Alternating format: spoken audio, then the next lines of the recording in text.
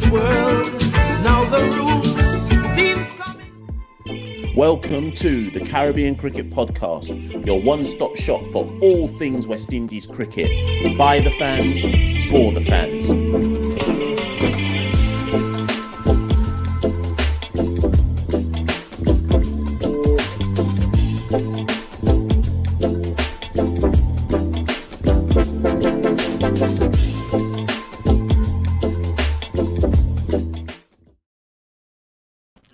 Yes, ladies and gentlemen, welcome.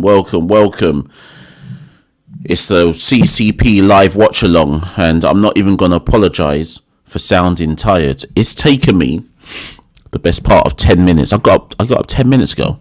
It's taken me 10 minutes to finally turn everything on. I was moving slow. Tired out here. My name is Machel, St. Patrick Hewitt, one half the Caribbean Cricket Podcast. And welcome as ever to yet more content from the Caribbean Cricket Podcast. And yeah, let's get straight into it. I'll get to your comments in a minute. Let's get straight into it, people. The West Indies team is as follows. It looks like somebody got the memo to Darren Sammy. Johnson Charles is out in the must-win game. They have finally decided to drop Johnson Charles, and he is replaced by Kyle Mayers. So the West Indies team: Shai Hope, Kyle Mayers, Nicholas Pooran, Rovman Powell, Roston Chase, Shafane Rutherford, Dre Russ, Akil Hussain, Alzari Joseph, Obed McCoy, and Gudakesh Moti. We're all tiny hint of swing there. Hint of swing in that first ball from Marco Jansen. Moves slightly away after pitching against Kyle Mayers. We'll get to comments in a minute. Obviously, there's going to be a lot to say here. Mayers is in. Lots of you probably will be happy with that.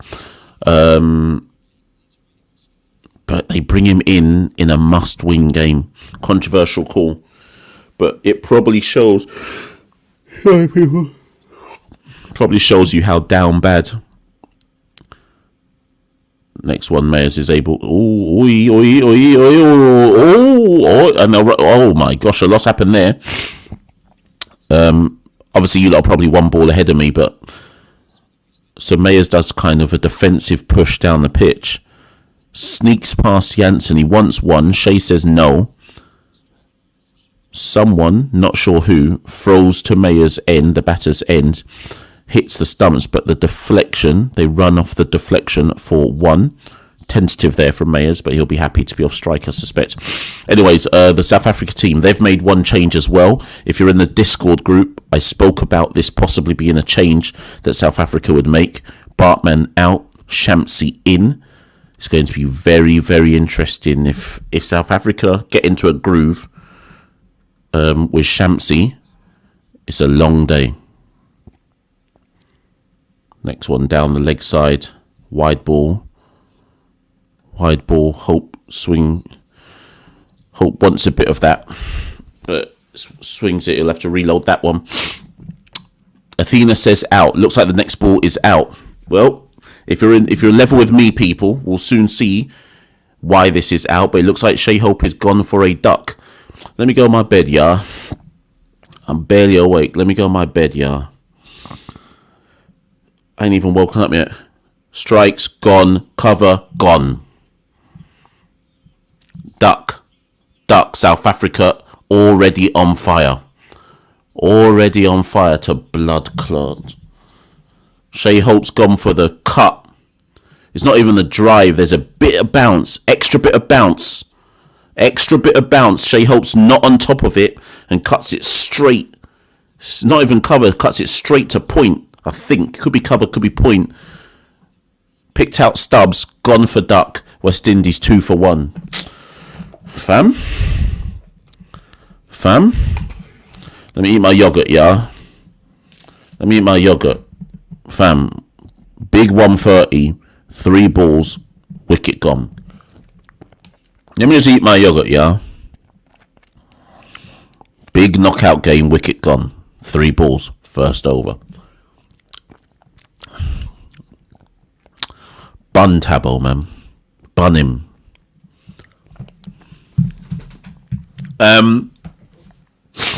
Right. So, yeah, good point from Fireballs.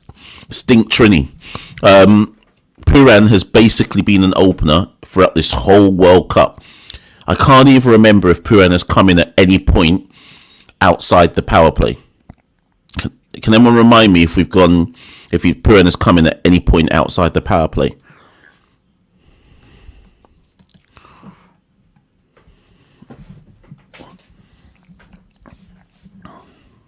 South Africa look pumped, cuz they look like they're here for some serious cricket.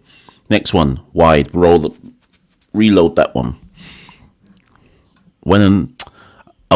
Listen, people, look. I went and I washed my hair, done a little top plait, left the free flowing locks at the back end. All for what? All for the Watchalong. All to feel fresh and nice. My locks, wicket gone. 4 balls, wicket gone. Face tired.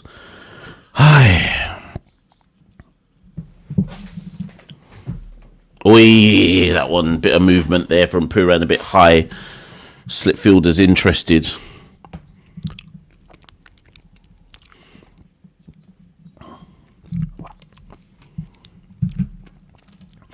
Sachin says, even if we lose, should be already. See, Sachin says his life's already over. He says, even if we lose, should we be satisfied with the team's performance in this World Cup? Yes. In short, yes. But we can argue about the degrees of that's wide again, reload that one. But we can argue about the degrees of satisfaction. I guess that can be for the live show later today. Am I going to do a call-in show later today? I'm supposed to be getting up for work in 4 hours. Yeah, Rickin, good point. Yes, actually, we don't need that energy right now. Come on, man. Come on. We still need to rally. This over's still going on. Inside edge. Sneaks a 1 there for Pooran.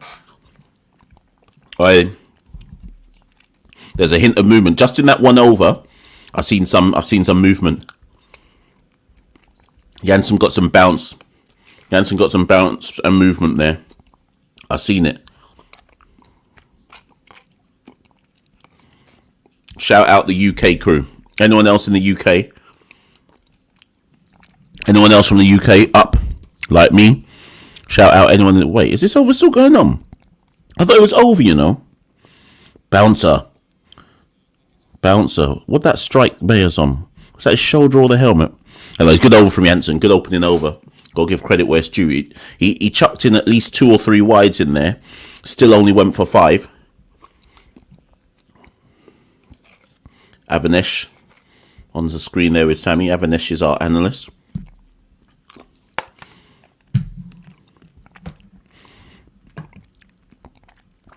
So, just blood clot. I think a wicket's gone. Oh, what the blood? Oh, what the blood? Fam. Wait, Ali Hyder says Pooran gone. No, cuz I was just about to settle down and actually start talking about the match. Oh, what the? No, fam. Cuz? What are you saying to me? I hadn't even seen the delivery yet. Athena says out as well. Oh, Lord. Let me just watch this one now. Who's even bowling? Is it Rabard? Mark? What? Spinner? Pooran got... Oh, my... No, Pooran.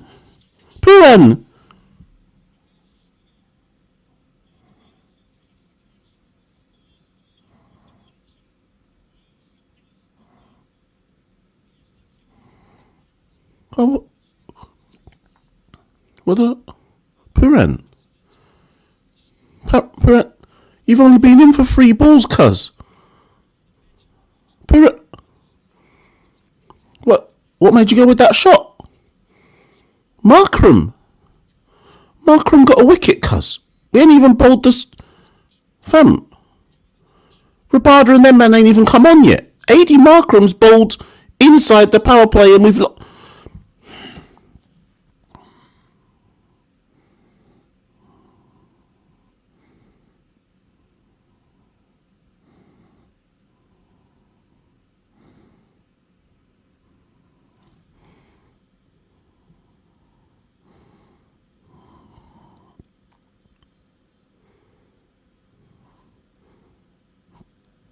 Tabo's up.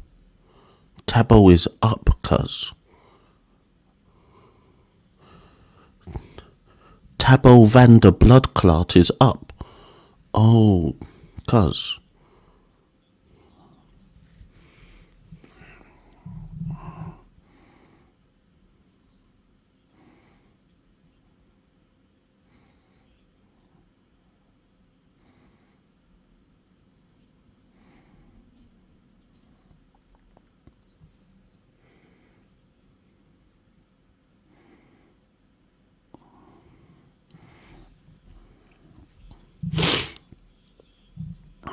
Well, Chase, anyways, takes on AD Markram. I mean, I guess, okay, let me get back in the game. Here.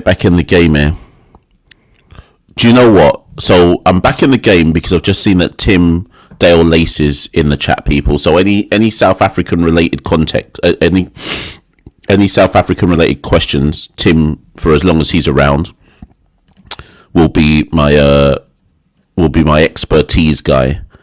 But suffice to say, do you know what though, Tim, given that you're in the chat, everyone has gone through this tournament calling, not me, because if you're in the Discord, I have been warning people about South Africa. Anyone who's in the Discord, please just put in the chat and confirm to those who aren't that this is not me just gassing now. I've been saying all tournament that South Africa are better than people realise. And people have been like, oh, they've only won tightly against Netherlands, Nepal, Bangladesh, Sri Lanka, England, USA. And I kept saying momentum. I said momentum. You lot are quick and happy to say West Indies have momentum. Don't the South Africans have momentum? But do you know what I'm going to say now? And it's only 2 overs in, people, so anything can change. We can still win this game, right? Oh, yes, good bowling. I think you have to applaud AD Markram's captaincy. His captaincy. AD's brought himself on in over number 2. Right hand off spinner. Remember, AD to me is only a... Put it this way, Ruston Chase is more of a bowler for us than AD Markram is for South Africa. Right? AD Markram's brought himself on and said, right, Pooran, this is what I reckon he said. I think he said, right, Pooran is a wild oats. He is likely to try and take me on because he'll see it as a matchup that he can dominate. We know what Pooran's like. It doesn't matter that he's only 3 balls, 2 balls in. Pooran believes he can take down pretty much any bowler in the world. His eyes would have lit up when AD Markram's come on second over. Markram's rolled the dice and said, you know what? Let's see if Pooran takes me on and falls into the trap. That was all deliberate. None of that was... Yes, people look at it and go, oh, it's poor execution from Pooran. Why has he got out so quickly? I see it as captaincy. AD Markram rolled the dice and said, I bet Pooran takes me on and holds out here. He's basically rolled the dice and earned a wicket. That's a gamble wicket. That wasn't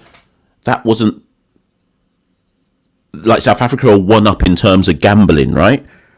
2 wickets down, Hope and Pooran gone. 2 overs into the game. I think you have to praise the captaincy.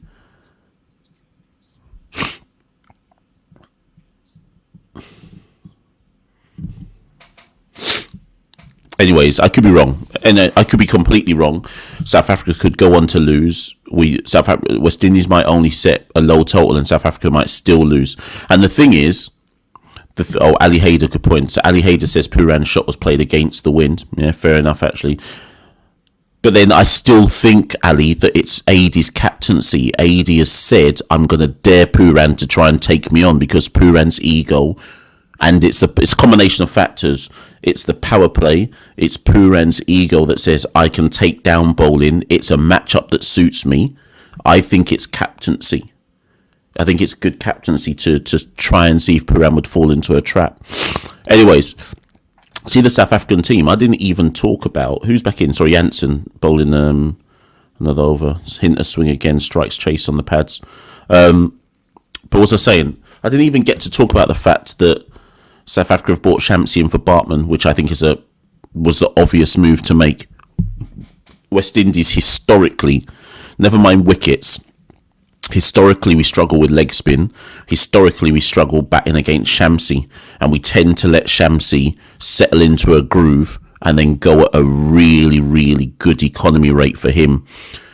Now that 2 wickets have already gone, and the fact that we tend to struggle in the middle overs, it's going to be very, very interesting. Good, well, gets it through, back with a point there from Chase. We'll take that 4. Was that a full shot, or was that a deliberate cut back with a point there? Looked like it was a hint of a full shot there.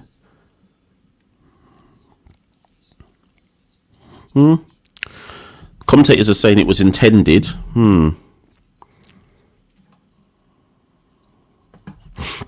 Anyways, let me try and get this point out before Chase gets out or anybody else gets out. So it's going to be very interesting to see what happens in the middle overs when Shamsi gets in, along with, well, it depends where Maharaj bowls. No, next one. High. Oh, was that Nortje? Nortje's dropped an easy one.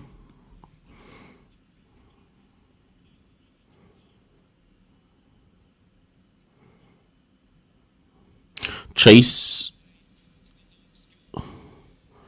Jansen's bowled that into the pitch. It's bounced a bit higher on Chase than he expects. He's gone for some kind of ugly hoik. Don't know if he was trying to go down the ground or across into the onside. But Nortje has dropped a dolly. Dropped an absolute dolly. Next one, Mayers. Top edge, over slip, gets 4. They're taking it on. Mayers and Chase are taking it on because it's still the power play. And I assume that they believe they have to take it on. But anyways, Chase dropped there. So what was Chase? Was Chase just dropped on 12?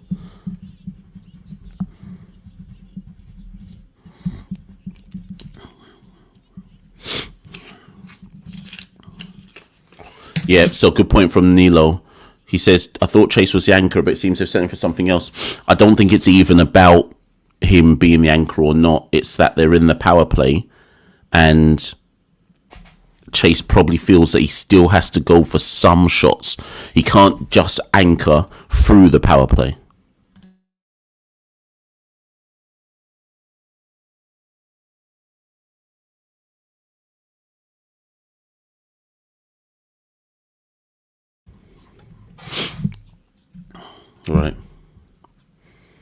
Right. So Jansen, even if I'm South Africa, I'm thinking that's 2 bonus overs from Jansen there. He's gone better than they probably would have expected. Markram continues, which is a surprise. Gets a bit of hint of turn into Chase. Chase digs it out. So then remember, we've got 12 overs of spin, people. We've got 12 overs of spin. Chase, Multi, and Hussain. So,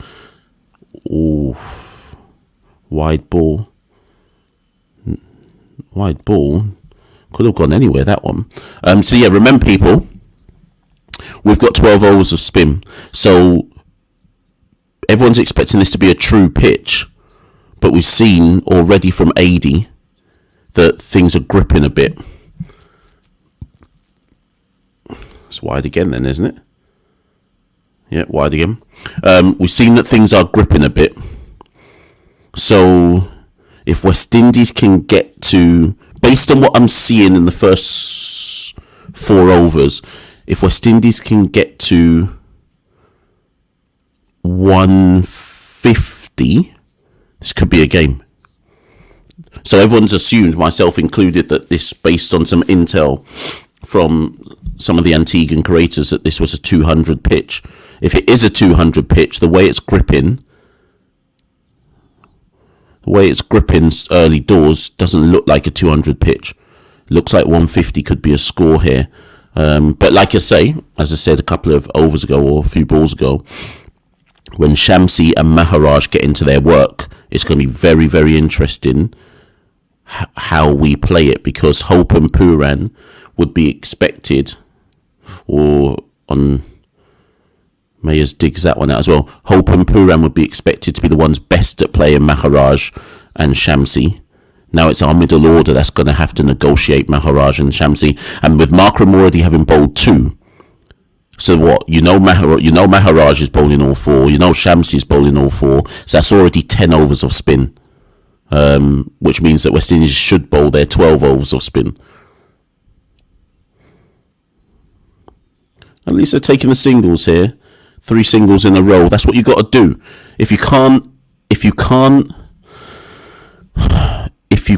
engineer a shot off AD Markram, at least milk him for singles. So I don't mind this. At least they're milking him. At least they're trying to do something rather than just saying, well, boy, we can't hit a big shot. We'll turn over the strike then.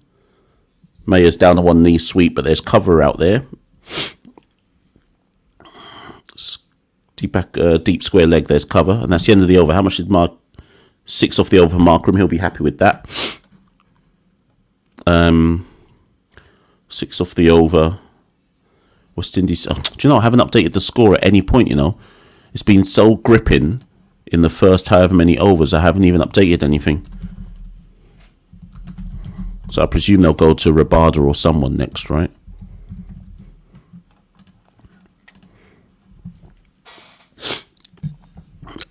Ali Haider's determined to be one of those guys that... Ali, this ain't a knock on you, by the way, Ali. But I always wonder with watch-alongs, when somebody hits a 4 or a 6, why do people jump straight into the chat to go 4? I've always wondered that. Like, is there like a prize for being the first person to say 4 or 6? I've never really get that. No, I'm not criticising you. I've just always wondered that. Anyways, as Ali Haider says, Mayer's onto the back foot. Well, that should have been stopped. Cuts it through. Divides point and cover there for 4. Maharaj into the attack.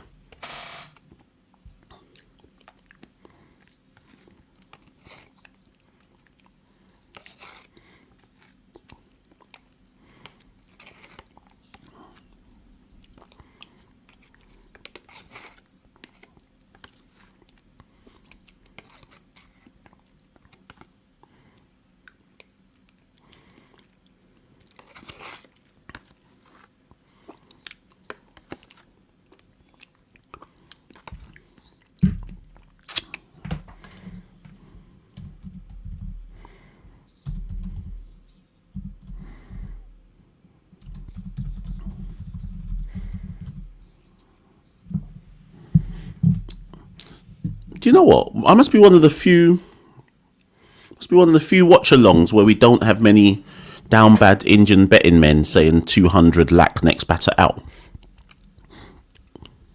Well stopped. Okay, other than the Nokia drop, the South African's not bad in the field. The Nokia drop was awful though. What yogurt am I eating? I am eating Mullah Fruit Corner, strawberry flavour. I knew I had to have the yogurt. Oi, that one nearly sneaks through. Chase there. Where are we?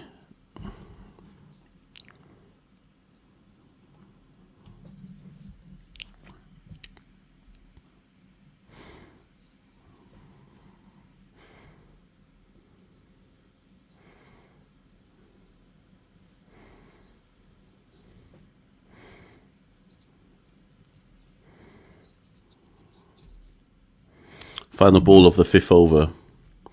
Chase goes for the slog sweep. Top edges it, but he's going to get enough. Yeah, the wind pushes it just over the boundary ropes there. Chase gets a 6. 11 off the Maharaj over. That's the first, what I'd call, real good over for the West Indies. Maharaj is somebody that South Africa certainly would have been expecting to go well today. So if West Indies can take him for 11... if it's a boxing card, I give us that over. 39 for 2 at the end of the 5th. Chase has come out. Yes, I don't think people should be confused here. Chase is 20 off 15. Mayer's 12 off 11. I don't think it's as simple as just saying, why is Chase not playing the anchor role? He came out after 1 point something overs, 1.3 overs. So he has to. Markram's going to bowl another one, sugar. Bloody hell, if Markram's bowling 3, that means South Africa will bowl 12 overs of spin.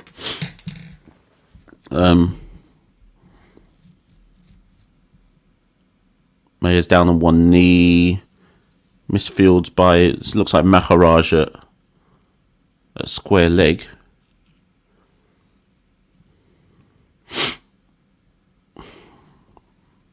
Okay, so a bit of a recovery here. Given that when Pooran... Oh, was that a drop? Wait, did Maharaj drop it? Wait a minute, what?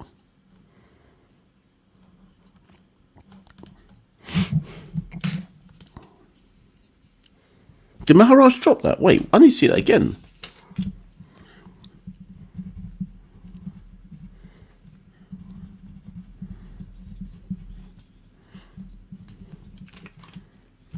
So, 2 drops so far for South Africa. Or Mayer's advances down the wicket, but can't get anything on that. I wonder if this is... It's going to be very interesting. Will this pitch play like this all night in terms of it gripping a bit? Or... Yeah, that's out. Plum. Yeah, Mayer's gone. That's Plum. He'll review it, but it looks Plum. Has he got an under edge on that, though? It looked Plum in real time, but he may have got an under edge, possibly. Mayer's reviewed straight away, which suggests he thinks he's got an under edge on that. Umpire thought it was out straight away. I thought it was out straight away, but I haven't got the snickle. If he hasn't gone under edge, it's out, but possibly he's got something.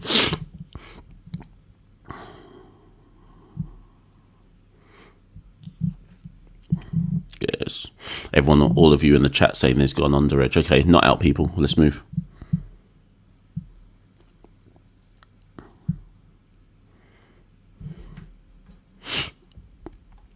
Lionel says, what's the score? Can you not see it on the screen? It says 39 for 2. I'll give you an update after the over's done. Yeah, under edge for May as we continue.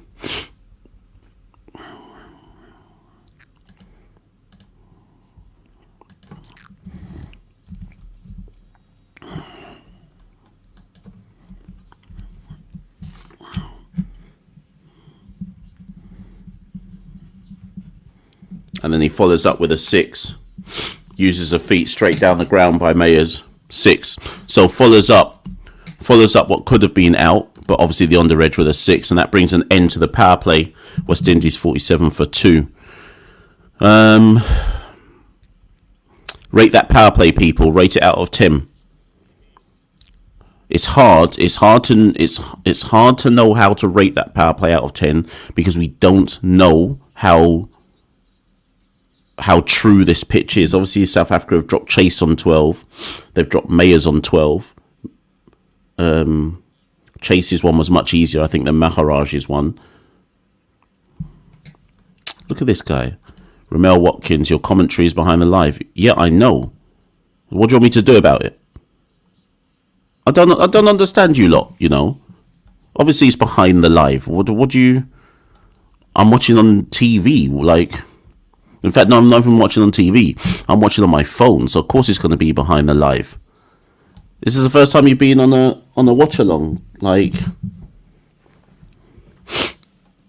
the comments are ahead. Yeah, they're about 1 ball ahead. Don't worry, there's always some down bad betting people that no matter what watch-along you watch, Ramel, there will always be some down bad betting person who wants to tell everybody what's going on in the comments first. Even if I was in the ground, they'd still find a way to say what was going on ahead of me. Anyways, 2... Was that 2? We're outside the power play now, so this is the key for me. Yeah, this is a thing. YouTube. That's the thing. YouTube adds a 10-second delay, so even if I was watching on TV, I'm going to be behind. So you lot should be about 20 seconds ahead, I reckon.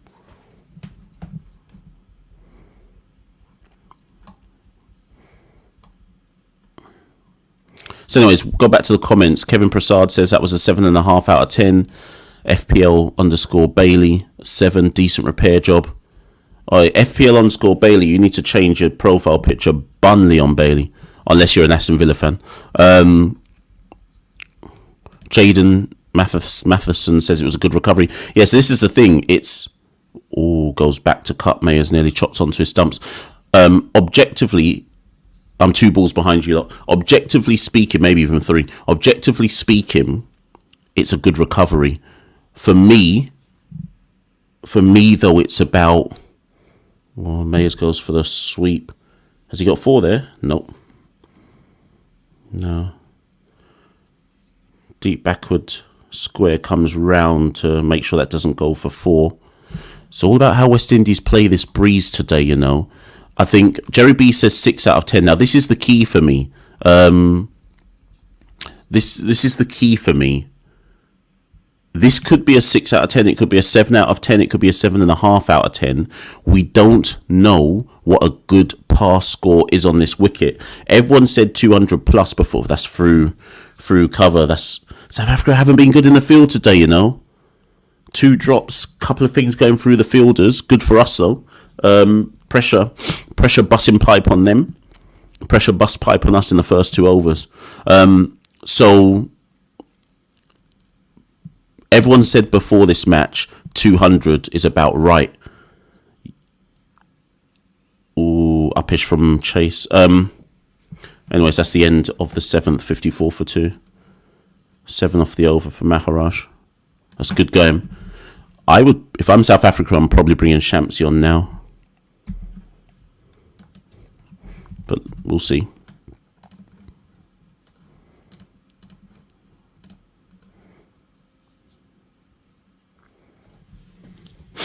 How many is Markram bowled? Is he bowling the 8th?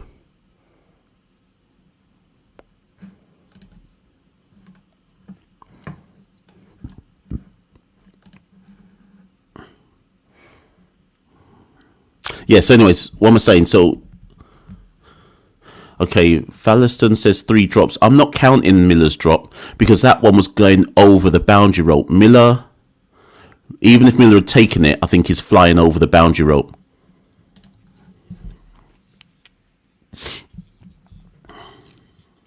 So Mayer's 20 off 18, Chase 28 off 21. So AD Markram's bowling out, which if you told me that before the game, I would have said I'm not expecting that. But then that speaks to the pitch, which is why, again, I'm saying that 7.5 or 7 or 6.5 that you lot have given the power play, it might even be 9 because we don't know yet. Have South Africa out bowled what was reasonable given the conditions, or have they bowled in line with what the conditions are?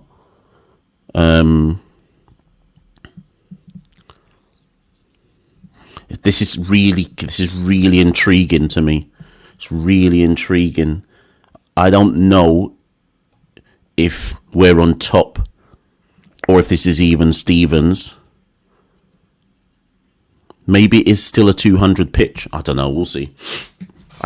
Let's see how Hussein and Moti and Chase go. That will tell us really what's going on. Anyways. And I guess, do you know why I'm saying that? Because if Chase, I know he was dropped on 12, but if Chase is able to hit through the line, this pitch to me is truer than people are giving it credit for, with all due respect to Chase. Right, everyone's doing spoil. Everyone's saying that there's some collision. Let's see what happens here then. Right, so Mayers goes big. Down the ground. Whoa. Well, it's gone for 6. Rabada's fine. Who's he crashed into? Who's he? Was that Nokia? That looks difficult there. Why is Janssen? Janssen looks in real pain. Rabada.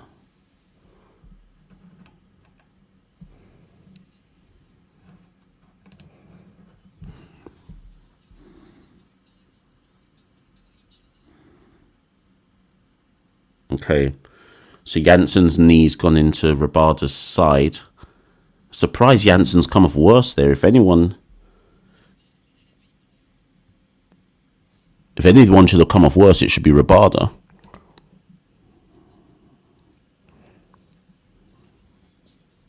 Yeah, Rabada's fine, which is surprising. He looks like the one who should have come off worse.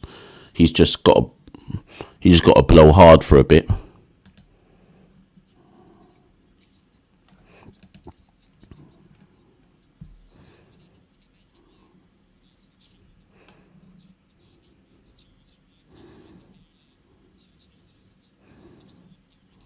Even if that's not a drop either. Forget the collision. That was going over the boundary ropes regardless. Good shot by Bayers.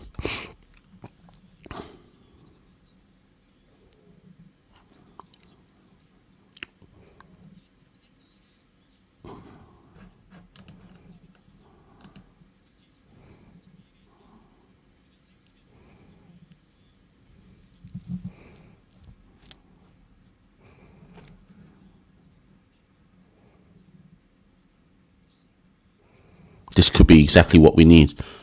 This is why when I was saying win by any means necessary, that's a really bad collision in fairness. If they both get up from this and able to still bowl, then they've done well. Yeah, so Jansen's walking off, so he'll be fine. They'll give him some mending. They'll mend him. This breaking play could also be what South Africa need. Yeah, Neek, see, this is my point. I know I'm behind, but sometimes you just have to mute the live chat because some people in live chat, it's a weird thing, live watch-alongs. People want to be like, yeah, I got the wicket first. I just don't really get it.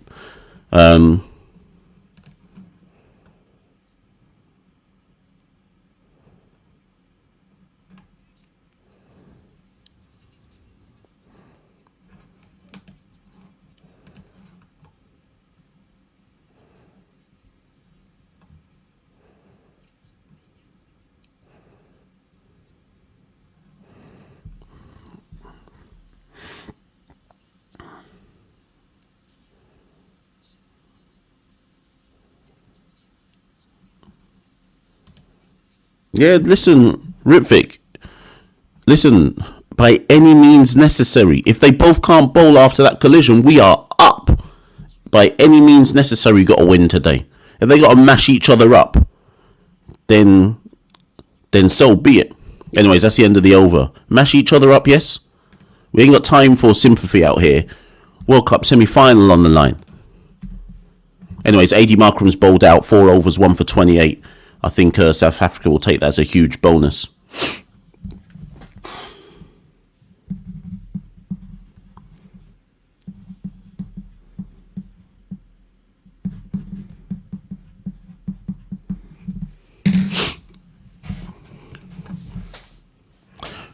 Sean Ned says, what score can we defend? Who knows? I can't tell. I'll be honest, Sion. I can't tell what a good score is on this wicket. Our Antigone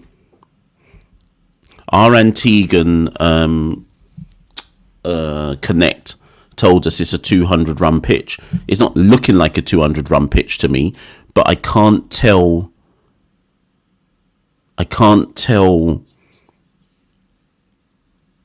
if South Africa have bowled well and it's not a 200 pitch, or if West Indies are making the most of difficult conditions, so it is what it is. I can't tell until I see Multi and Akil and Chase go on this pitch. I won't be able to tell you what is good yet. I think based on what I've seen so far in 8 overs, I reckon 150, 160 is a game. But for all we know, West Indies are performing under par. Right? Do you remember? Do you know what I say that? There were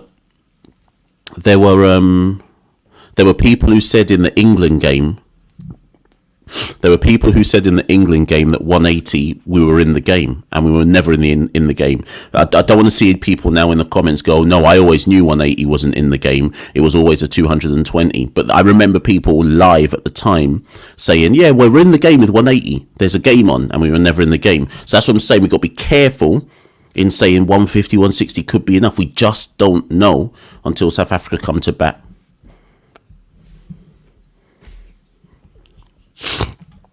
Anyways, let's go. Still 64 for 2 at the moment.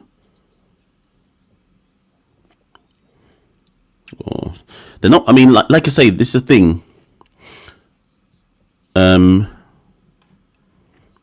Sean says this pitch feels different than in pitch. Yeah, it does, but we just don't know because we're not there. We're not there. We don't know.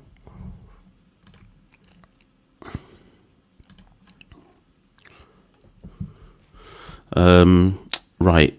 Who's got the dot ball count? Who's got the dot ball count? Does anyone know how many dots we've had so far in this innings?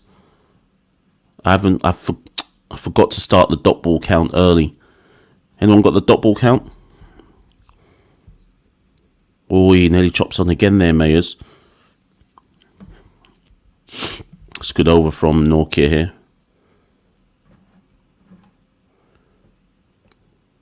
So this is key for me. Whilst I think Zachariah says it's a 160 plus pitch, I don't know, who knows. Whilst we can see the spinners should be all right today, it's the pacers. I want to see how the South African pacers go on this wicket.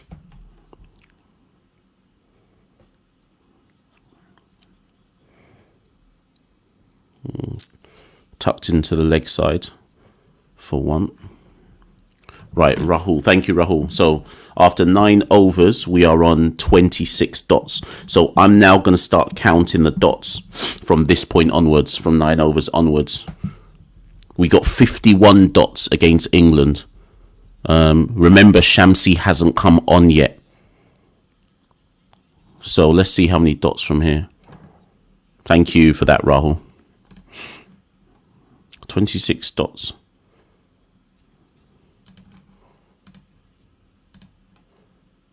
So that's the end of the 9th, 66 for 2. How many off that over? Only 3 off the first Norkia over. Yep, South Africa win that over. So 66 for 2 off 9. 66 for 2 off 9. So we've had 4 overs of dots. So 4 overs worth of dots so far. Right, Shamsi is into the attack. So Shamsi is finally into the South African attack.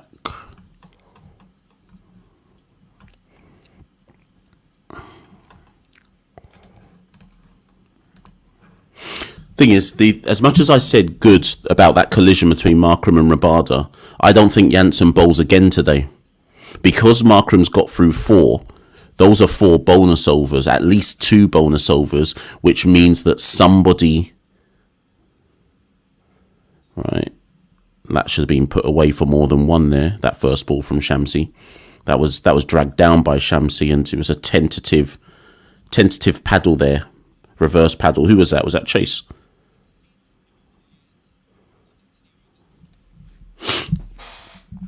This is a key part of the game now. Shamsi hasn't been brilliant in this tournament.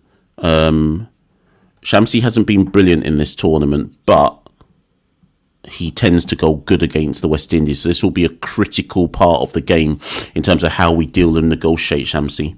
Next one's actually bang on line and bang on target. Mayers can't do anything with that.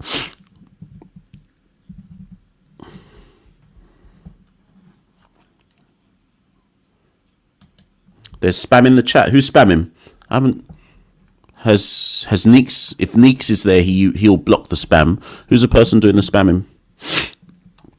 Again, Chase Mayer, doesn't quite get to the pitch of the ball, but is able to work that down to long on for 1. Sean McKenzie listening in from the Cayman Island. Big up, Sean.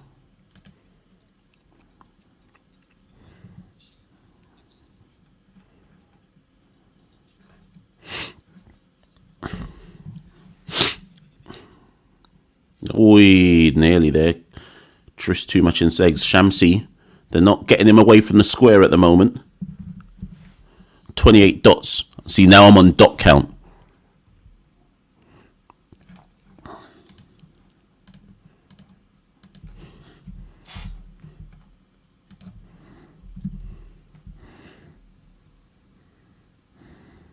That's another dot.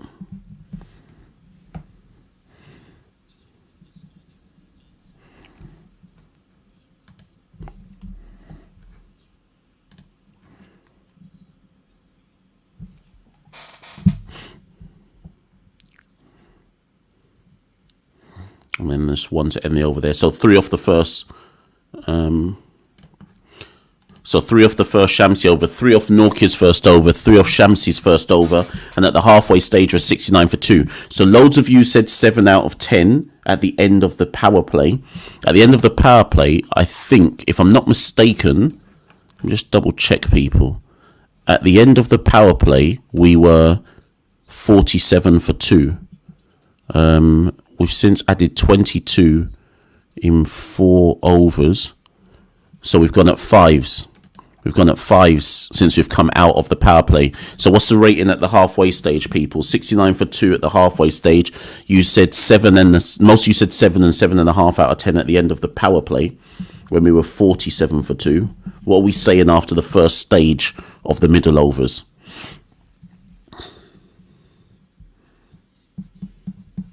$69 for 2 after 10.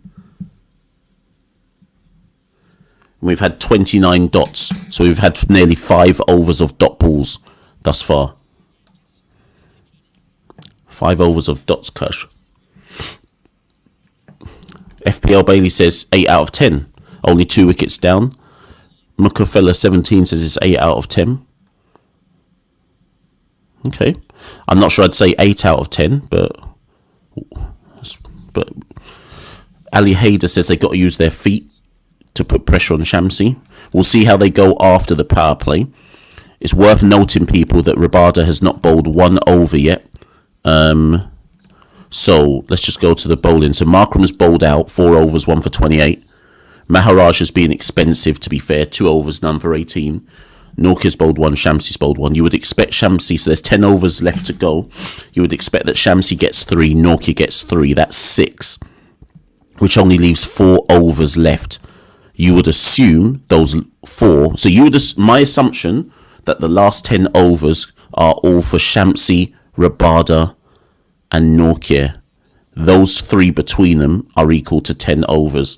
So the question that AD Markram already has to ask himself is who out of Norkia and Rabada won't bowl all 4? Because you would assume they're going to ask Shamsi to bowl all 4. Anyways, people, it's a drinks break. I'll be back. Let me quickly take a refreshment break. I'll be back. Bear with me.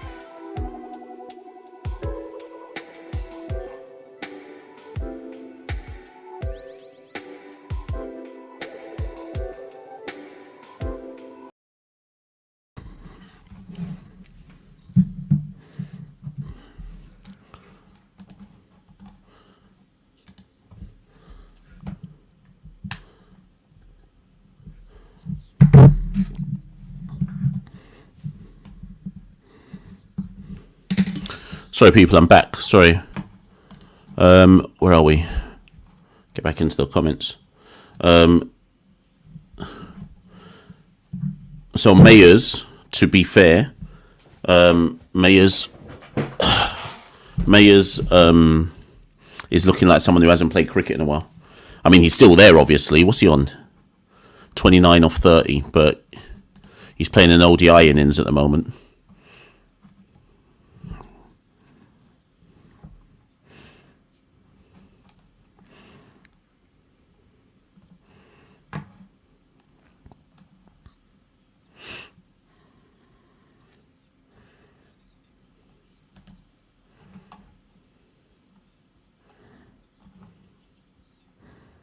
I think I'm 1 ball behind now.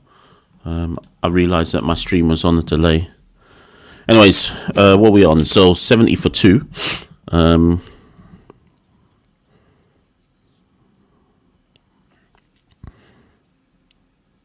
Mayer's finally able to get one off the square. Runs 1. Neek says 30 dots at 10.4. I've got 31 dots, Neeks. In fact, no, I've got 32 dots.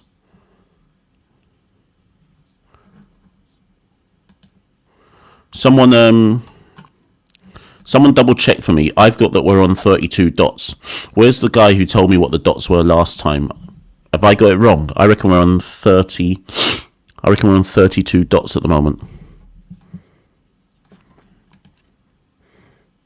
So Ali says it's 32. V says it's oh my gosh. Right, so we're on 30 dots. Right, okay. So Rahul miscounted, so it's 30. Okay, fine. But either way, that's now, so we're currently on 30 dots. That's 5 overs of dots. It's still a lot.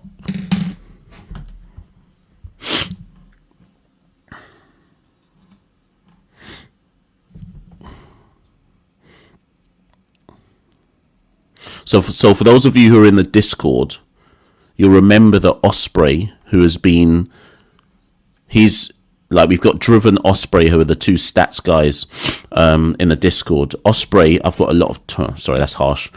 But Osprey has been quite on the money with his stats, in so much as saying that he always tells us the dot stats after each West Indies game, and something that he was at pain to point out after every game in this tournament, he said West Indies have to start running. Sorry. He says that West Indies have to start running 1s and 2s because eventually it's going to catch up on them when they come up against good teams where you can't get away with not running your 1s and 2s. Well, 5 overs of dots so far after 11 overs. I mean, like I say, we could get away with it. Pitch isn't playing as difficult now. I think it's smoothing out a bit. Am I wrong there to say that? What do you lot reckon? Shamsi back into the attack. First one prodded for 1.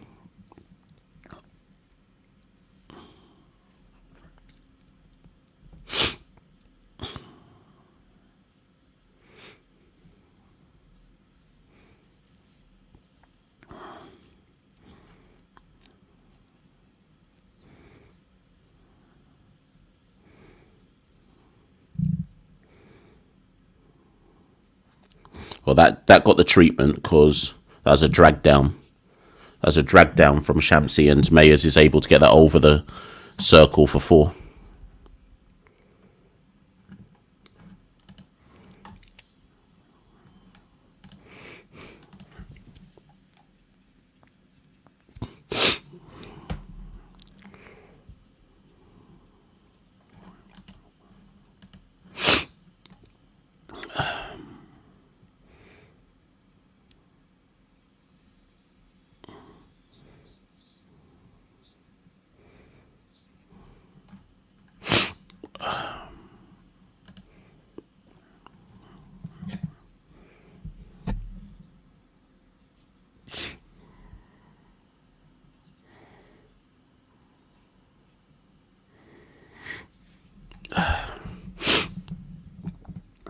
Right, that's a flat 6 from Chase. Well done, Chase.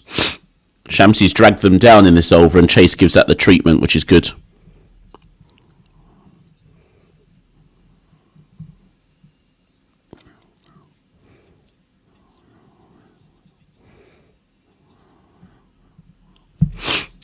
What's Chase on? I don't even know what Chase is on. Chase is on 43 from 34. FPL Bailey says only 2 wickets down. We're going on good. Chase goes for the reverse this time. Lucky to get away with that one. That was nearly plumb on the pads. FPL Bailey looks like he's just goat mouthed the thing because it looks like a wicket has just fallen. So the previous delivery I just watched nearly had Chase plumb. Went for the reverse, which was not the shot to go for. It looks like Shamsi, despite going for 13, has had the last laugh. Drags it down. Mayers goes for it and finds deep point. That's a free wicket. That's a giveaway. It's a giveaway there. So Mayers goes for 35 or 34. Mayers wasn't fluent anyway.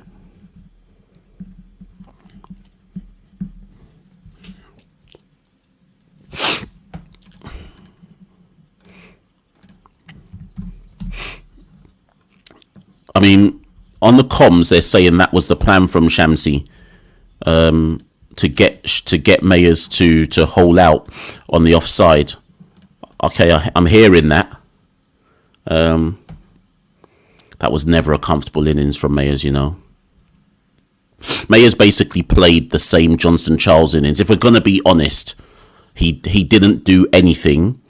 Mayers didn't do anything that Johnson Charles hasn't been doing in the tournament, which is basically soaking up a lot of dots and not fulfilling the role that you actually want from the opener, and batted too deep while soaking up dots, and now he's out. So they made the gamble.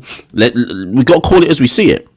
We got to call it as you see it. You can't suddenly say, you see, Charles should have been dropped and Mayers should have come in. Well, Mayers has just played the exact same innings. So there you go. Let's move anyways. 86 for 3. We've still got a lot of batting to come. I was going to say South Africa might want to take Shamsi off.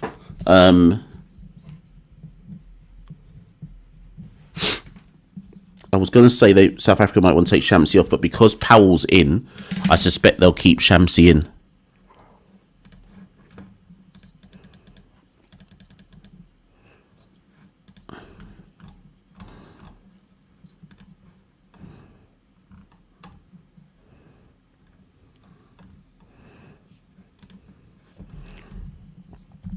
Nobody's updating Twitter. I assume that means Santoki's in bed, or he's watching the TV, but he's so tired. Let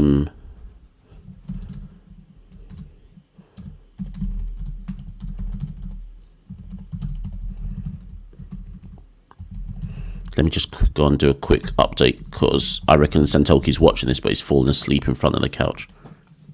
On the couch, even in front of the TV.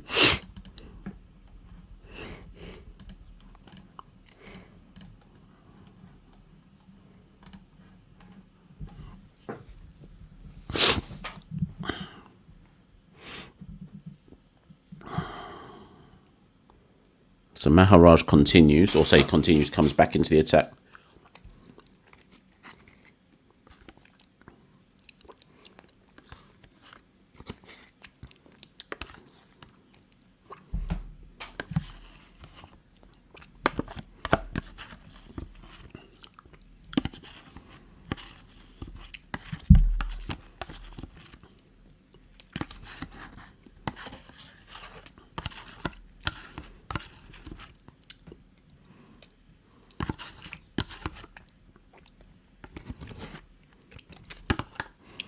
Right, I'm back, people. I'm back. Okay, I'm back. 4th ball of the over. It looks like in the comments that something's just happened. Oh, what a rat race. Bowled out his blood clot. Right. Powell's gone. Maharaj can't keep him out of the game. It's not even bowled, it's stumped. Powell just completely out of his depth. Just out of his depth there. Just Maharaj has done him like a kipper. And actually, it's brilliant from De Kock as well. Give it to De Kock. That's a good stumping. So I said, would they keep Shamsi on because Rovman had come to the wicket? They didn't even need to. Rovman couldn't even play Maharaj. So Rovman goes 89 for 4.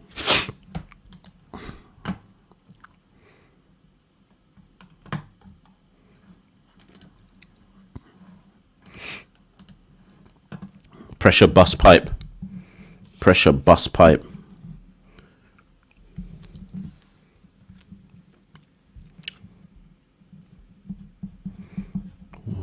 Who's next? Who's at the crease next? Is it Rutherford? Yeah, Shafane. Need a big innings from Shafane here. Shouldn't have to ask him. Do you remember, did anyone watch my video on who should be selected today? Don't know if any of you watched the video, but I made a point in that video that there's an argument to say that Romario has to come back in because we're probably going to have to put up a big score. And I just... in my head, I was like, I foresee a situation where South Africa run through our top to middle order and we'll be looking at number 8 being like, we could do with a batter right now.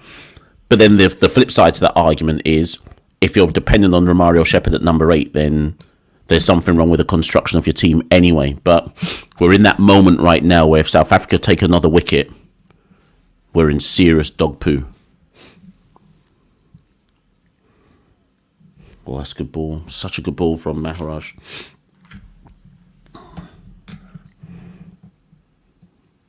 Oi! Nearly beats Rutherford, all ends up as well. Anyways, that's the end of the 13th. Only 3 off it. 3 off it and the wicket.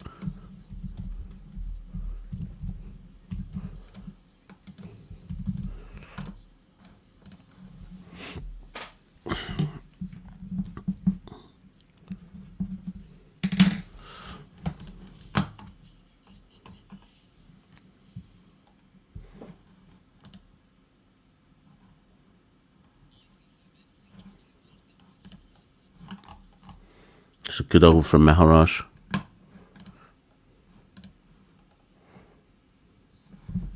Yeah, 150, 160, still looking like it might be competitive. Remember, we've got Multi, Hussain and Chase to bowl.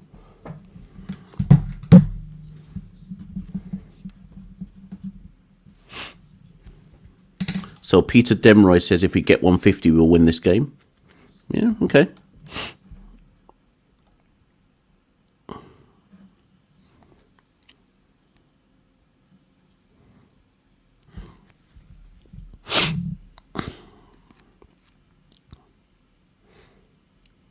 Chase down the pitch for.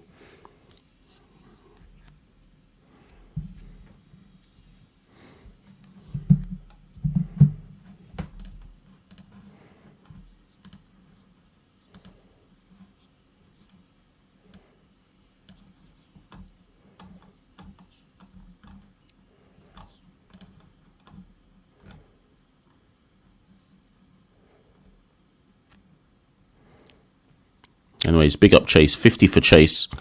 Good knock. 50 from 39 balls. Should have been caught on 12. But he's made the most of that with a sensible knock. Hopefully he can cash in at the back end. Sorry, people.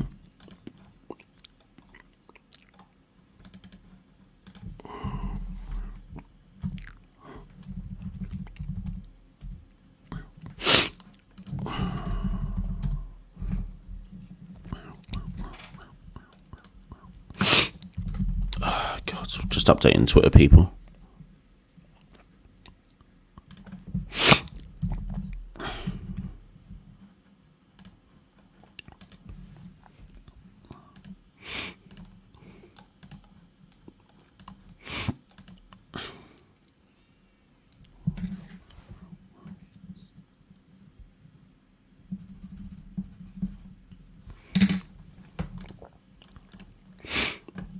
Right, okay.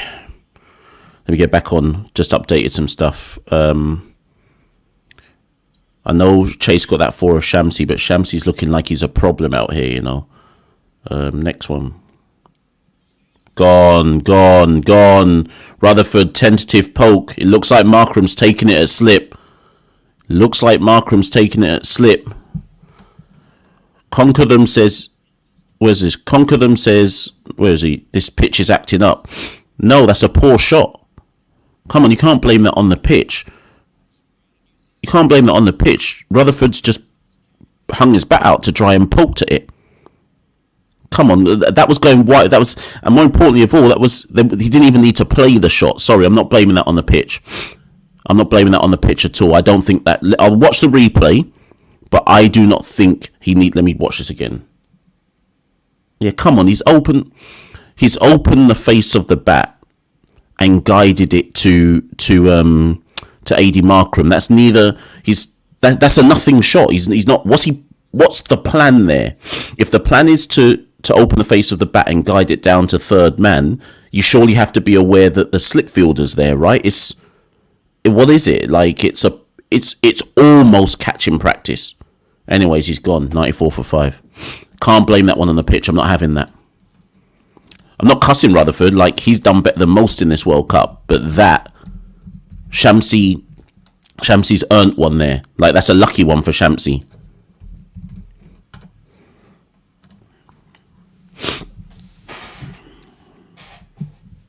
Right, Rutherford, duck. 94 for 5. Pressure bust pipe.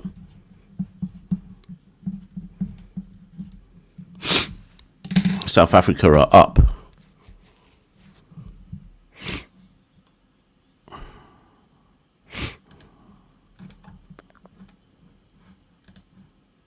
Who got Russell out in the England game? Who was it? England? Who got Russell out in the England game? Was it Adil Rashid? Because England made a move where they were like, yeah, this is Russell's weakness. Was it Adil Rashid?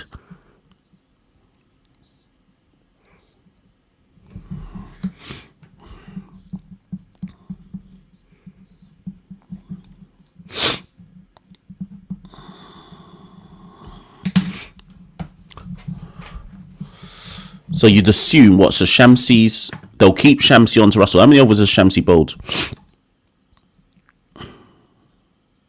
Shamsi, this is only his second, right? Oh, this is third. Anyways.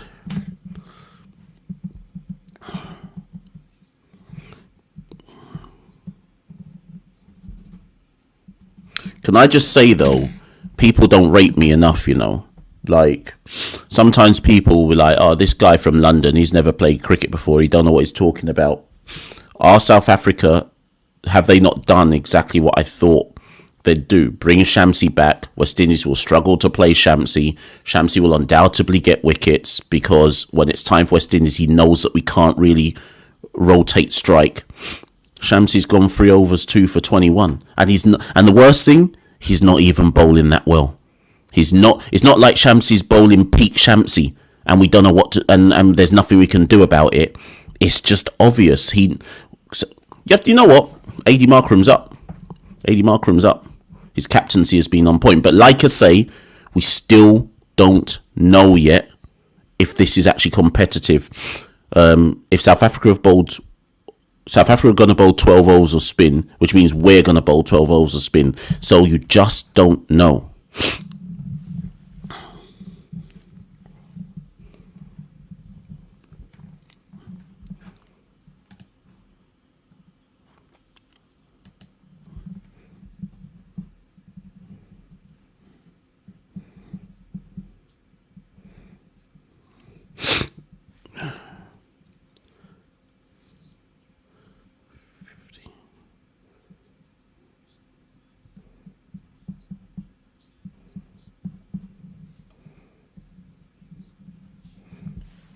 Sorry, people, I've just been doing some calculations. I'll come back to you with what my calculations have shown me.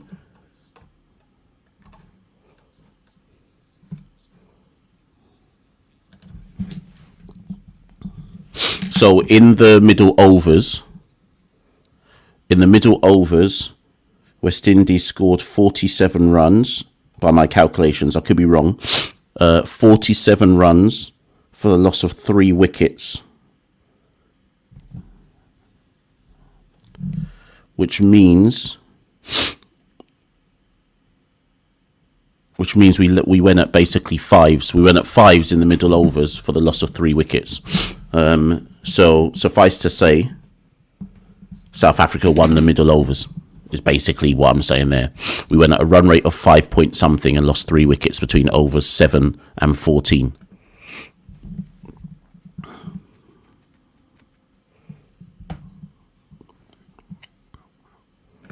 Mr. Casanova, I already said that from time.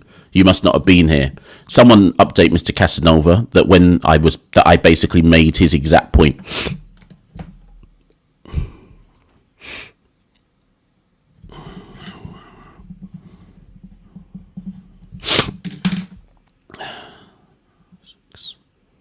Do people want another stat though? We've currently played 7 overs of dots. 41 dots in the match so far, people. We could be beating that 51. We could be beating the 51 dots we got against England. We've got 40, make that 42 dots. 42 dots. So far, people, the real stat you need to know is that West Indies have played out 42 dots.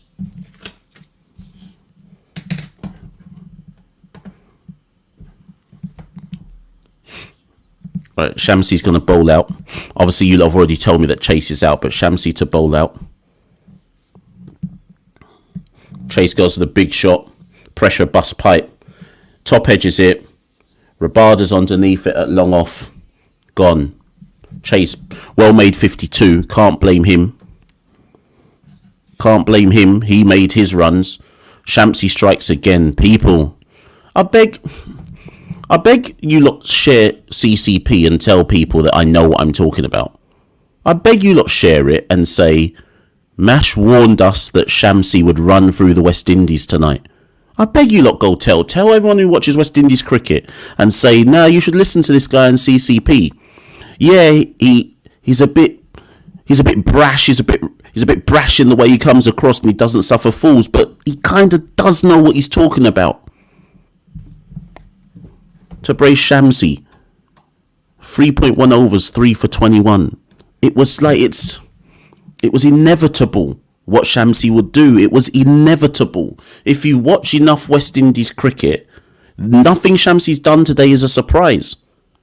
Nothing. If I warned specifically, Shamsi is going to be a problem. They're going to put him in the team and we won't know what to do against him.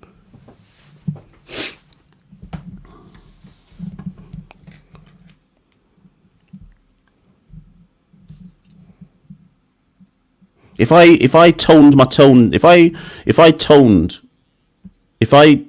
was just had a better tone in how I do stuff on this show, people would listen to me more, you know. If I was more Jason Holder and less Chris Gale, people might listen to me.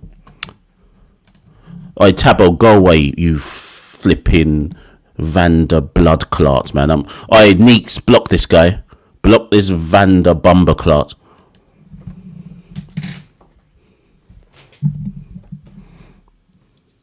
Oi, Shamsi nearly runs. Who's that? Who's actually coming? I didn't even watch Akil Hussain.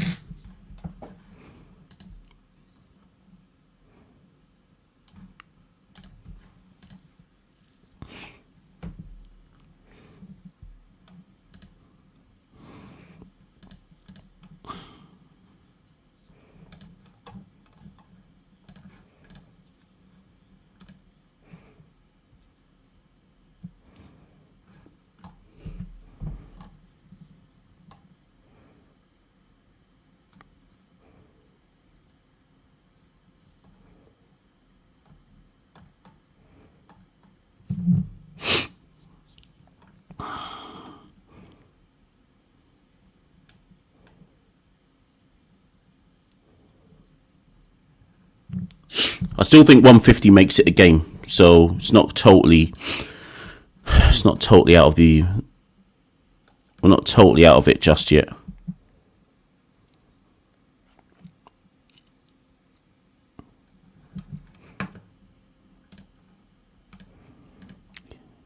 UK fan base, we are down bad.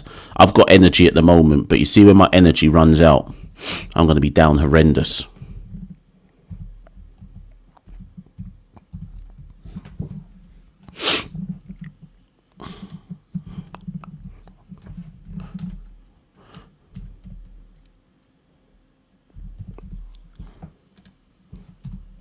Anyways, a 4 off the final ball of Shamsi's spell, but 4 overs. 4 overs, 3 for 27 for Shamsi. He's done his job.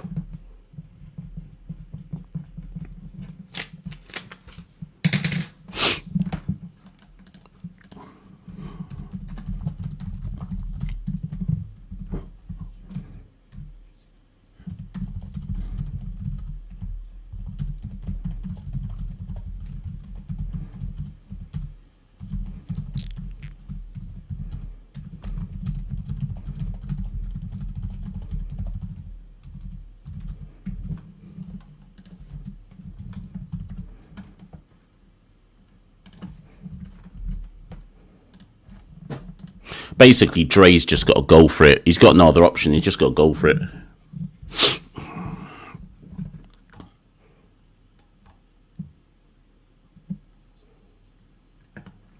Bobby Bunn says, if we make 150, South Africa won't win. I think, yeah, 150. 150 means we have to at least stay up. Anyways, Norkia back into the attack. And Dre just muscles that. It's gone high, but yeah, muscles that out the ground. Not out the ground, but out the pitch for 6. It's down to Dre. It's down to Dre. Dre knows it's down to him. Dre knows it's down to him. He knows that the pace. He knows that spin is done. So he's got to maximise what he can off the pacers. Just remembered Rabada hasn't bowled an over yet, actually.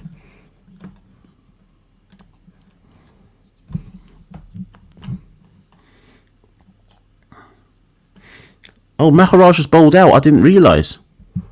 Oh, Sugar, right. Okay, so Maharaj has bowled out as well. Sorry. I thought Maharaj had something left. So there's 4 overs left. So it's Norkia. Yeah, flat 6 follows up the... Flat 6 follows up.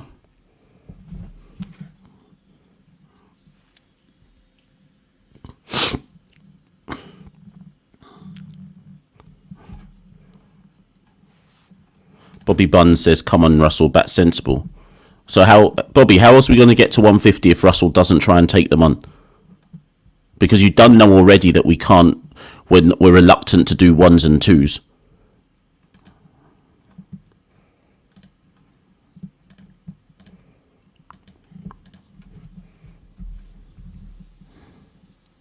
That's well bowled there, actually. I mean, well, actually, maybe it's not well bowled. He's tried to follow Dre, the 3rd ball, and Dre does get an inside edge onto it, but it just so happens that there's a man on the fine leg boundary. Could have gone either side, and that would have been another boundary, but Dre actually gets Dre off strike, which is no bad thing for South Africa.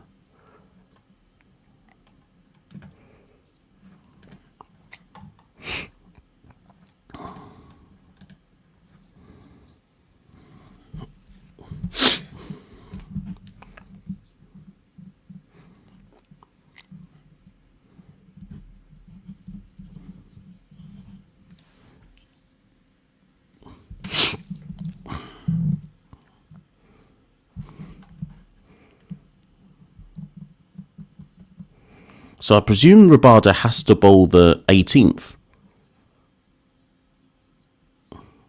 Unless they may go back to Jansen though, because Jansen's a better death bowler than Rabada is. Or I think they believe Jansen's a better death bowler than Rabada. So Rabada, believe it or not, may not bowl in this match. We'll see though. Oh, I thought he nicked that.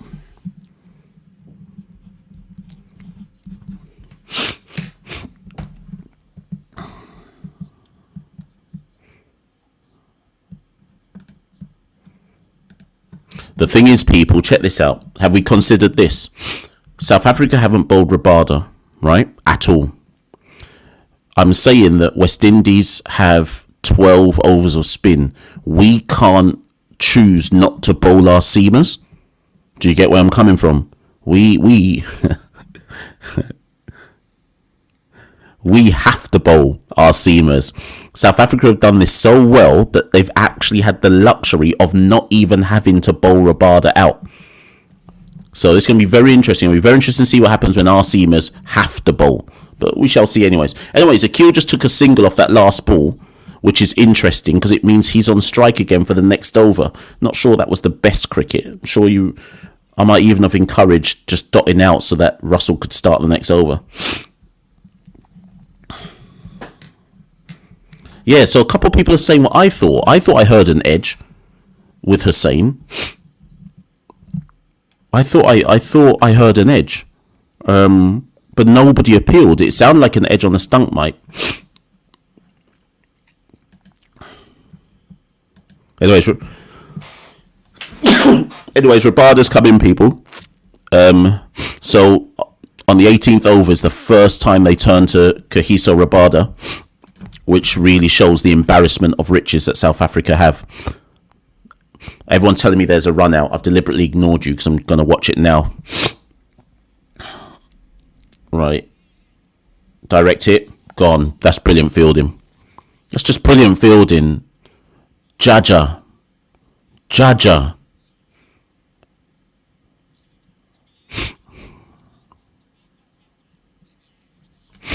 Bobby says stupid from Hussain, she never took the run. No, that's not Hussain's fault. Russell called it. Russell was halfway down the wicket before Hussain even realised Russell was running. Oh, do you mean the run in the previous over? Yes, sorry. Actually, sorry, I agree with Bobby Buns. Now my point that I made at the end of the previous over, why did Hussain take the single? Yeah, that's brilliant fielding. Why did Hussain take the single? He should have just been like, let me dot out, give Russell the strike. Russell's then next over said, well, I need strike, so he's gone for a suicide run out. Yeah, Bobby Buns, sorry, yeah, you're right. The over before, that's Bobby's making the same point I actually made, which is why did Hussain take the single? I never understood it at the time.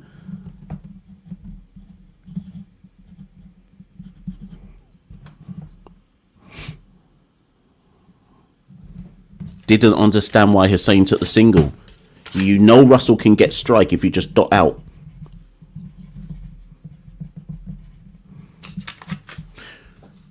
Well, you lot are saying 150 makes a game. I'm not sure we're making 150.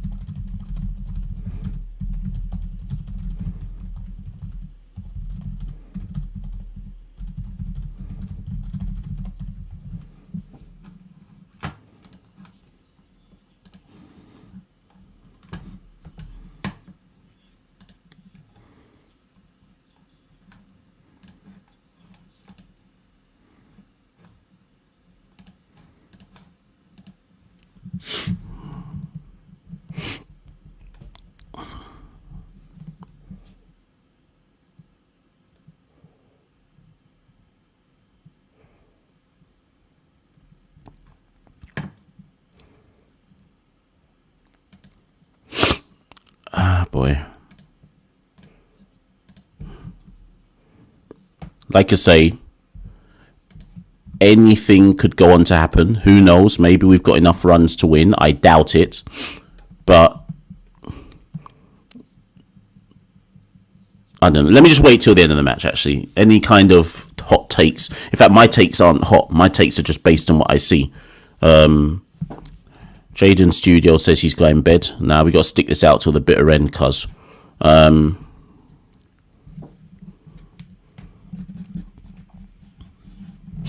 can tell you something though. We're going to break the dot balls record. We're going to break the dot balls record, people.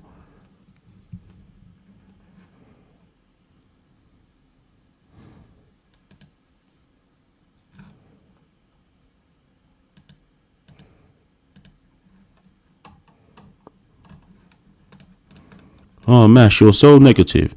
You're so negative, Mash. You always just say critical things of the West Indies. F you, man. F you, man. I just talk what I know, man. I'm just realistic. I'm just a realistic guy. And then I have to catch pelters from uncles saying that I'm negative. I'm just a realistic guy. I'm not...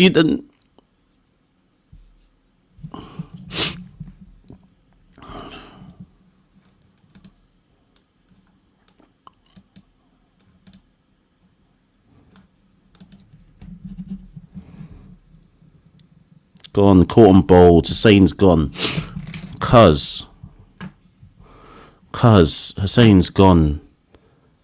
Pressure bust the fucking pipe, cuz.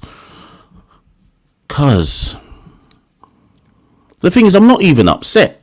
Because people like me... Where's Fireball when I need him? People like me had been calling this from before the tournament even started.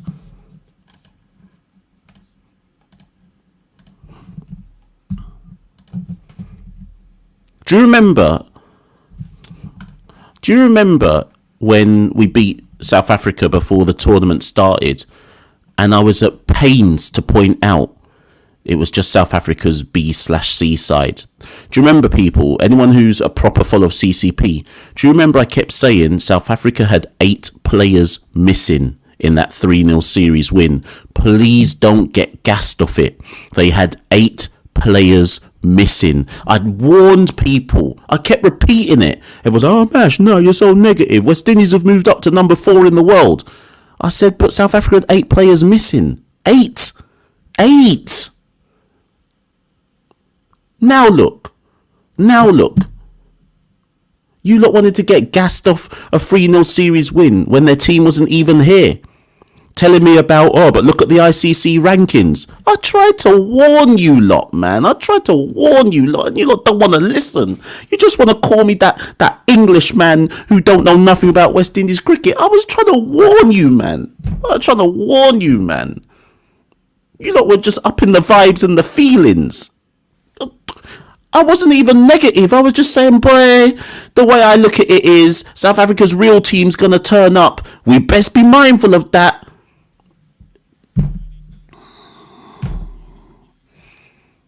I tried to warn these, man, you know.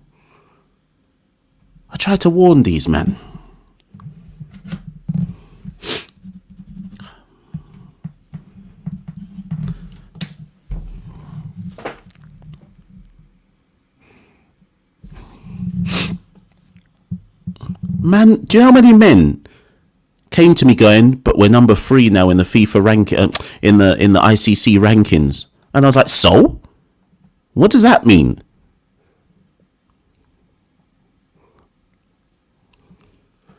Fam, do you know what? The good thing is, this match might mean I can catch at least 1 hour sleep before work. Thing is, you know what? We still rally though. I'm still here rallying because you never know. But South Africa look like they're standing on business today. No fuckery whatsoever. They're standing on business.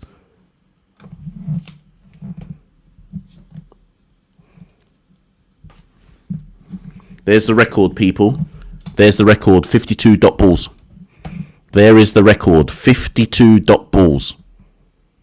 We just passed it. I've been counting, waiting to see. 52 dot balls. 52 dot balls. 52 dot balls.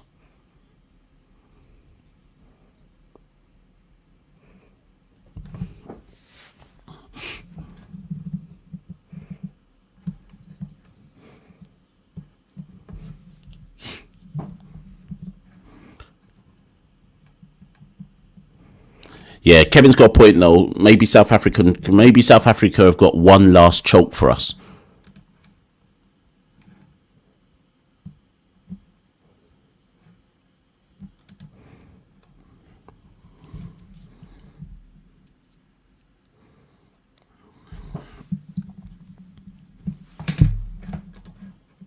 Santoki, I know Santoki's gone his bed, you know. Santoki,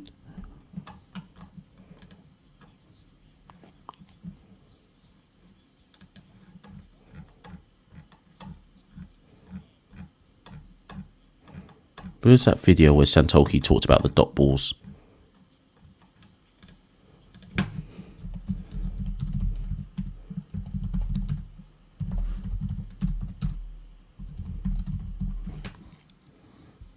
Oh, 4?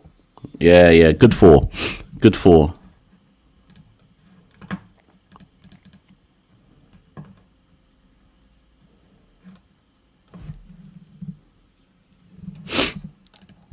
We still have to rally down. We still have to rally though, you know.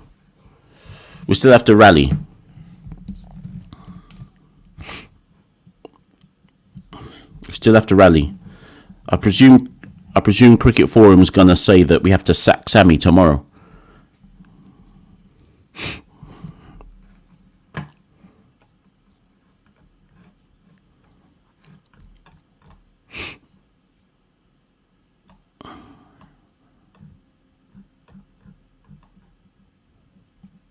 Yeah, Nathan, ultimately, that's the point.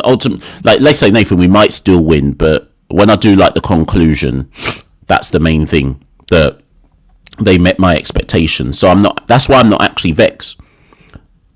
That's a wide, surely on hype, yeah. That's why I'm not actually vexed, Nathan. Like, I'm more vexed that people didn't listen to me, but in terms of my expectations, they've met them. So I'm not actually vexed. Mike X, thank you for the super chat. Hetty should have missed his fight. Do you know what? So Hetty hasn't played one game in this World Cup. I wonder if man will ever turn up again if West Indies pick him. I wonder if he's done with West Indies again.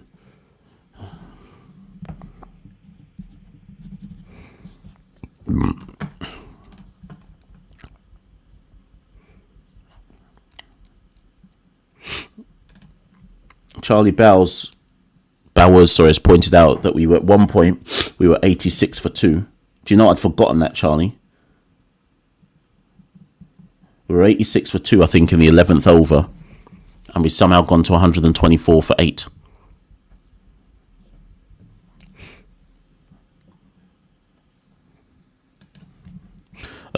SL said, did we break the dot record? Yeah, we're currently on 55 dots in this match. 55 dots.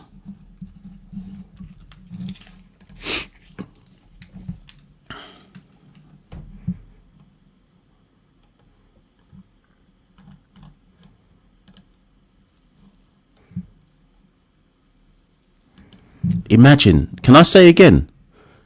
South Africa have so much riches that Rabada is only going to bowl 2 overs. 2 overs. Man went 1 for 1 in his first over, and his first over was the 18th over. Rabada, you know.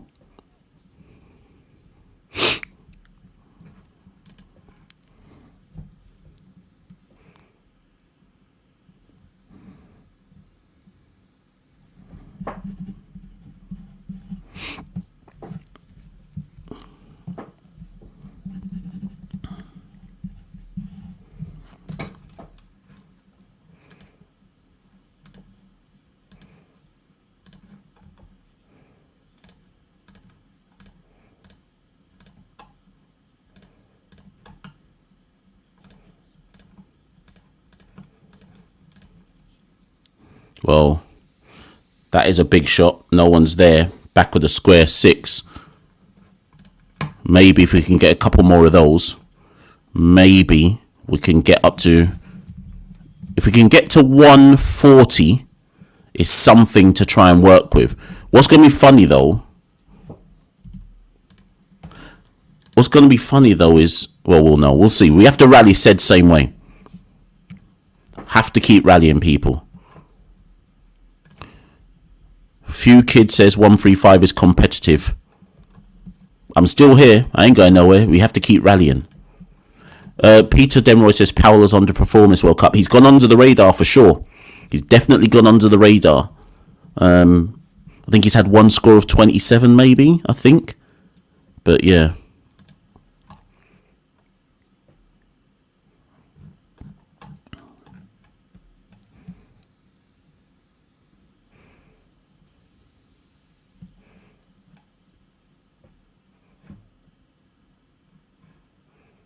Yeah, Brian Paul spot on. truth offends, 100% right, no apologies. Pressure separates the good from the not so good, but we have to keep rallying. We have to keep rallying. Like, everything I say about West Indies, the point still remains for me. You still have to keep rallying. Sorry, Mike, did I actually point out that you sent a super chat? Thank you so much. I read the comment and didn't actually point out the super chat part, I think. Thank you so much for the super chat.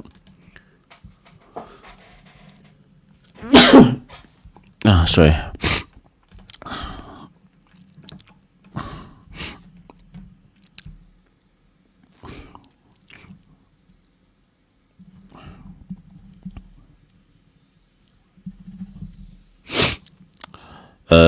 Charlie Bowers says we rally to the bitter end. Exactly. This ain't even in my top 10 most down bad West Indies experiences. This is just whatever. This is just a whatever so far. And we might even win. So we have to keep rallying, yes? But what I will say is this.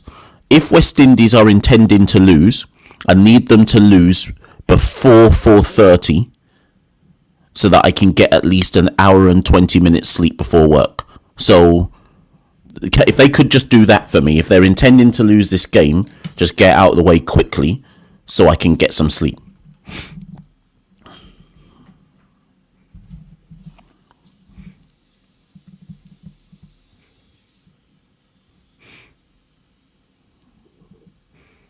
I was just wondering why the Antiguan crowd was going so mad, and then remembered, of course, Alzari's playing.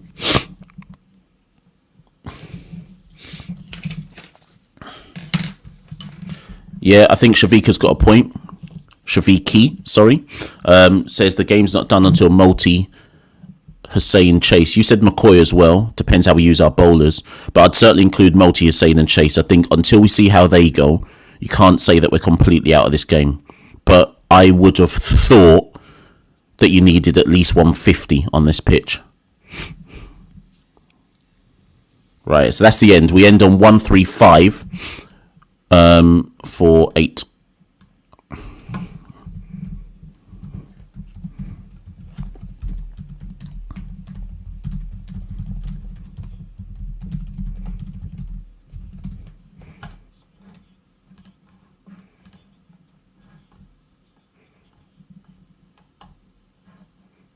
Sorry, people, let me just update.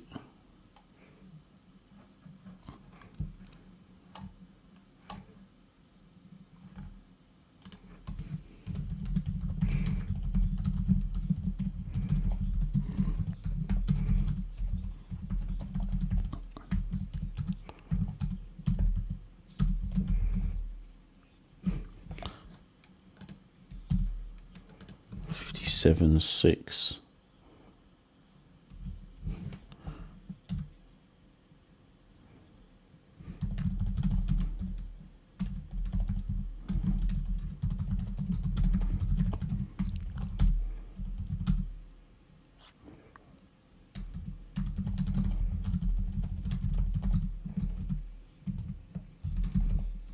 I'm coming, people. I'm just updating Twitter.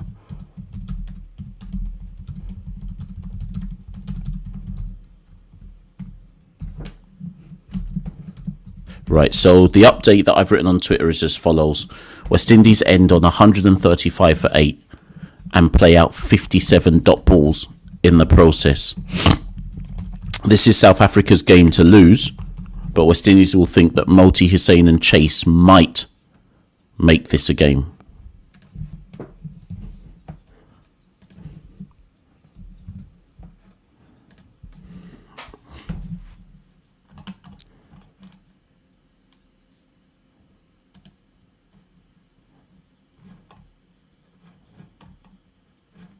So 57 dots. Sorry, people, I'm back.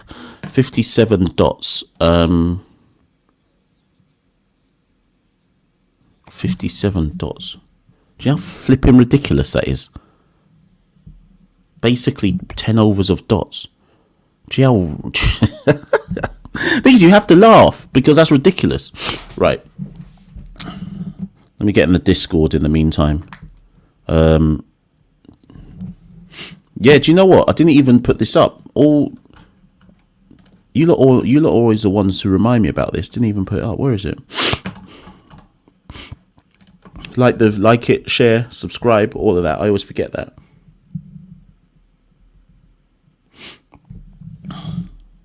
Where's Dhruv and Jay and Dhruv and Jay? Where's them bossy men? Let me get in that Discord group right now. So Kieran Brady says that we're short by 30 if we want to be competitive, short by 50 from being on top. I think Mahendra says we're in the game. He reckons 135 can be defended. I reckon we needed 150 at least.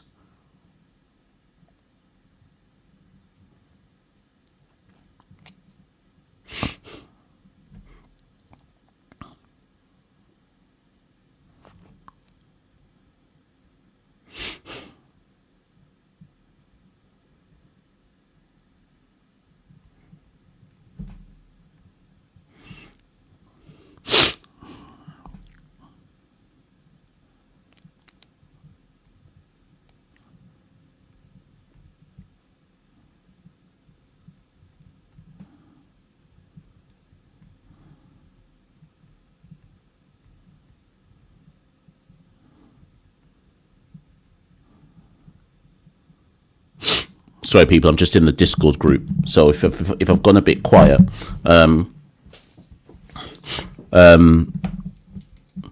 if I've gone a bit quiet, it's because I'm now in the Discord group. If you're not part of the Discord group, it's where essentially the more kind of dedicated members of the CCP community, that's where we chat all of our crud about West Indies cricket. So if you want to be involved in that, there's plenty of people in this chat right now who can send you the link. I can't do it because I don't have the link on my desktop or laptop. I only have it through my phone. So if you want to be in that, maybe somebody from the community can bring you in.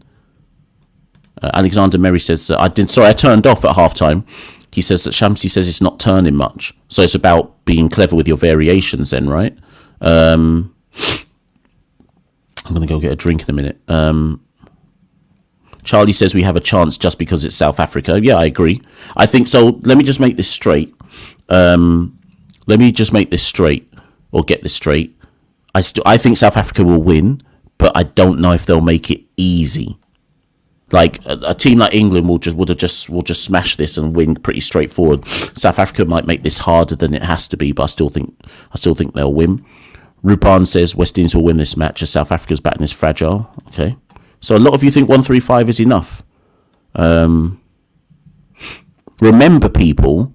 Remember, West Indies were 86 for 2. It's not like there was. Remember, FPL Bailey. Where's he? Where's FPL Bailey? I swear. Mike, I'm coming to your super chat in a second. FPL Bailey said when we'd only lost 2 wickets, I don't know if he's still in the chat, he'll come and have to defend himself in a second. But FPL Bailey said, we've only got 2 wickets down, there's so much batting to come. That was at 86 for 2. So as much as people say, oh yeah, this is going to be difficult for South Africa, we were actually, I wouldn't use the word cruising, but we had set some kind of platform to cash in later on. We were 86 for 2. And we've ended up on 135 for 8. Deep that. So yes, I agree with people. Maybe we can make a game of it, but let's not get this twisted. This is South Africa's game to win or to lose. I can see us getting some wickets and maybe making this a bit more nervous for South Africa than it should be. But this pitch isn't, to me, yes, it's gripping, but it's not a 135 for 8 pitch. And I'm with Charlie. I think South Africa will win, but I think they'll scratch. Yeah, I think they'll scratch their way over the line. They won't blast their way to victory. Also, we just don't know how South Africa will deal with our spin. But I think there'll be a game of it. It wouldn't surprise. Okay, here's an example. It wouldn't surprise me if South Africa at one point are something like 99 for 5. But I still think they'll win. But who knows? Maybe we'll sneak out a victory here, and maybe some of us will have to shut our mouths. Anyways, Mike S with the super chat. Mike S says the IPL plays Hetty before Powell for a reason. He is a more all-round hitter. I would have grudgingly opened with Hetty over Mayers. Mike S, were you saying that before the match, or is that a hindsight? Synopsis? That's not me criticising you. I'm just saying, were you also saying that before the match that you wanted Hetty in to open instead of Mayers? What I will say, Mike, is it's going to be very interesting After this World Cup, Johnson Charles is done. He's 35 years old. We're not taking Johnson Charles to the next World Cup. So it's going to be very interesting how Sammy rejigs this team ahead of the World Cup in 2026. We are killing for Evan Lewis to sort things out and come back into this side. Really, if we're being honest, that's the facts. That we want an informed Evan Lewis to come back into this side. That would solve a lot of things. So Calvin thinks this is a 180 pitch.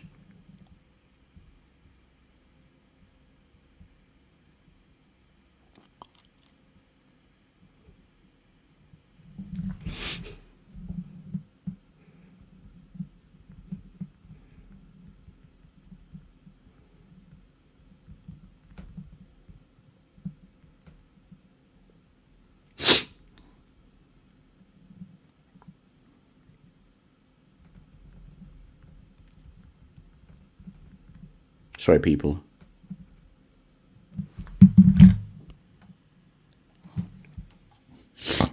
That's right. Sorry, people. So I'm going to just go and get a drink. I'm also going to be in a Discord group. If you want to be part of the CCP Discord, ask somebody in this chat to drop the link to it. I'll come back in about 2 minutes. I need to get a drink, people. It's hot in this room because the lights are on. I'll be back soon. Give me a couple of minutes.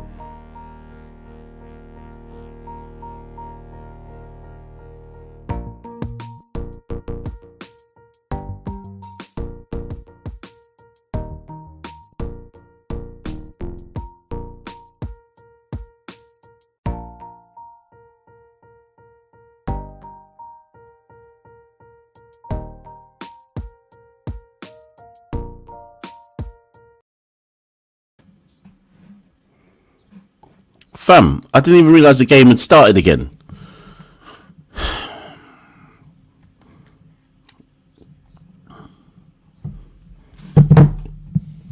First ball 4. Good start. West Indies are up. Kurt says, why are we not opening with multi? Because you know the role that Akil plays. Akil opens the bowling. Come on, man. Akil opens in the power play.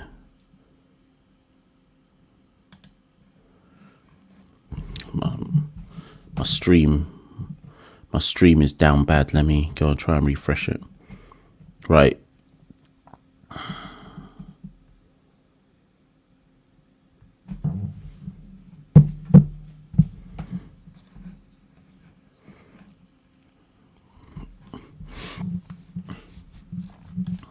Right, so as I said before half time, if West Indies are insistent on losing this, lose this before 4:30 in the morning.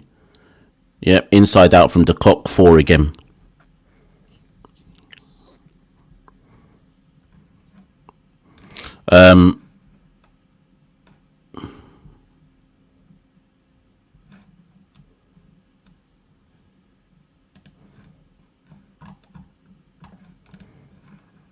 My cock is my cock.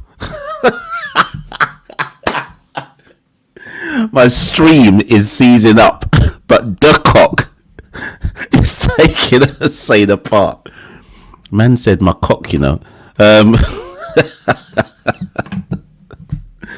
Oh boy, I'm tired, you know. I'm tired out here, cuz. Right.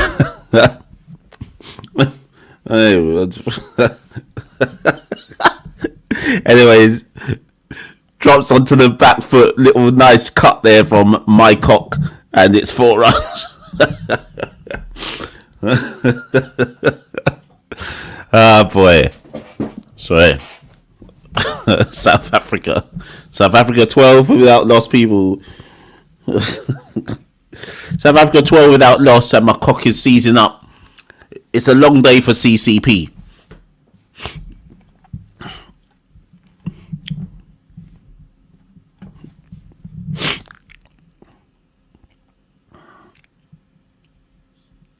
Right, so 12 off the first over. Yep, we're in this. Let's keep rallying, people. We have to keep rallying. Oh, someone sent a super chat. I didn't even see it. Mike, I'm coming back to you in a minute.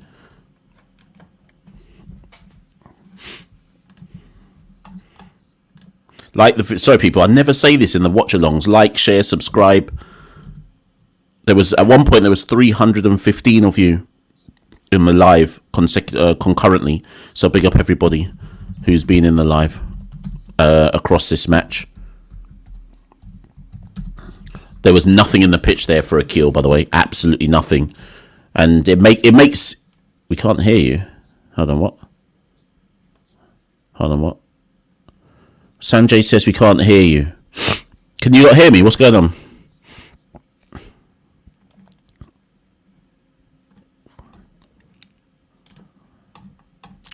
Let me know.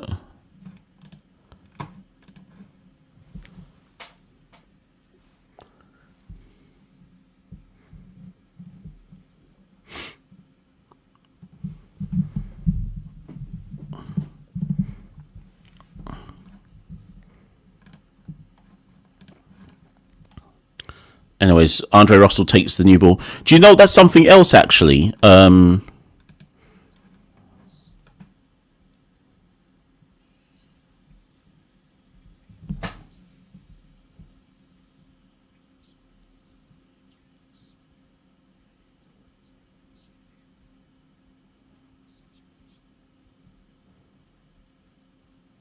Is it out or not then, people? I'm watching it.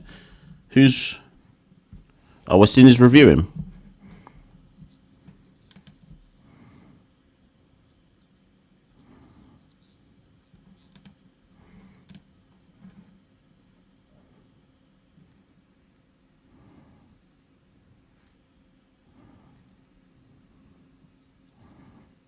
That's an edge, yeah, it's nicked it. I didn't hear anything, but looks like he's tickled it down fine. So South Africa lose their first. Game on. Not even to a pace, not even to a spinner. Yep. It's gone. He's nicked that. So Reeza Hendricks goes for a duck. Golden duck at that. He's had a down bad World Cup, Reeza Hendricks.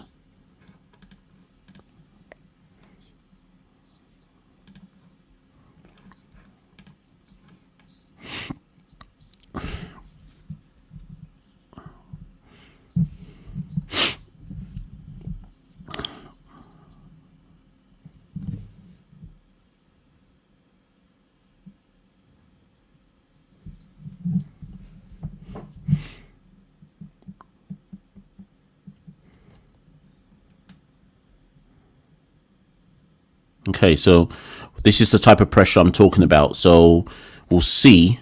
12 for 1, obviously, South Africa. We're moving. Sorry, my stream's gone again, people.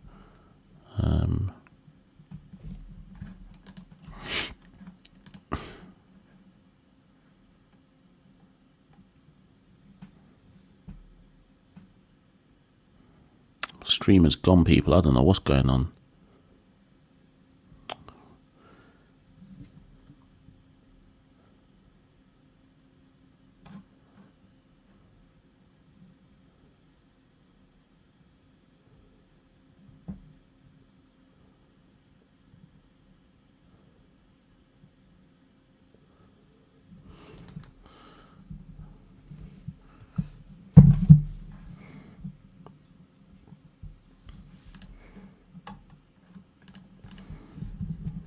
Hold on, what's actually going on in the chat then? Like, is there another wicket or have I missed something? Are you lot in the chat, man? See, this is the only reason I don't like doing watch-alongs, because you'll get these like weird, sorry if this offends anyone in the live chat, but you'll get like these weird people who are just saying stuff.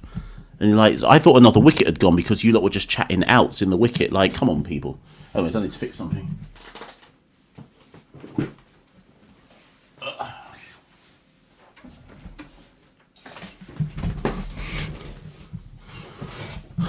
Right. Yeah, so Tim has confirmed what I thought, that Reeza's had a terrible tournament. I just feel like every time I've turned on the South Africa game, Reeza is either struggling and going at like a runner ball or less than a runner ball, or he's just out under 10. He's had a shocker of a tournament. Anyways, where am I? So I'm on...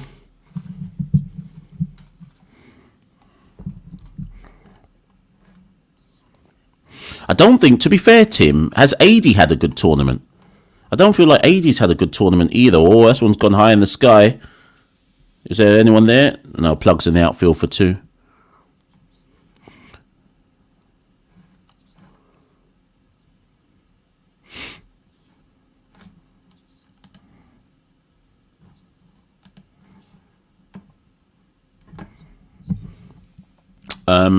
Yeah, just thinking about who has...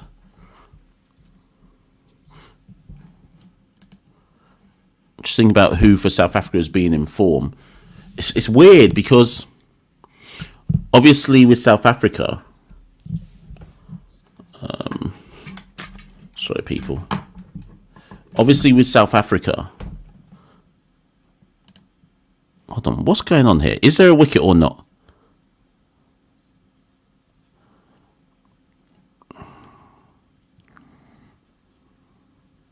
Right, everyone's saying wicket, so I'm just waiting to see. Looks like the cock is out in the power play.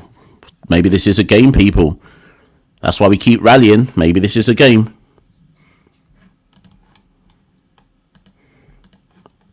And more importantly, if they've got the cock,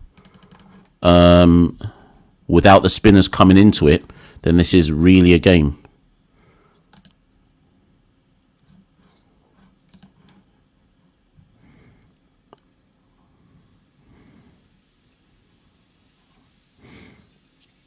Yeah, Russell gets 2 in the over. It's dunce from De Kock.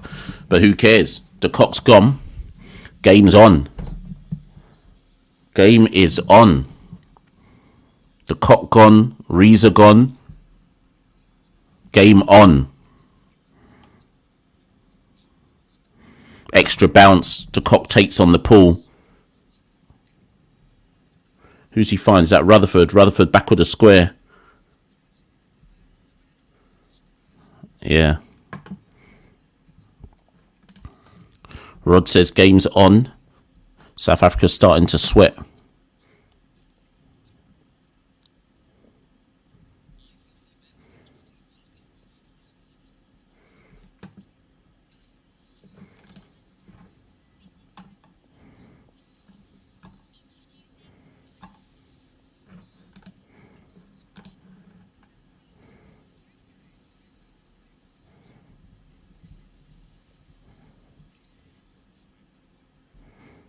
You lot are talking so quickly in the chat, I don't even know what's going on right now.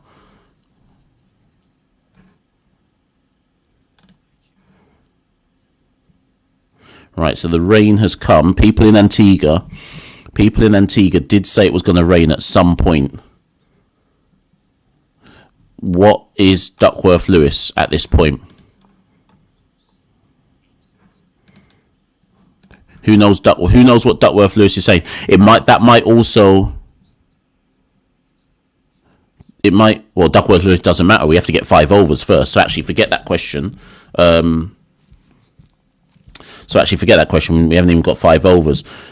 So if rain washes out the game, if that did happen, South Africa go through.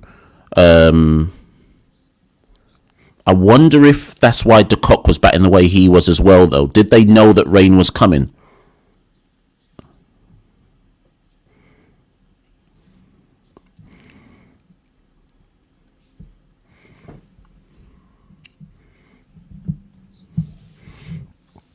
I'm trying to see on my screen how heavy this rain looks. You lot are saying heavy. I don't even know how you can tell. How do you lot know it's heavy? I can't even see anything on the screen.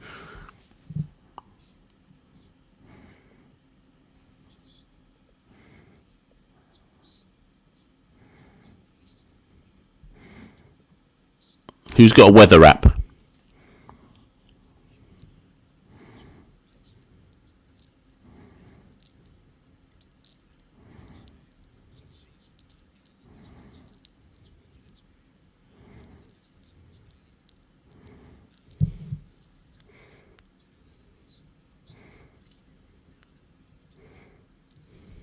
Yeah.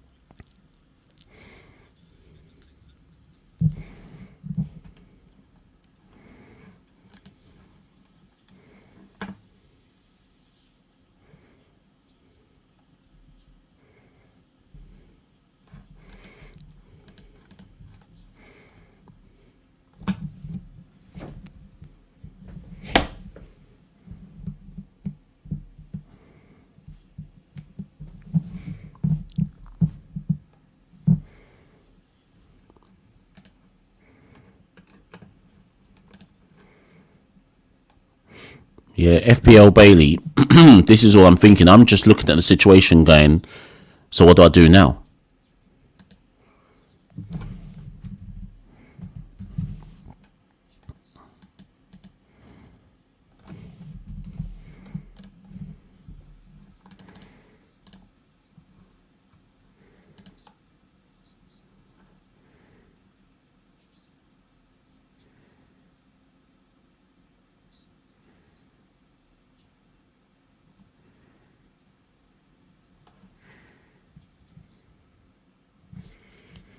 I'm just. Do you know the reason why I'm not talking? Because I'm trying to work out permutations. Permutations around me going to bed. Permutations around what, like, so say they get back out there, and it's a shortened match. I think that's why I was asking about run rate. So, sorry, super chat. Yeah, sorry, Mike, I forgot. I think that's why I'm asking about run rate, because say South Africa come back out and they can only get 5 overs or so done,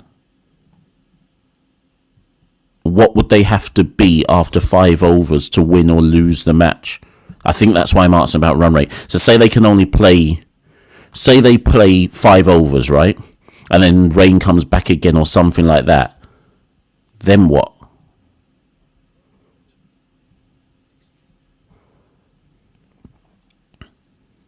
Anyways, back to the super chat. So Mike says, I'm only saying... Oh, so this was the point around Hetty when he said that I would have grudgingly opened with Hetty over Mayers. So the previous super chat from Mike, he said he would have grudgingly opened with Hetty over Mayers. Then he followed that up, which I must have missed in the interval because I went off the screen for a bit. He said, I'm only saying so because Hetty was already in the mix. Ah, okay. And Mayers was coming in cold. Hopefully Mayers may work some miracle with the ball. Yeah, fair enough. I get your point there. The problem really, Mike, is that all those things like Puran and Rutherford and Hetty opening, which several people have suggested at different points throughout this World Cup, the reality is, if they were ever going to do something like that, that should have all have been tried in the games against England, India, Australia. They had South Africa. They had plenty of warm-up games to try something different when it was obvious it wasn't working with Mayers. Then they went back to Johnson Charles again. So you would never try that in the midst of a World Cup unless you're absolutely ruthless. So yeah.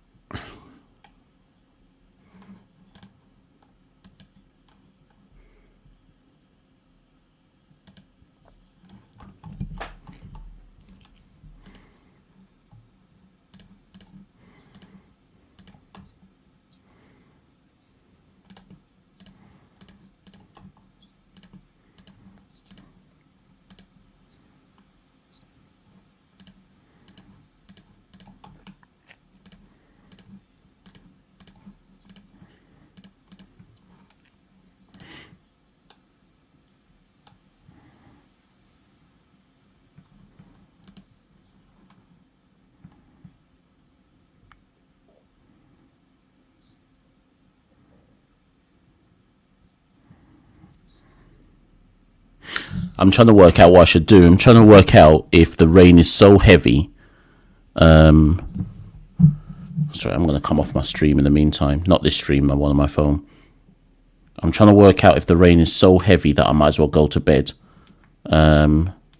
Or if we're going to get some kind of game.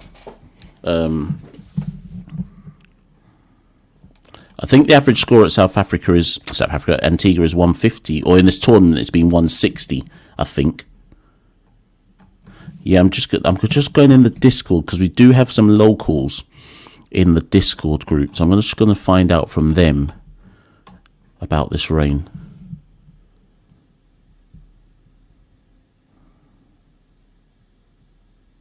What's the time now in Antigua? I'm going in the Discord group.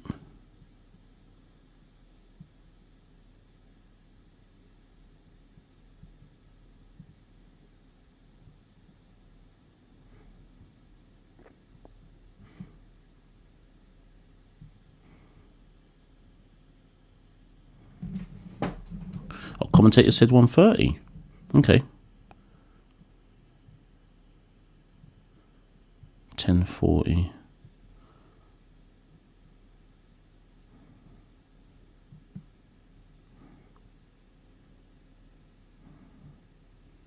Right, so the commentator said we have an hour extra for rain. So that would take us up to what, 11:30 local time.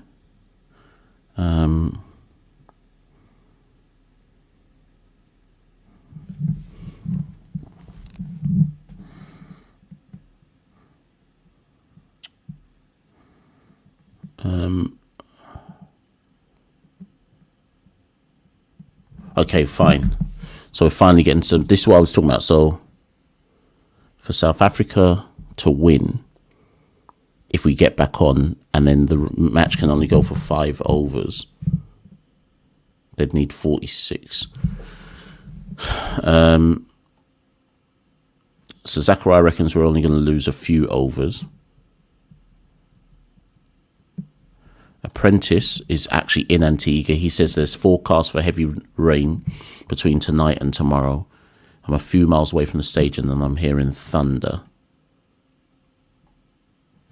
SP, everyone's now turned into meteorologist, says he's checked the weather radar and it's going to pass. I've heard that before at many a cricket game.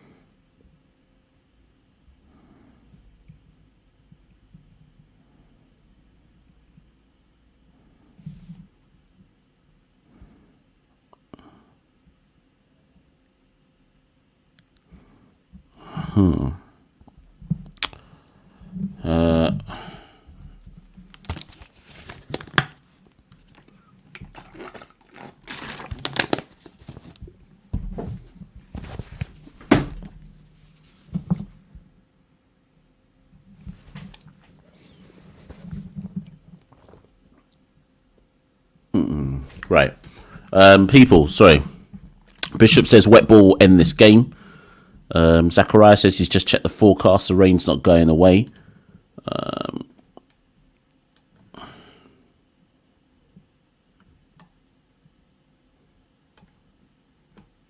Matthew Lett says based on the weather map, this rain's going to go for at least 2 hours.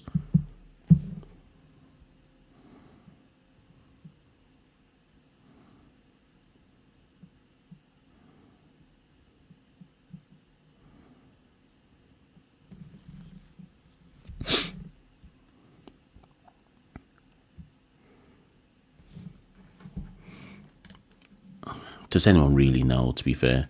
Ali Hayder says that if we get back on, South Africa would need to be 48 after 5 overs to be ahead of the game. What were West Indies after 5? West Indies were 47 for 2 after the power play.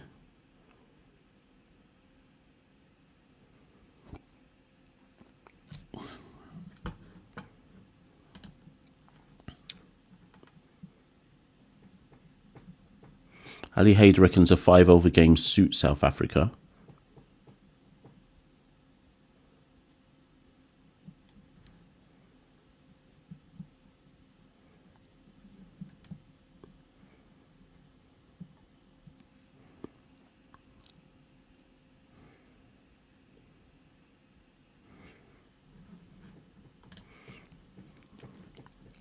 A lot of you are doing lots of debates about it means this, it means that. I mean, ultimately, none of us know anything because we just don't know what the rain's saying. This game could wash out.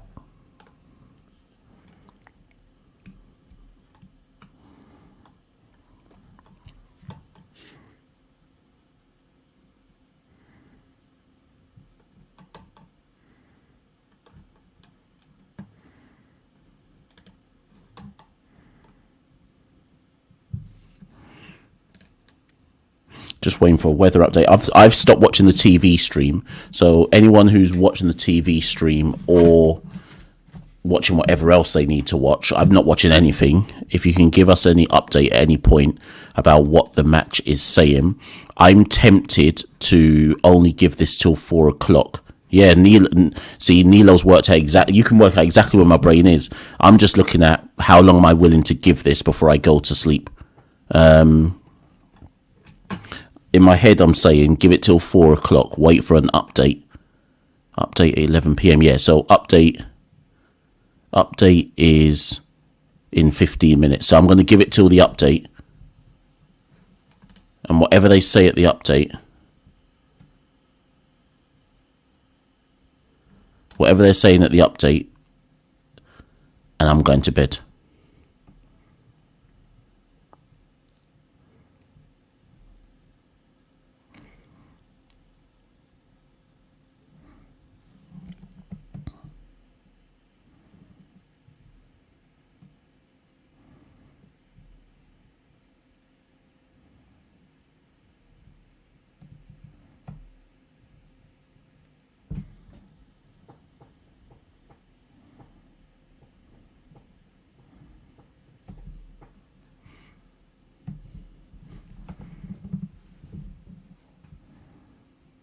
Okay, so right now it is 3:47 a.m. in the UK.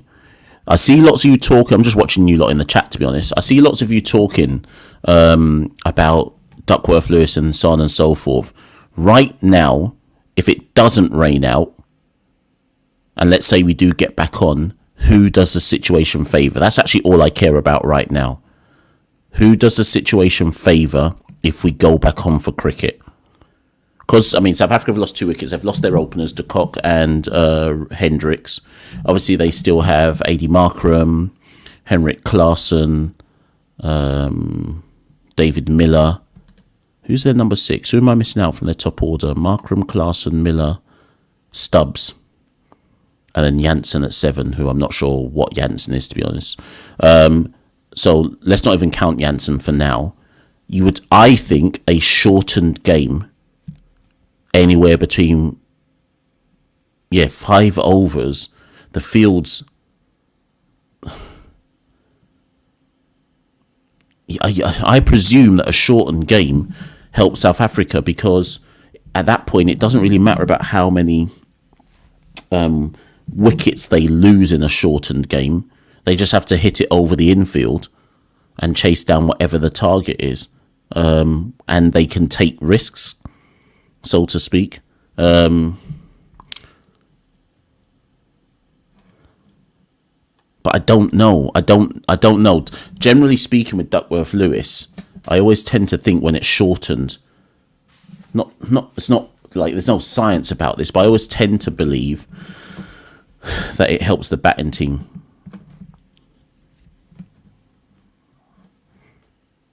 $419 people in the live, which means that everybody must be coming here to try and find out what's going on, as if I know. Although we are waiting for people who are actually in Antigua.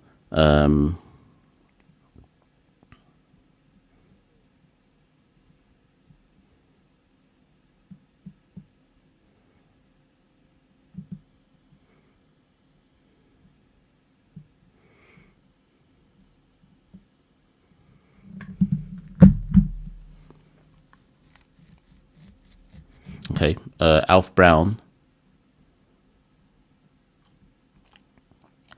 Alf Brown says, remember that the women start their T20 international against Sri Lanka.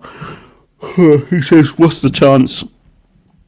What's the chance West Indies women winning this? Well, Hayley's back for a start. Hayley's back for a start. So everything that you assess about West Indies women, you have to have your with Hayley Matthews assessment, without Hayley Matthews assessment. So obviously Sri Lanka had it all their own way in the ODIs, and they possibly still would have done if Hayley Matthews wasn't injured. I believe she got something that hospitalised her, whether it be food poisoning or some kind of bug or whatever it might be. So if Hayley, I believe, is back, Hayley, I believe, is back, and ultimately, so I've now been told in the Discord, people are saying the rain has stopped. Sorry, 1 second, I'll come back to you, Alfie. Or Alf, sorry. General 88 Driven has just said in the chat that the rain has stopped.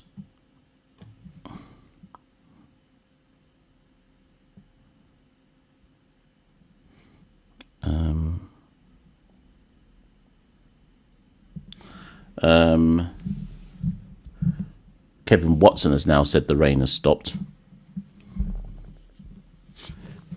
So we'll see. So anyways, yeah, Alf Brown. So yeah, let's see if Hayley's picked. And then we can probably talk about what chance West Indies have, because obviously if Hayley gets off, then we have then technically we're in any single game, depending on what Hayley does just on her own. And once Hayley performs, it tends to elevate at least the performance of one other batter in the side. So we'll see.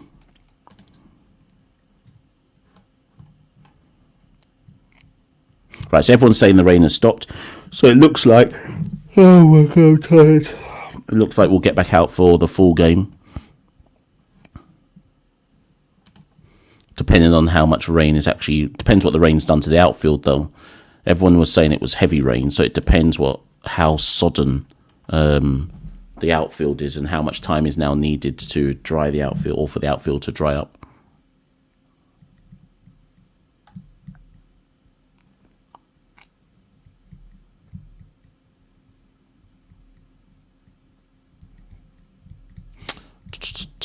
I don't know how all these people know. I don't know what stream they're watching, but everyone's saying that the grounds staff are back out there. So Jaden says it's 90 minutes before we start losing overs. I'm not sure about that, because when we went off for rain, I swear they said on comms it's 1 hour before we start losing overs. Original Tourman says, will the rain work in our favour if any cricket is played again? Who knows? Who knows? We just have to see.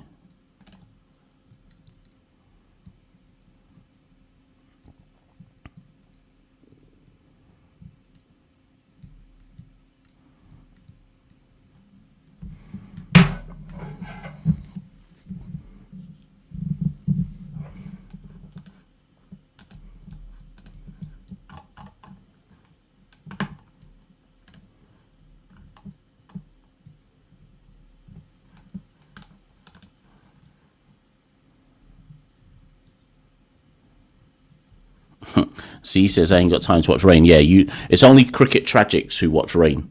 I'm not going on any stream to just watch if it's raining or not. I just wait for someone to tell me.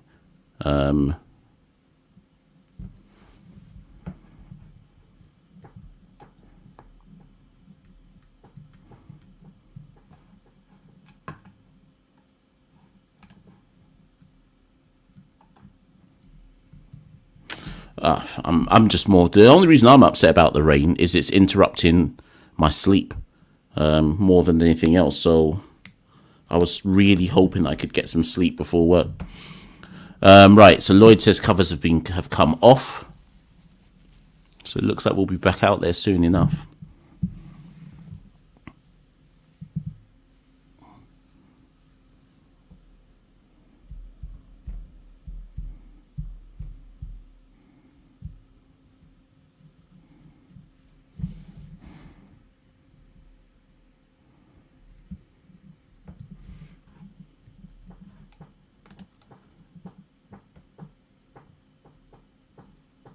When am I going to Ireland? I'll be in Ireland on Thursday. Going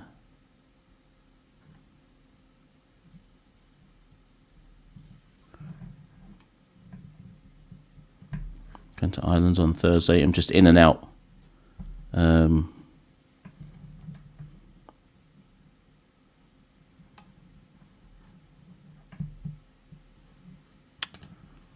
Why are West Indies fans so pessimistic? Please support your team.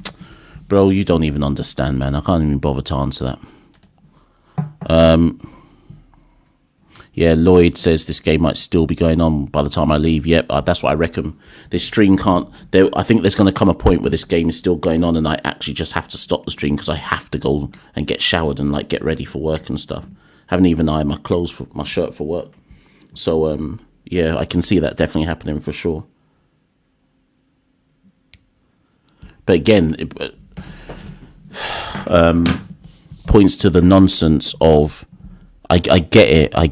The Asian subcontinent, everyone wants to jiggle their ass for an Indian audience, but 8:30 starts doesn't even make sense for West Indian audiences. Forget us in the UK, whatever. If we have to wake up, we have to wake up. But a game starting at 8:30 in the Caribbean, that doesn't even make sense. So people in the Caribbean who have work on Monday are expected to go to a game that starts at 8:30. If they're lucky, they'll get home by 1:30 in the morning. All this just so that Indian people in India can have a better time to watch cricket. Bullshit. I get it. Eyes on the product and advertising. I get all that. But it's got to be the people who should be getting the benefit first are the local audience. All you had to do was push the games back or push the games forward by at least an hour and a half and say, right, games in the Caribbean, the night games start at 7. And if it means somebody in India has to wake up at 5 o'clock to watch the game, so be it. We're still staying awake at midnight to watch it.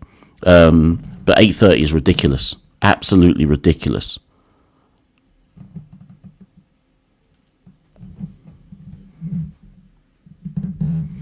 The way they're going, they may as well just hold every single World Cup in India. If everything is about pleasing an Indian audience first, then what's the point in ever holding a World Cup outside India? If what pleases India is the most important thing, well, just host it in India. Every single World Cup from now on till time ad infinitum, just host it in India, and then we don't have to worry about these questions.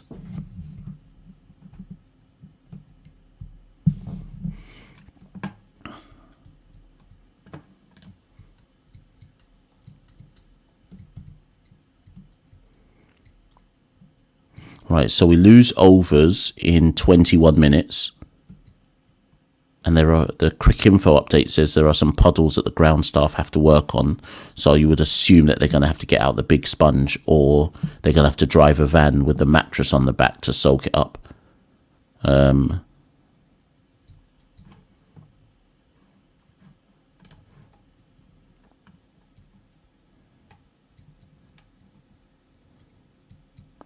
Z says, off topic, I think Australia beat India tomorrow.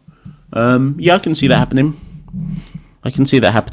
But I can also see Bangladesh beating Afghanistan, so who knows?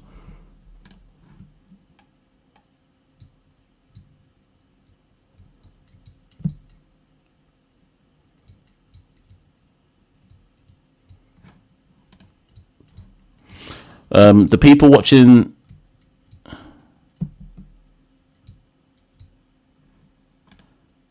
Yeah, I think they do. I think there's enough cricket tragics in India that are willing to wake up at 6 o'clock to watch. Remember as well, the great onset that nobody really wants to address is actually a lot of this timing is for the betting people.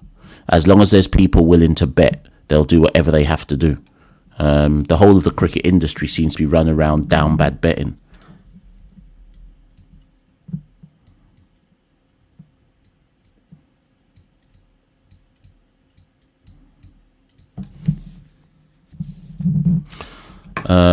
Right. How long are they going to take to soak up the ground? Usually in the Caribbean it takes much longer than it should.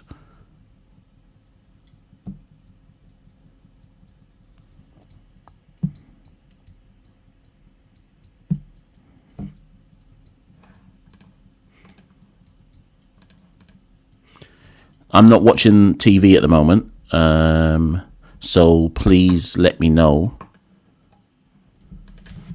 Please let me know what the TV update says.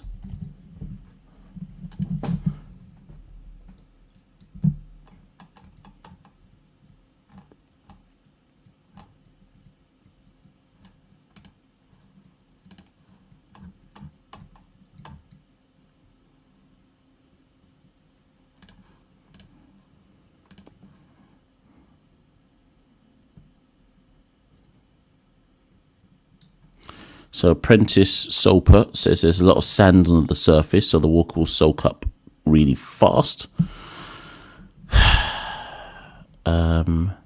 Peter says, if we get out by rain, how would you rate West Indies campaign? I don't think we're going to get out by rain, so I'm reluctant to answer that question. I think whatever happens, we're getting a match. So I don't think this is a rain issue. So bear with me, Peter. I'm gonna flat back that question and come back to it after the match is concluded.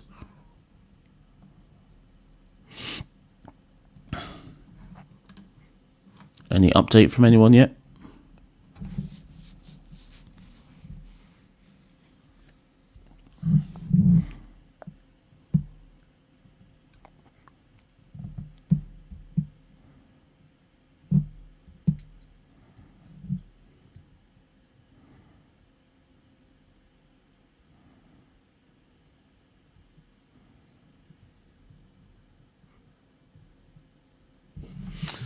Ground staff and umpires are chatting, says Lloyd, and he says the grass looks damp.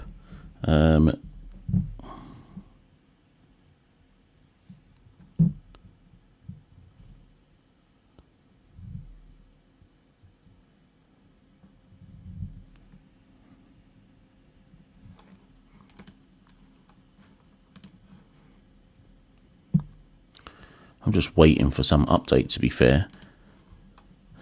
All I want, basically what I'm going to do, people, is probably what I'm going to do. I'm just waiting for the update as to when we restart the game. And at that point, don't be surprised. Don't be surprised if I just log off this live. Because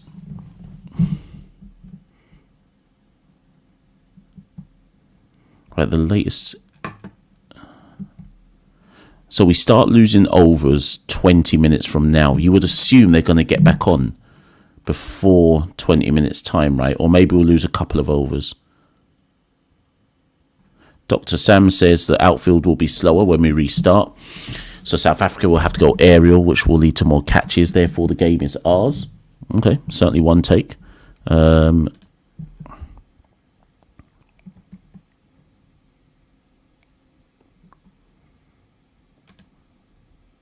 Yeah, no, I've already said, sorry, so Kingston, as far as I'm concerned, I've already said that we've overachieved based on what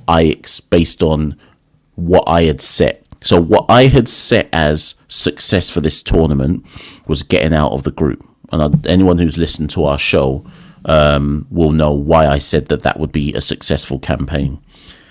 There are others, for example, Santoki, and that's not to call Santoki out, I'm just giving you the kind of other metrics, who said that West Indies can, I don't know if he'd used the word should, but he said he believes they could get to the semi-finals.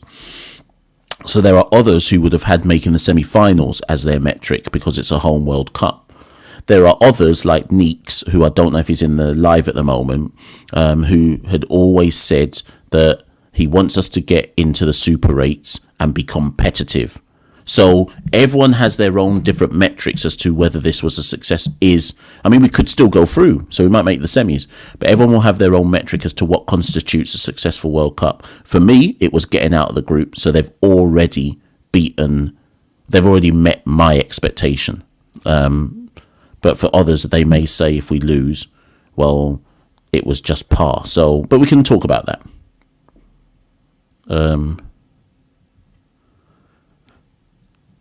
Now, V says, which is what I expected from someone, getting out the group is too low a bar. But the reason why I set that as the bar, V, is because I was going off our white ball performances since the 2016 World Cup ended, right? And ODIs are not T20s, but just hear me out. 2017 Champions Trophy, we didn't qualify. 2019 ODI World Cup, 50 over World Cup, we had to go through the World Cup qualifiers and only got through because rain and a teeth out, shouldn't have qualified. 2021 T20 World Cup, we won one game against down bad Bangladesh, lost to everybody else. 2022 T20 World Cup, we didn't even get into the main stage. We lost in the pre-qualifiers to Scotland and Ireland and didn't even get to the main stage of the World Cup. 2023 World Cup qualifiers, lost to Netherlands, lost to Scotland, lost to Sri Lanka, didn't even get to the World Cup. So I'm looking at it in the wider context of white ball cricket. And in my head, I was like, just getting out of a group is progress. So when everybody else was saying semi-finals minimum, I was like, I just need to see some kind of progress. And for me, in white ball cricket, just getting out of a group would indicate progress to me. So that's why that was my metric. Like, people forget that we haven't seen a good white ball World Cup in any format since 2016. It's a long, long time. Anyway, still waiting for the update.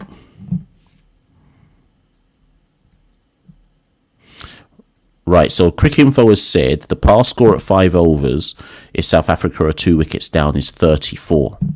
If they are 3 wickets down, it is 40. So there you go.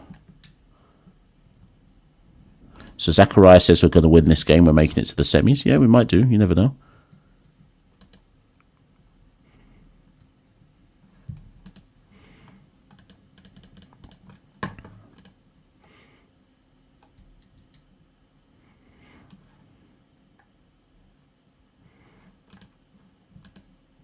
Right, so there's some puddles on the pitch, which is why potentially... So general 88 driven says 132 is the average T20 score. What, T20 international or T20? What's been the average in this World Cup though?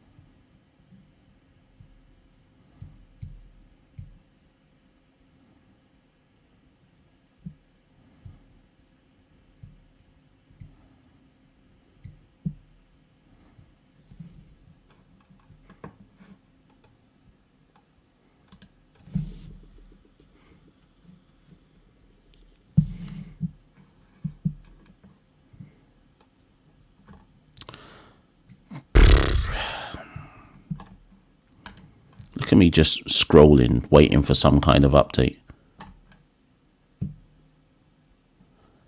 On the TV, it's showing Stubbs practicing, so I guess that's a good sign the match will start soon.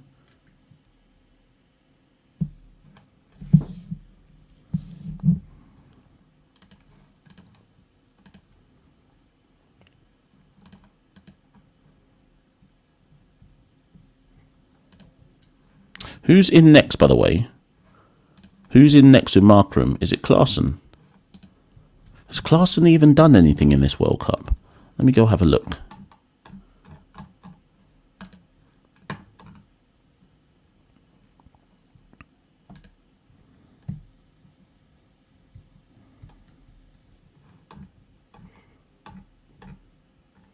Okay, so he hit 36 not out against USA. How many balls did he do that in? He hit 36 not out of 22 balls against USA. And he hit 46 against Bangladesh from 44 balls in that tight win against Bangladesh. And other than that, he's had scores under 10.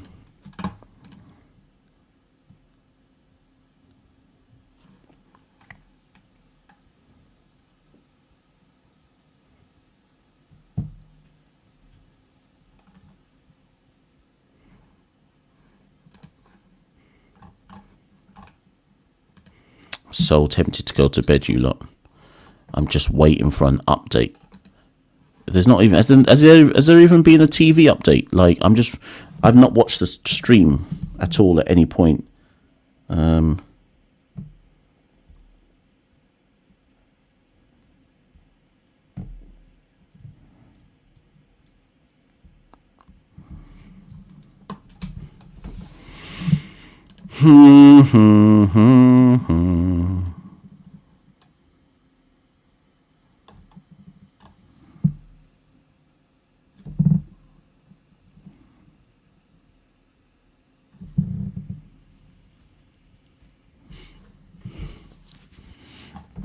So I think it's fair to say we're not going to get a 20 over game.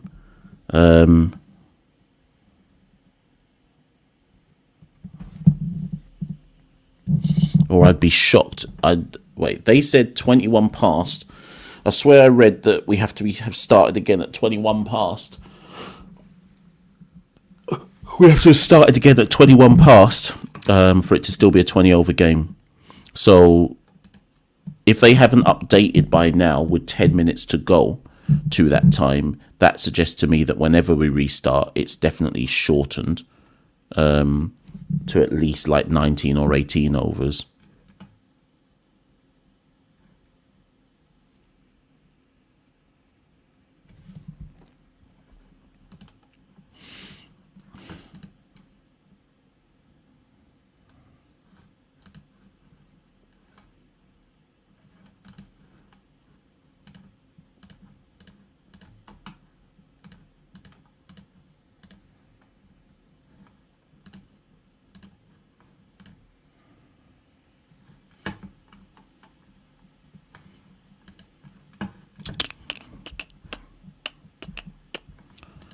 as well edit some stuff on this podcast whilst this is going on.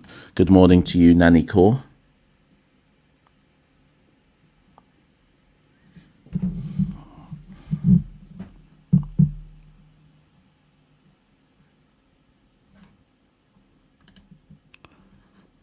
Lloyd says if we lose too many overs, then we lose multis overs, or spinners in general, I guess. Average Joe, what happens if the game is called off? Well, we're out the World Cup. But I don't think that's going to happen. We're going to get a game. It's just how much of a game we're going to get. But, like I say, it's now coming up to, 8 minutes to when we need to start before we lose overs. And there has been no update as to when or if we're going to start.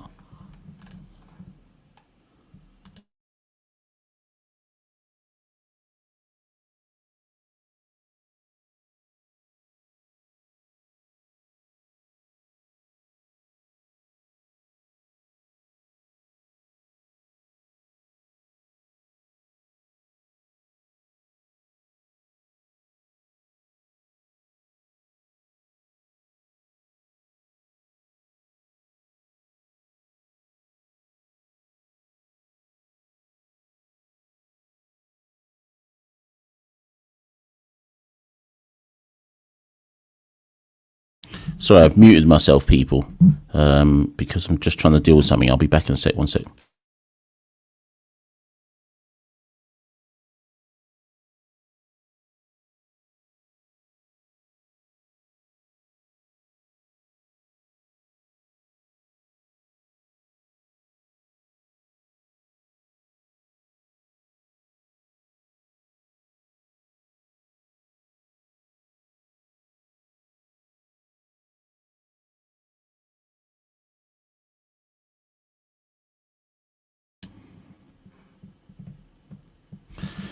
Update, please, please. Someone give me an update. What is going on?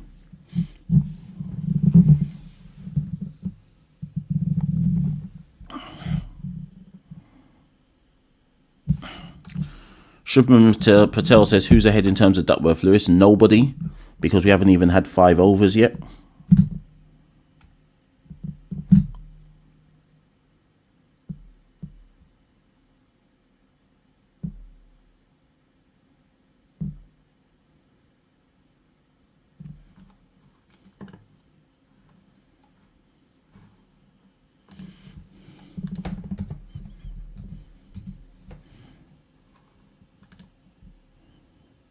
Must be 3.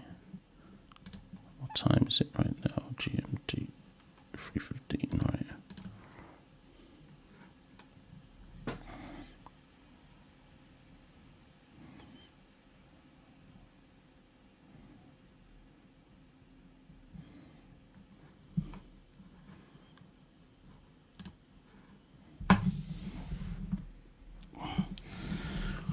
Oh boy.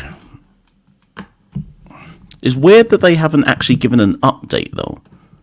Like usually like on ESPN they'd be like, right, this is the situation. This is why we've not restarted yet.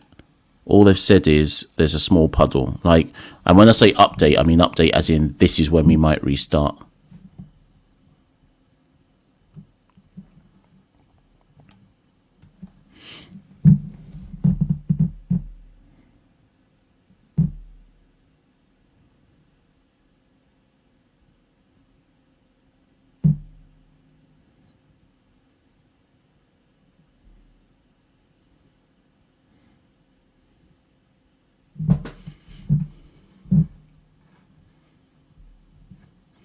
So if it's a 5, Nilo says if it's a 5 over game, okay,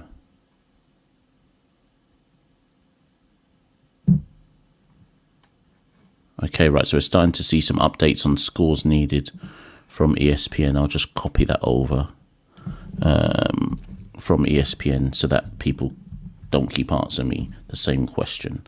So I'll leave this up on the screen. So from ESPN, no official word yet on when the game will restart. And we are edging closer to lose in overs. If it becomes a 17-run chase, South Africa will need 123. If it's 15, South Africa will need 113. Sorry, we're definitely going to lose overs. That much is certain. So it's interesting that ESPN has said 17 and then 15 because this is no longer a 20 over game. We're supposed to be back on the pitch in 4 minutes for it to be a 20 over game. Alou Fry says, "Don't comment." I'm commenting because if it was going to be a 20 over game, we're supposed to be back on the pitch pretty much now, and we're not going to be because there's been no update from the umpires. So it's definitely a shortened game. So it makes sense that ESPN say, "Well, boy, if it's this, it's going to be this, and if it's this, it's going to be this," because it's likely that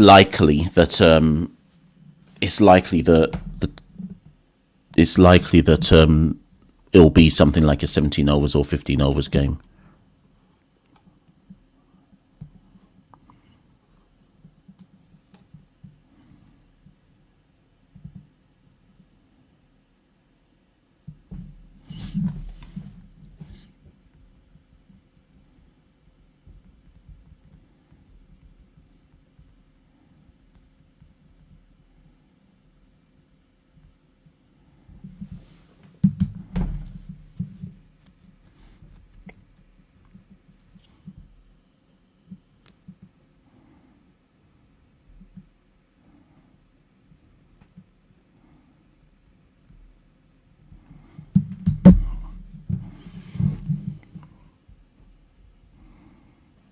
Right, Zakaria Ali, it hasn't been an hour. No.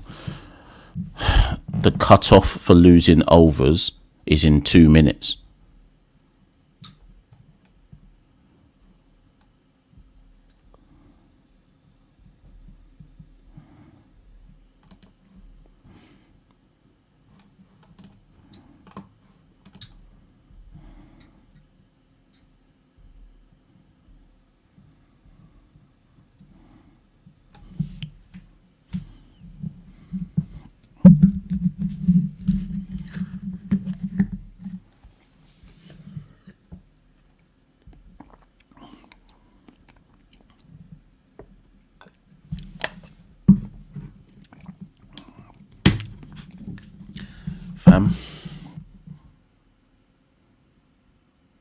Fam, I don't know how much I've got left, cuz.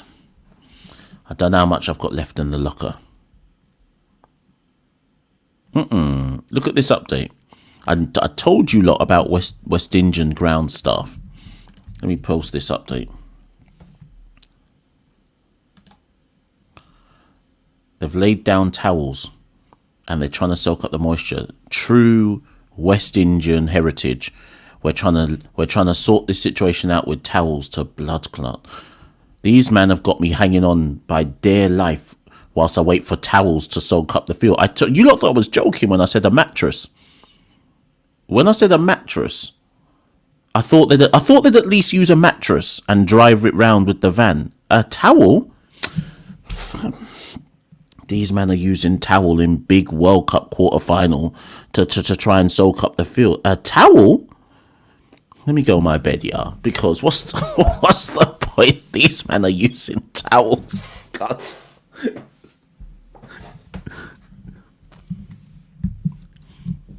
Towels, you know. Living in the third world ain't easy, you know.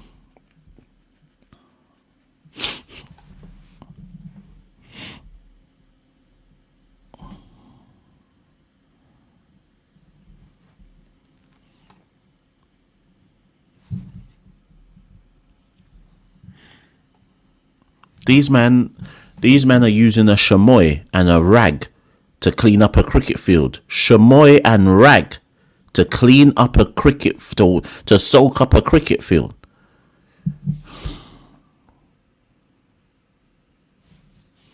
Bath rag, you know. Fam.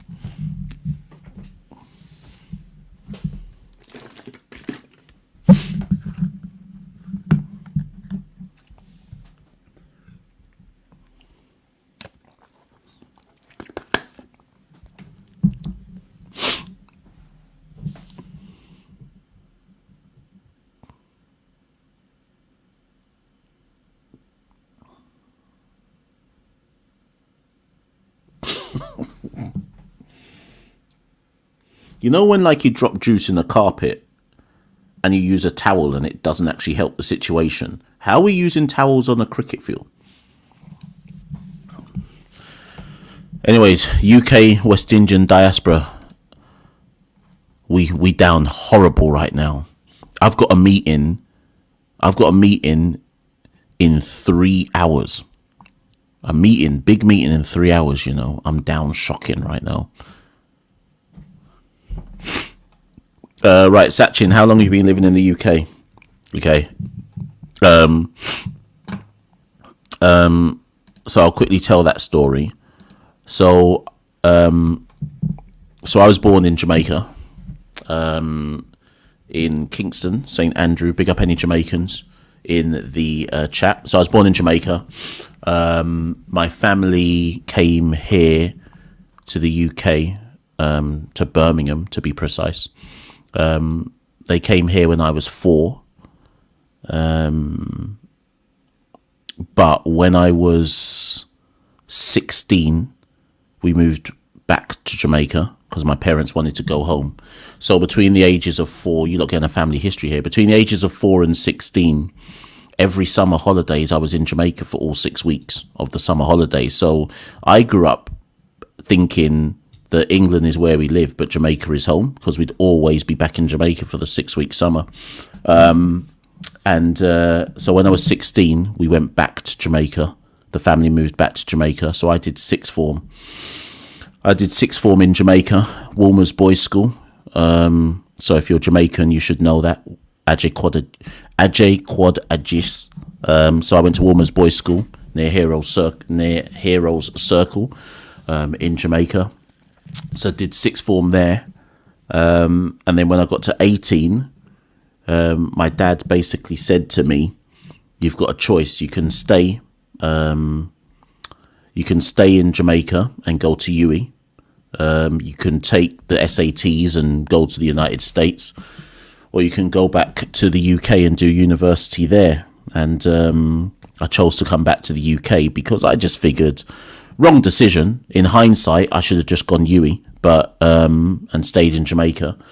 But I decided to come back to the UK to do university here because a lot of my friends were still here, and as much as Jamaica's home, I had a lot of friends here, and I kind of made the decision with my heart rather than my head, or heart rather than head. So I came back to the UK to do uni, and then after uni was done, stayed, qualified as a teacher, and I was like, well, I might as well start working here. So my parents have been out there ever since, and I tend to go home pre-COVID. Before COVID came, I would have been in Jamaica pretty much every single year of my life to go and visit my parents. And then you're not getting a full history here, that's because I'm bored. In 2008, my parents moved to South Africa, believe it or not. So my parents moved to South Africa. My dad got a job in South Africa, and they wanted to switch it up. So they moved to South Africa, to Durban, and they lived in South Africa for 10 years. So for that 10-year period between about 2008 and 2018, I didn't go to Jamaica anymore, apart from for some weddings and family stuff. Instead, I went to South Africa. So I'm actually very, very familiar with South Africa. I've been to South Africa about 5 times on various different holidays to visit my parents. And then 2018, my parents moved back to Jamaica and said, that's it now. We're actually officially stopped the travelling, and we're going to go home and we're going to just chill off. So now I go back to, and then the pandemic came. And then last year, because of the pandemic, couldn't get back home. Flights kept getting cancelled. Long day. So 2023 was the first time I went back to Jamaica in ages. So yeah, I was in Jamaica last year with my parents, and so on and so forth. So that's my story, people. So that's why sometimes if you see me get a bit pissed off with people like saying, "Oh, you're an Englishman," I'm like, you lot don't even know. Like, as far as I've got a Jamaican passport. I got a Jamaican passport and a British passport. Obviously, I use the British one because Jamaican passport ain't accepted anywhere. But yeah, I renewed my Jamaican one the other day. So yeah, that's the story. A couple of you said in the chat, why would you have wanted to stay in Jamaica rather than England? People are friendlier. The sun is hot. It's my community. No racism. There's classism. There's classism in Jamaica for sure, but there's no racism. So yeah. So that's my story, and it looks like we finally have a start. See, I told that long story in the hope that we'd get some kind of update. So the game will restart. We finally have an update, unless rain happens. Here we go. So the game will restart at 11:45 p.m. local time, and we will lose 3 overs. So it becomes a 17 over match. There was what was the? I put the total before. What's the total? It's 100 and is it 123? 123. I think that's what they said in 17.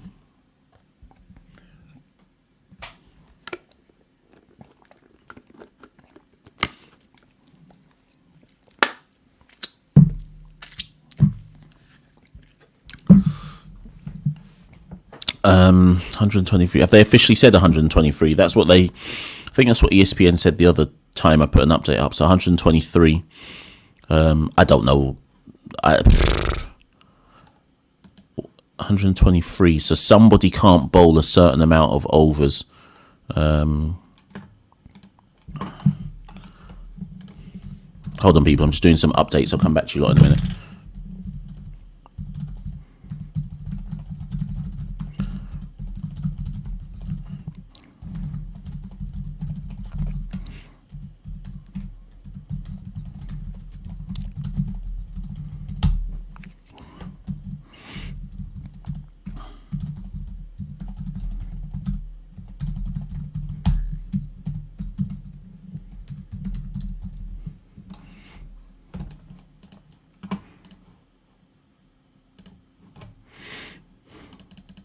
Right, okay. Where are we? Yeah, so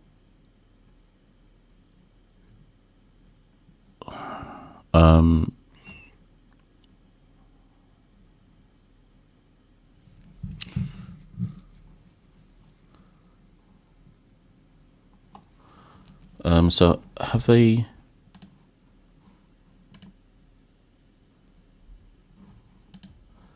said how many we need?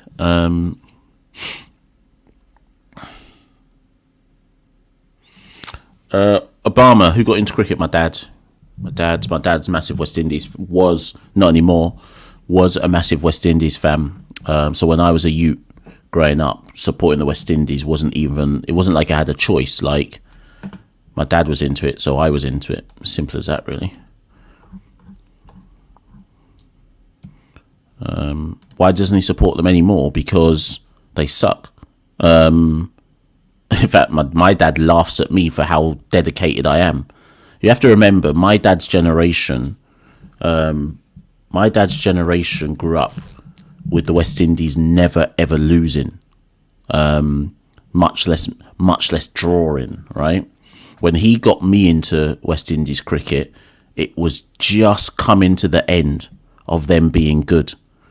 And I think as the years went on, certainly in the 2000s, as the years went on, and we couldn't even beat anybody, my dad just ducked out. He just ducked out and said, "I'm not killing myself over watching this team." So when I really got into it, like when I set up CCP, and before CCP, I was just writing stuff about West Indies because there was nothing out there. There's nothing out apart from Tony Colzier. There was nothing out there, certainly amongst the diaspora. And my dad was laughing, being like, "Why do you care so much? Like, this team is shit." He was like, "Save yourself. Obviously, like, he's super, like, proud and supportive of the CCP stuff, but he kind of finds it funny how much I'm into it. I think he ducked out of really caring about the West Indies probably about 2010. I think that's when he ducked out.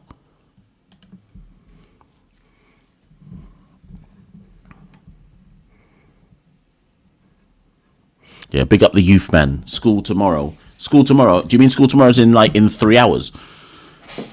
Or school tomorrow's in where are you? In the Caribbean? Big up any youth man dedicating themselves to this.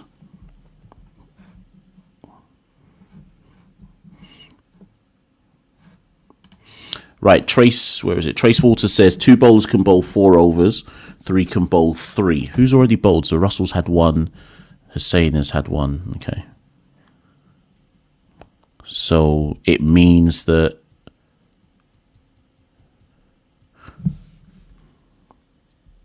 we've got 7 overs of spin left up our sleeves from 17 overs. We've got a total of 8 overs of spin that we can bowl in the total amount of 17. You would assume they'll bowl all the spinners.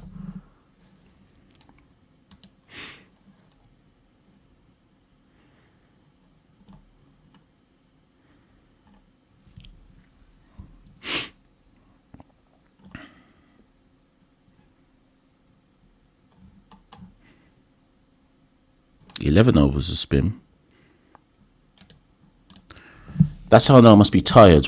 Oh yeah, because some have got 4 overs. Sorry, Tom. Yeah, I forgot that some. Sorry, I wasn't thinking about who would bowl the 4 overs. Right. Yeah. Good point.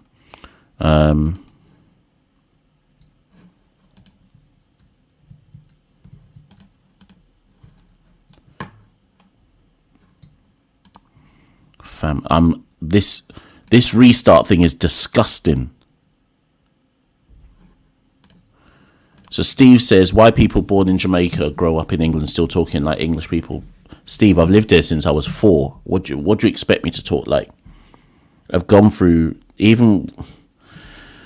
went back to Jamaica at 16 to live. Like, if somebody, come on, this is simple maths, Steve. If you live in any country between the age of 4 to 16, you're going to talk how the people in that population talk, because you're going to go through the school system talking that way. Come on, man.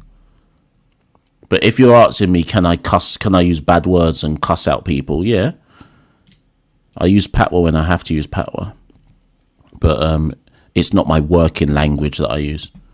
If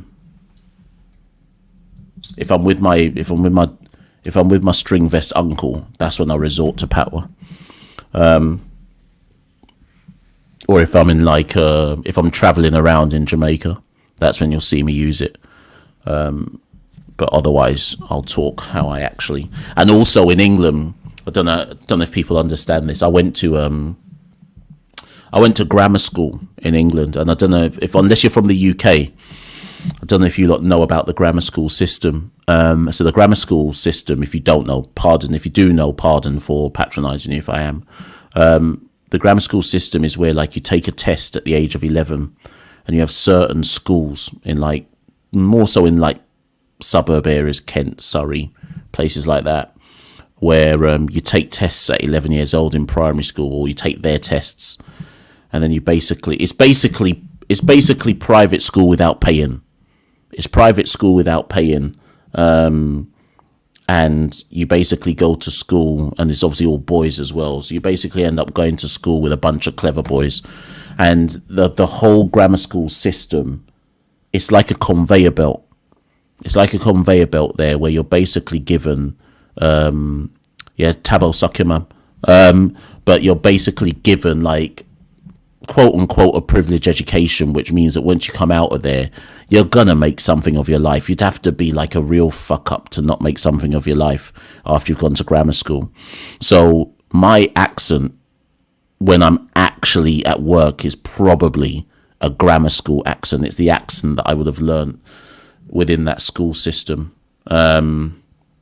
So yeah, in the same way how in Jamaica, if people go to certain schools in Jamaica, they come out speaking You know, those like higher class Jamaicans who you won't hear speak Patwa either. So that was me still. So I went grammar school in Kent, which is why as well, when we talk about county cricket, that's why I know so much about Kent, because it's the area of the country I went to school in. In my school, in my school, to put it in perspective, I'm just thinking. In my school, I think in my school in England, there was about 630. Let's say there was about 600 students. Of those 600 students, 5 were black. That was my experience. That real minority experience. I can tell you about real racism. People. So, are we ready to start yet? This is long, cuz.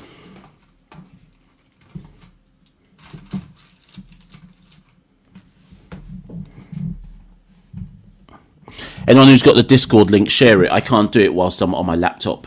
The real McCoy. Yeah, only the realists know about that show.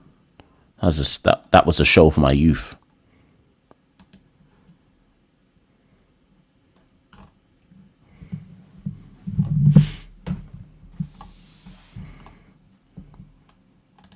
Tabo, we kicked you out of the Discord because, well, I didn't do it. It wasn't me. I was actually doing this, but someone kicked you out. I think they kicked you out because if South Africa win, we know that you're gonna come and pretend to be sympathetic, but actually gloat. So they just booted you out, cuz.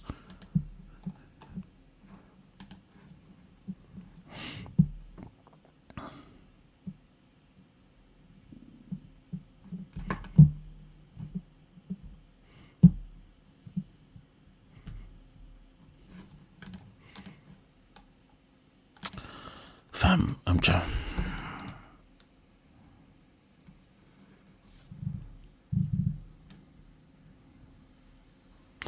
Right, can we win this, people? Can we win this? There's 2 big questions running through my head. Can we win this? And should I go to bed? That's the only 2 questions running through my head. If I go to bed now, I can still get a cheeky 1 hour and 15 minutes before work. If I don't go to bed, this match will still be going on when I have to go into the shower to get ready for work.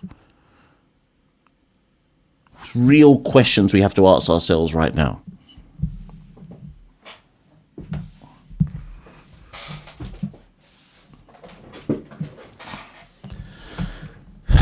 Boy, I might have to go to bed, cuz West Indies might have to do this without me.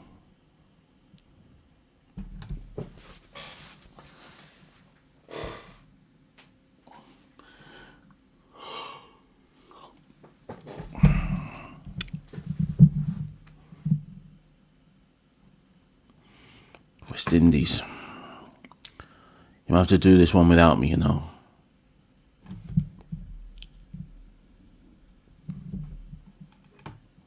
The thing is, I have to lock this thing off, even if I stay up. I have to lock this thing off. I have to lock this thing off before the match is even done.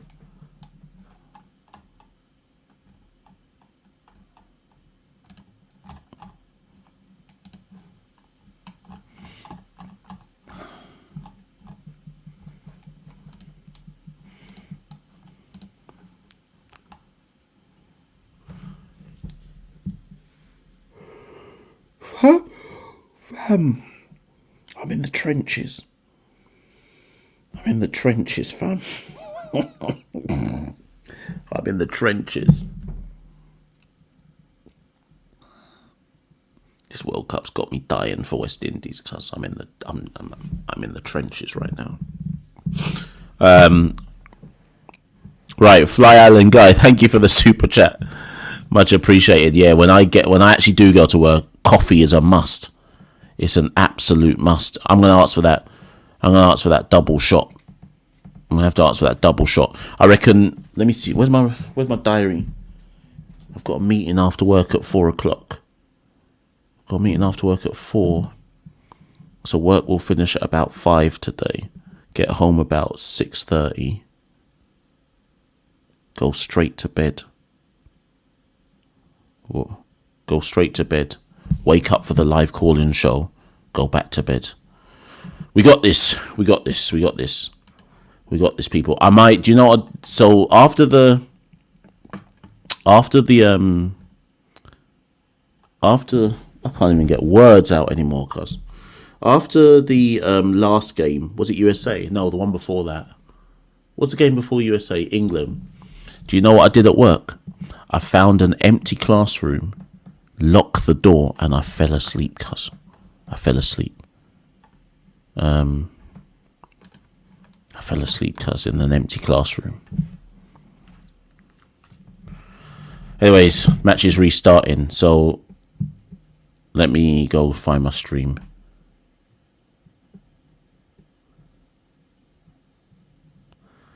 Let me go find this stream.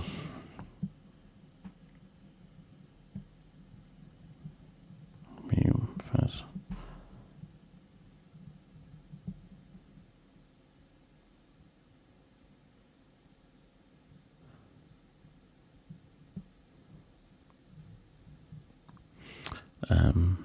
Right, let me find this.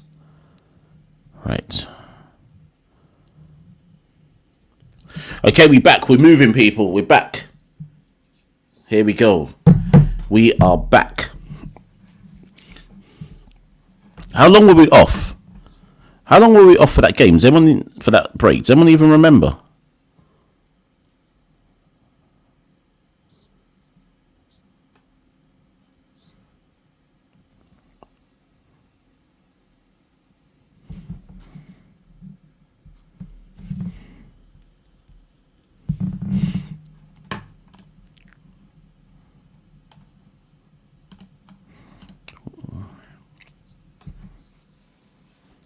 Right, Fireball needs mod. How do I do this again? How do I give somebody...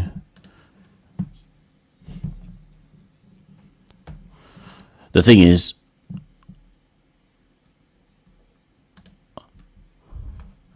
I'm so tired, I don't even know if I can celebrate if we win.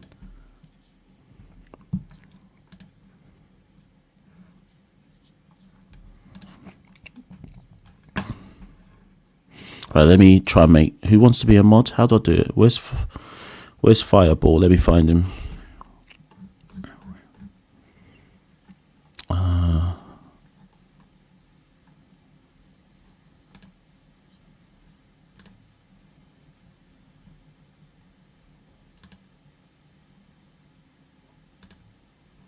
Right, Fireball, I think I've just made you a moderator. So, there you go.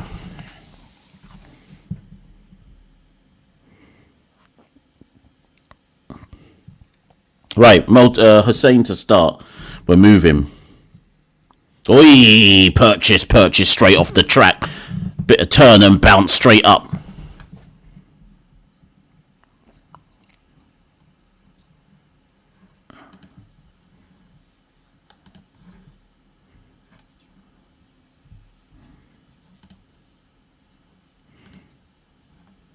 So would you turn straight to... Would you turn... Who came out, by the way, to join Markram?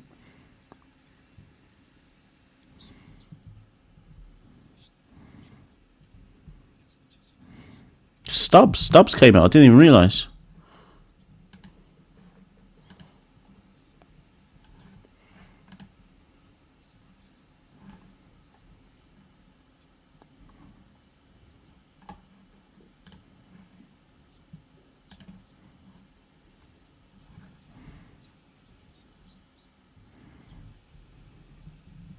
Are there any South Africans in this chat? Is Stubbs any good? Obviously, I know he's done some stuff in... obviously, I know he's done some stuff in SA20, but is he good? I don't even know, to be fair.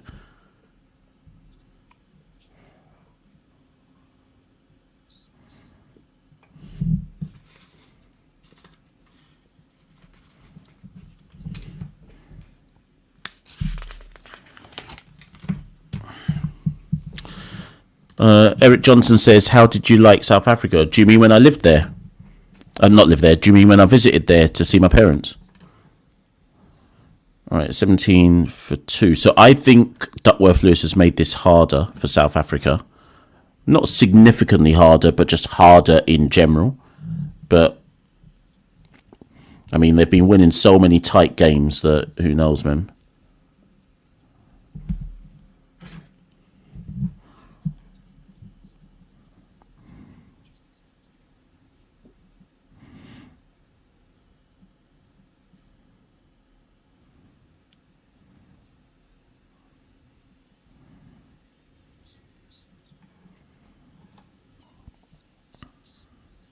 So if you're South Africa, one of these two guys has to go deep. And obviously we want them to be out, but I'm just trying to be as balanced as possible. It's a weird reverse sweep there, but he gets it through.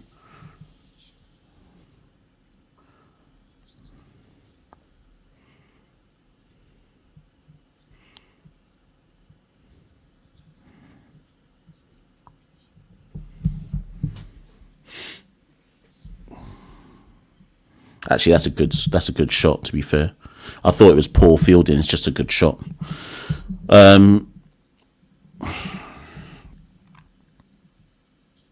Yeah, so I think who knows how this will pan out. Obviously, it's now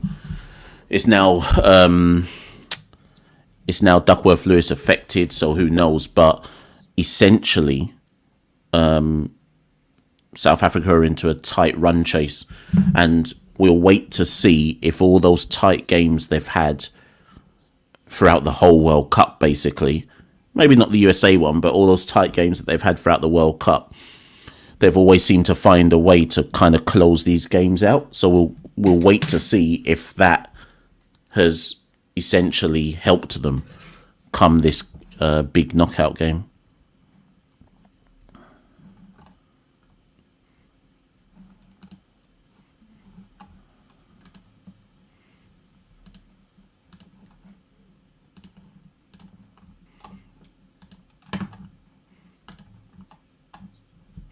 Sorry, people, I need to update something.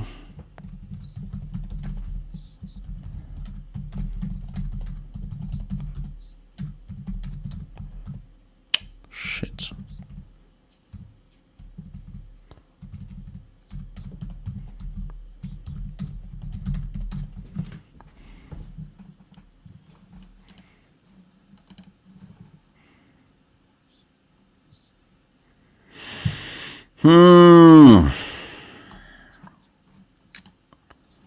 Sorry, Daniel, I didn't even see this. Thank you for the super chat.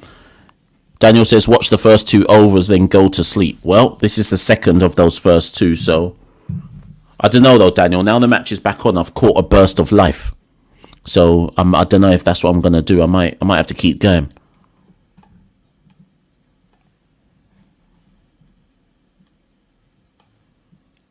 Oh, well bowled, Russell.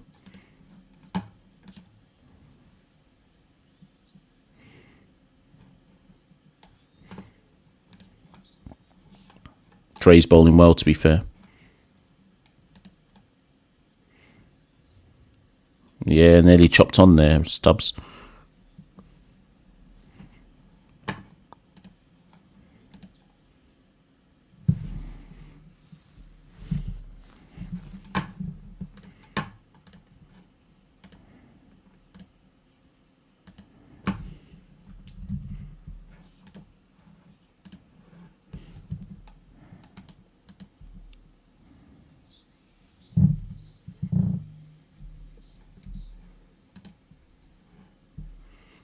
I've got...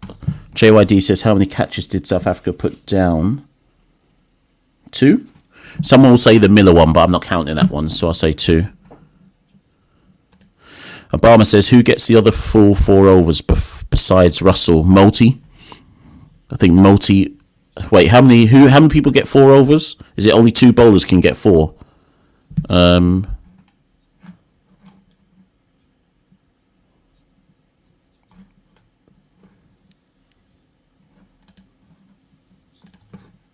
Is it how many bowlers can get 4 overs? Is it 2? I'm not convinced Russell gets 4.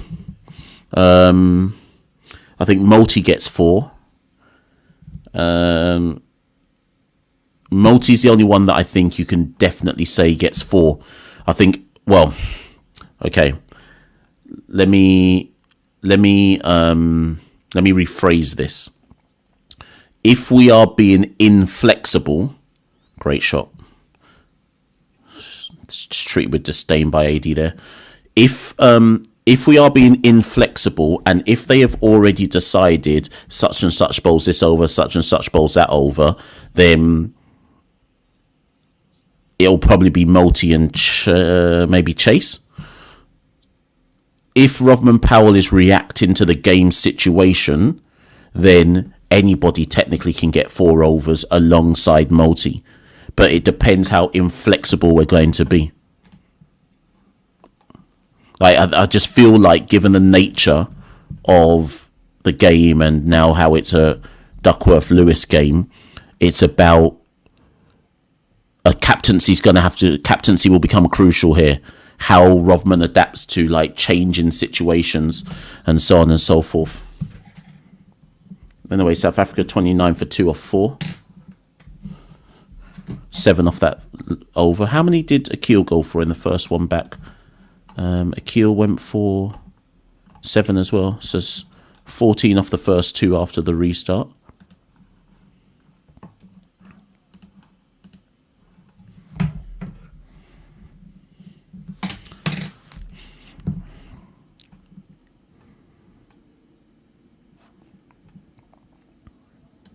Yeah, so Obama says AD Markram bowled 4 overs, so Chase should bowl 4 overs. And I hear that. In principle, I hear that. But now we're playing with wet conditions. So, again, like I'm saying, I don't know if it's as straightforward as that. And,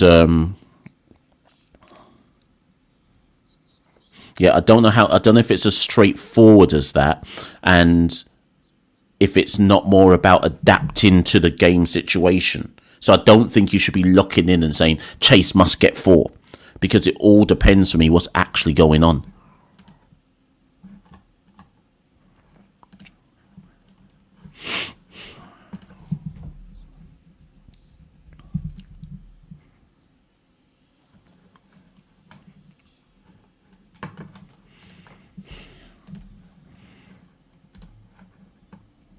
Yeah, so already, right, I'll wait for Akil's over to end, because maybe he'll get a wicket. I'll wait for Akil's over to end because maybe he'll get a wicket. But already we've come out after the rain break, and Akil got one to turn, bounce, fizz off the track, first ball up or second ball up. But the rest have kind of just stood up a bit. So I think you've got to adapt every over. In this scenario of Duckworth-Lewis, every over is a game. If you see what I mean, it's not as simple as, right, this over is now yours. Like, what's the state of the game playing? Who does this state of the game suit? I hope we haven't gone in with a prearranged. I hope we haven't used that rain break of an hour or whatever to just go, right, you'll bowl that over, you'll bowl that over, you'll bowl that over. I pray we haven't done that. I hope we're adaptable to the situation. Cut through the gap again.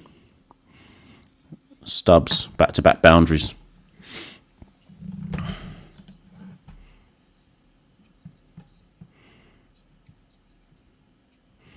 Yes, just dragged them short and Stubbs is just onto it.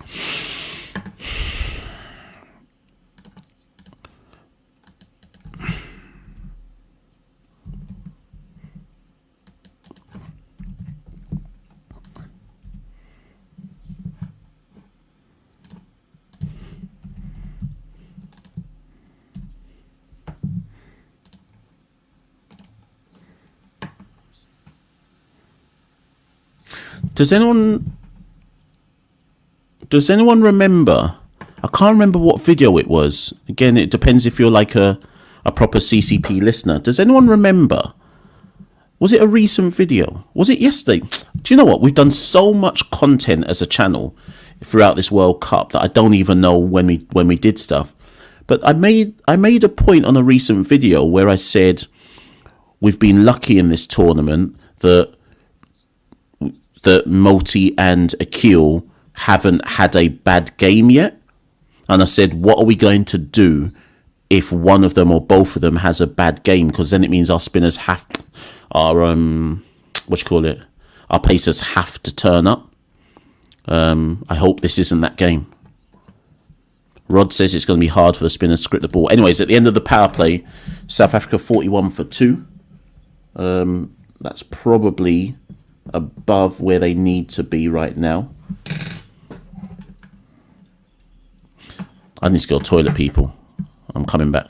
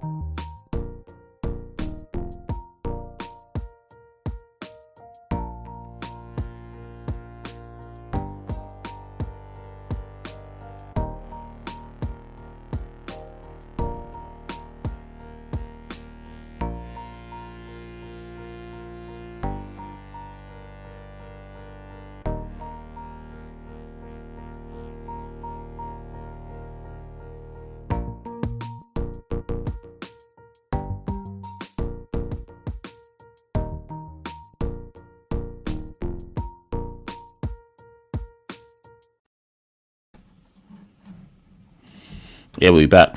Alzari took a wicket. AD Markram tried to hit him on the up. Couldn't clear mid off.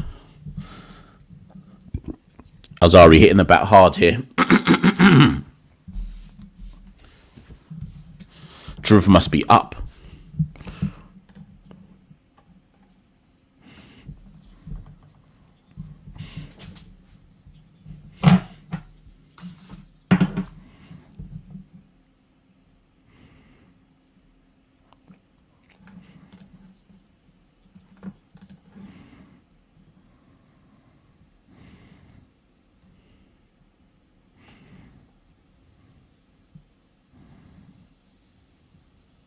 What the hell was that? What was that?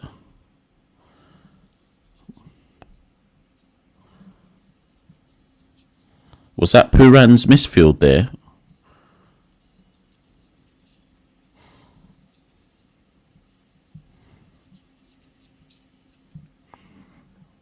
Wait. Oh, is he angry with the wide, or is he angry with who are we looking at there? Puran or Alzari? Because he got a wide anyway.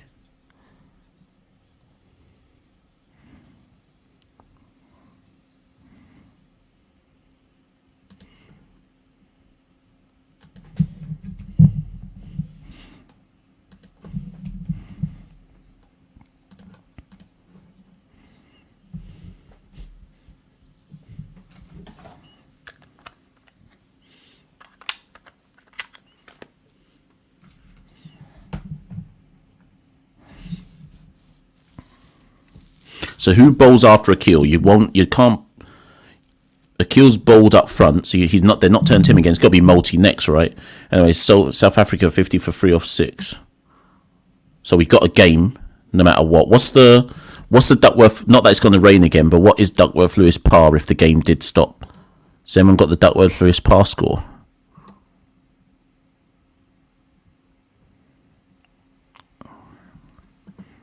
I can't find it. Anyone got Duckworth Lewis par? Does anyone know Duckworth Lewis par?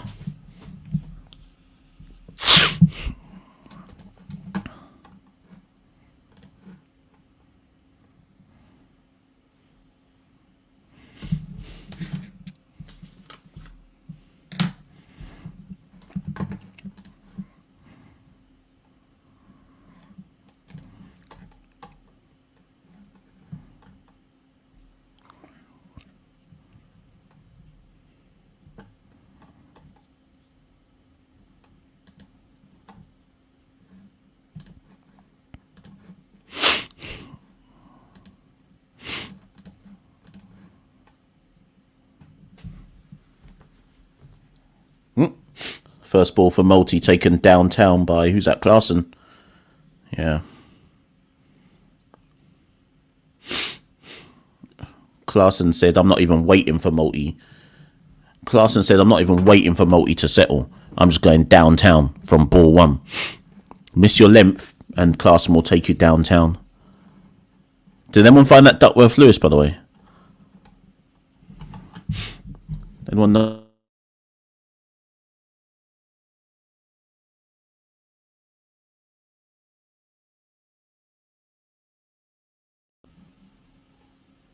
Hey, hold on a minute. Wait.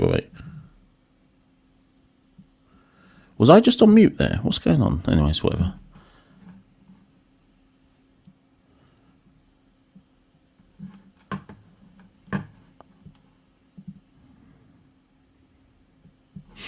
They've been struggling. I know Mayers took that catch, but it feels like they've been struggling in the field. To like just haul some balls in. I presume, like, I guess the point I'm making is the wet field. Is the wet field playing against the West Indies here, and is it playing against the West Indian spinners? We'll see, but certainly Akil didn't look good after the restart with the ball, and Multi missed his length immediately. Apologies, bless me even. We're so used to Multi hitting his length.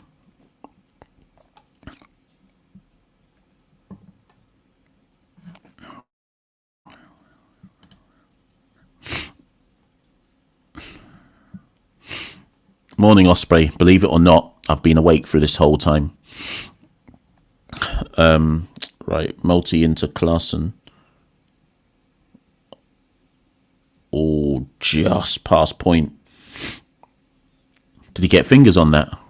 Did Chase get fingers on that?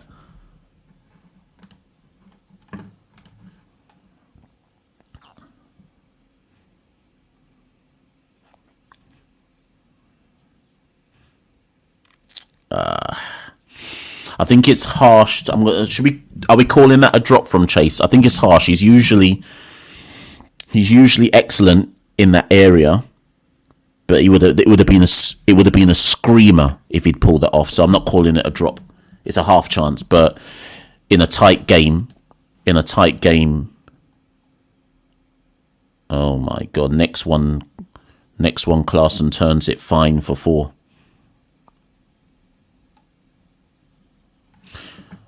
So again, can I just say to people, does anyone remember a recent video I did? I think it might have been the review of the USA game, where I said, does anyone in the chat remind me if they remember this video I did, where I said West Indies have been fortunate that Multi and Akil haven't had one bad match yet. Do you remember me saying what happens when they have that first bad match? Does anyone remember me saying that? And I said, I wonder what we'll do when that happens.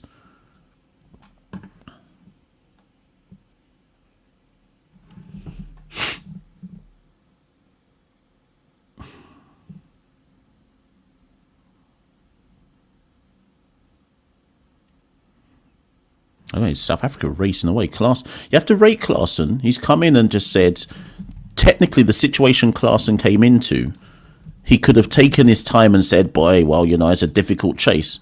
He's come out and just said, you know what, I ain't even let him. He basically said, I'm not even letting Multi settle. I trust myself against spin. I'm just going to marmalise him. How much did he just take Klaassen? How much did he just take Multi for? 20 runs off the Multi over. Name any other time in this tournament where anyone has destroyed Multi like that.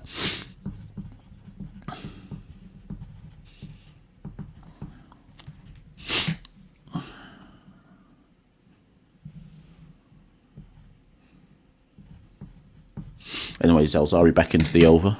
Back into the attack.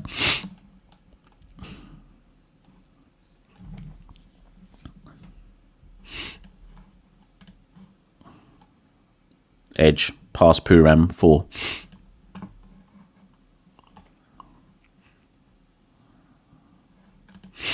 Puram would have had to have taken a screamer to get that. No, you can't blame Puram for that. There's no way he gets that.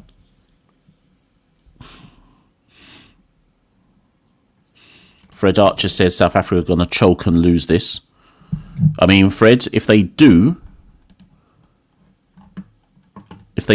Fred, South Africa need 49 runs off 58 balls. It would be one of the most almighty chokes ever if they managed to lose it from here.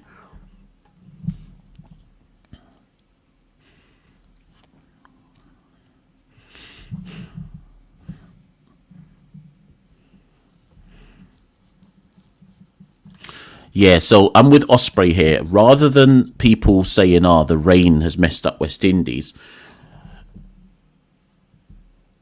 I'm more seeing it in the context of the rain allowed South Africa, particularly after de Kock's dismissal, to go back into the changing room and plan how are we going to approach this.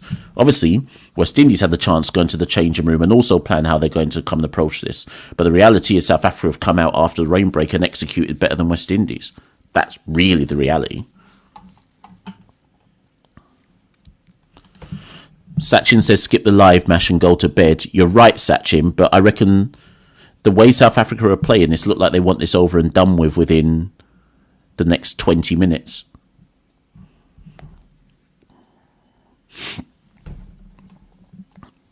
And also, to be fair, Sachin, I've got to get up in about 40 minutes anyways. So what I'm hoping is that this game, hopefully West Indies can win, but if this game is going to be done, I'm hoping it's done before I have to switch the live off.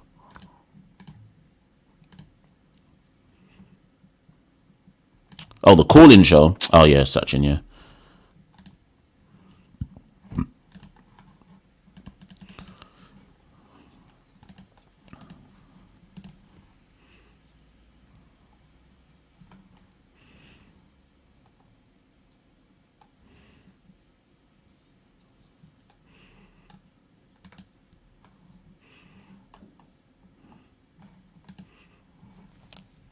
Selector Birdman says 2 quick wickets and we're back in control.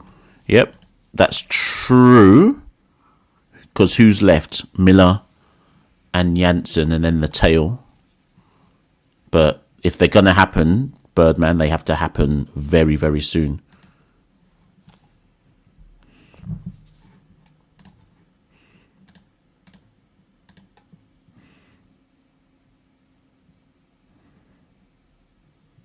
Sachin, there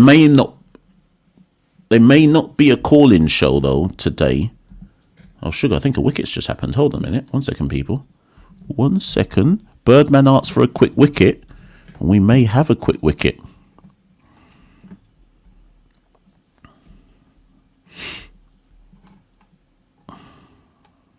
We may have the quick wicket that Birdman wanted, and it looks like it's Klaasen.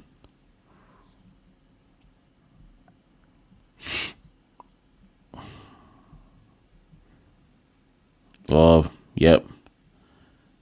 Yeah, that's brilliant. Brilliant from Puram, brilliant from Joseph.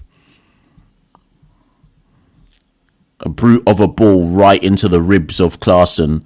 All he can do, I think he's fended it off his gloves. That was just more survival instincts from... Yeah, there's nothing Klaasen can do about that. It's like there's a bit more zip coming off the wicket with pace. So there's one of the quick wickets that Birdman wanted. There's one of them. That's one of them. But has Klaasen technically done his job? Well, not his job, because he's supposed to get them home, but that quick 22... That quick 22 has made the chase. It's going to be really interesting how this goes now, because South Africa don't need to play expansive cricket to win from here. Because what do they need? 46 or 54. We need another wicket. Definitely we need another wicket. Yeah, Rods says that ball skidded on. It was spiteful and a brute of a delivery right into the... There's nothing that... I don't think there's anything Klaasen was just doing that thing. It's like, boy, I need to get out of the way of this, but it's lifted on him, pinged him off the gloves. And to be fair to Puran, he's taken a really good catch.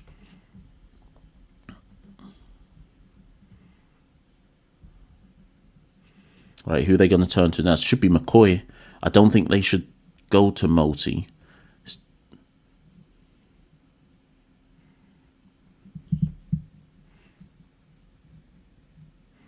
Yes, McCoy. I think that's the right thing to do.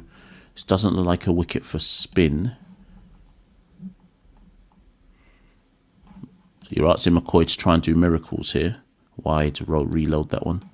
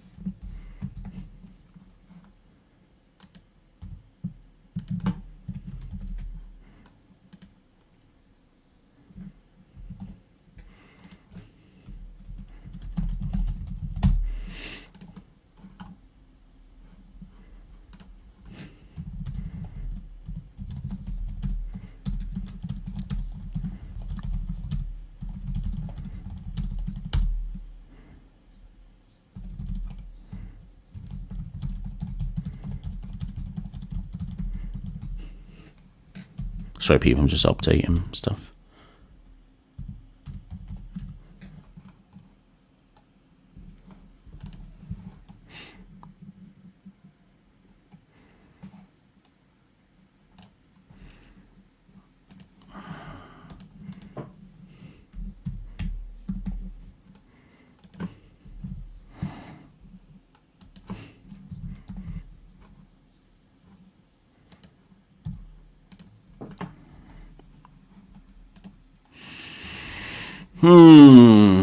What time is it? 5:17. I need to start getting ready for work in about 40 minutes.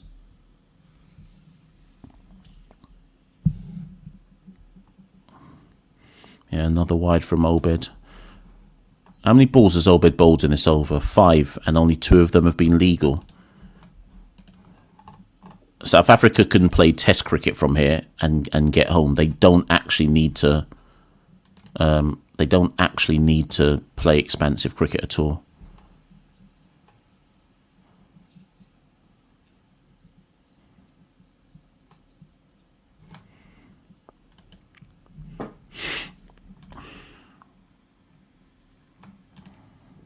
This thing on my screen wide again. What's going on?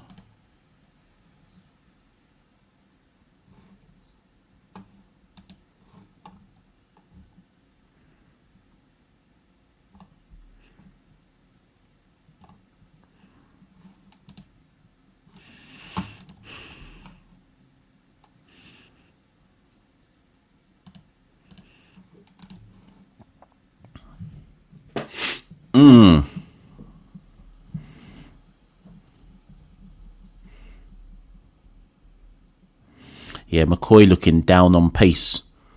His run up to the crease is jinky janky. It's not smooth. It's not smooth at all.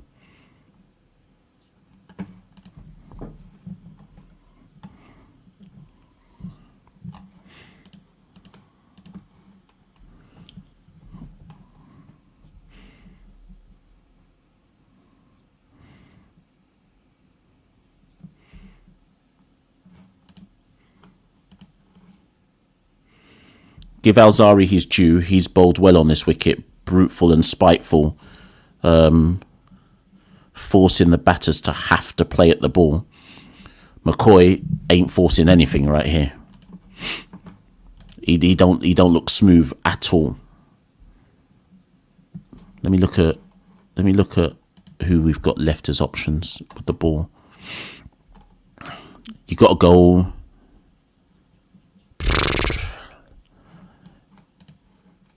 If we've got to try and get wickets, then I think you've got to go. Thing is, how deep? That's 4. Just leans into that one. Stubbs through vacant point for 4. If we're trying to win this, I think we probably have to go Dre and Alzari and bowl out, because South Africa only need 37 more runs. So at this point now, you remember what I said about 20 minutes ago? I hope we haven't gone with a plan where it's like, you're bowling this over, you're bowling that over, so on and so forth. This is where you earn your captaincy chips now.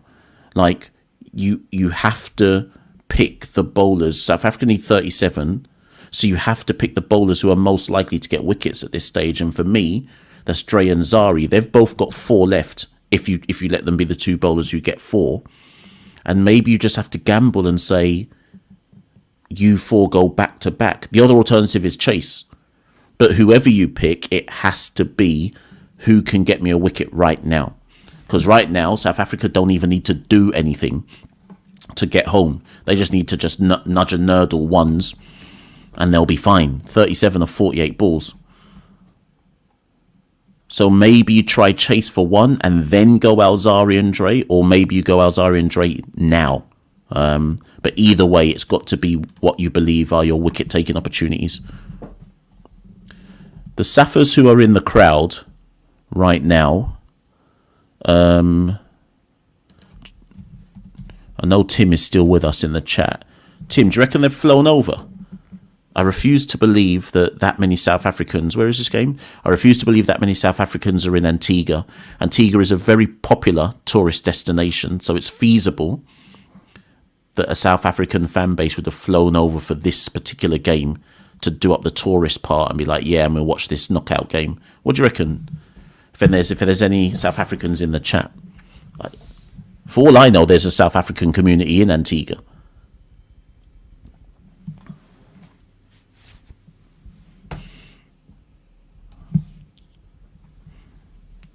Might also be people connected to the players, which I haven't thought about.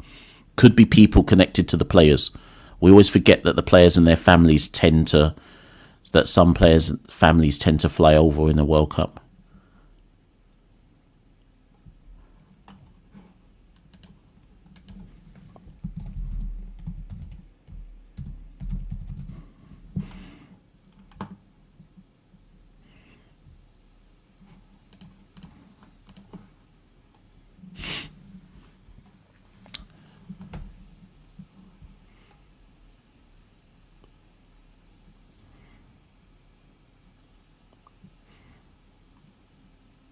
So if I'm South Africa, so Alzari's on right now, you don't need to do anything clever. You just milk him for some ones, heres and there, because you know he's the big threat right now. That's the position South Africa have allowed themselves to be in. If they play a big shot and get out to Alzari, good for us, but dunce from them. You have to make Alzari force a wicket. It shouldn't be due to poor battership because you're well ahead of the game at this stage. Right, so Tim Dale reckons they're tourists who have flown over for this game. Okay, cool. By the way, people, if you're wondering why I make reference to Tim, so Tim is the co-host of the Full Quota podcast. He's also a freelance cricket writer. So if you don't know about the Full Quota podcast, they're one of the best go-tos if you want to find out about South African cricket. So if you're on X, or I may just go into Google and type it Full Quota podcast to go listen to and find out about South African cricket. I'm sure Tim, I hope you appreciate the shout out, Tim. And by the way, people, the reason why I'm also shouting out Tim, because of course, after this World Cup is done, and after our England Test series, a reminder that it's South Africa who come to the Caribbean. So remember, we've got South Africa at home. Well, in fact, no, South Africa come for 3 T20s again, bizarrely. And then we have the Test series against South Africa.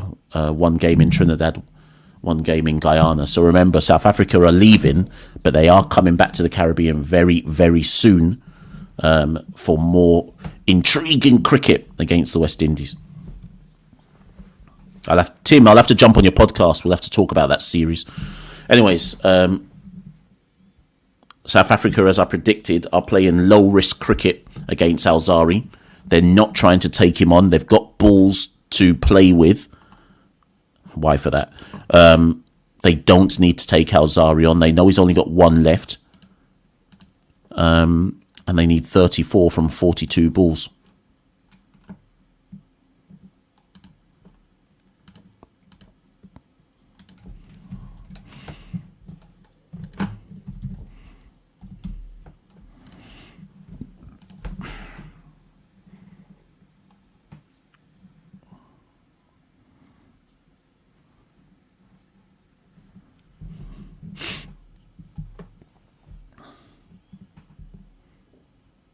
Yeah, so Osprey's in line with my thinking here. You just see out Alzari and Dre. I don't think you need to do anything major here. Yeah, so what Osprey's put here, what Osprey's put there is pretty much how I see South Africa playing this out if they're sensible. They must know that one rubbish over's coming from someone outside of Alzari and Dre. AR has been learning Zulu on Duolingo. Good luck, Duolingo. Good luck with that. So when my parents actually, I'm about to butcher this. Sorry to any South Africans who are in the chat.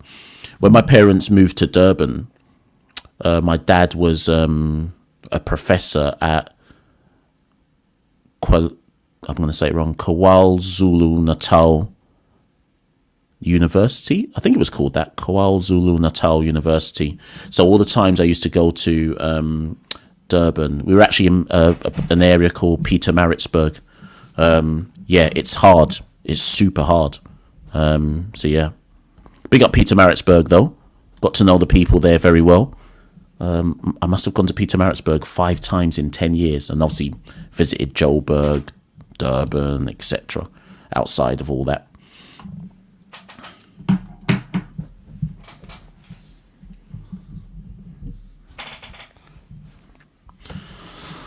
I've travelled around, people, when I think about it. Oh, see how small the world is. Michael's just gone on from Pietermaritzburg. See how crazy the world is. Big up Michael. Big up the people from Pietermaritzburg.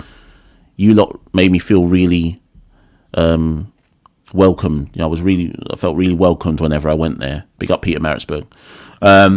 World's a crazy place. A random mention of Pietermaritzburg and someone's actually in the live from Pietermaritzburg. Well, there you go, people.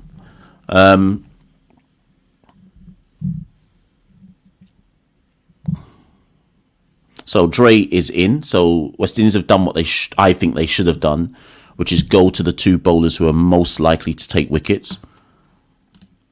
And at the moment, Dre's gone ... It's gone ... which is good. Which is good. Try and create a little bit of pressure here. South Africa still have balls to play with. But let's try create a little piece of pressure. T Brown. See, big up. Everyone's now talking about Peter Maritzburg. Yeah, big up the Botswanan massive. T Brown. He's been to Peter Maritzburg as well. Big up Ndue, if I've said that right. You're from next to Peter Maritzburg. Look at this, people. Look what I've started. Look what I've started, man. This is amazing.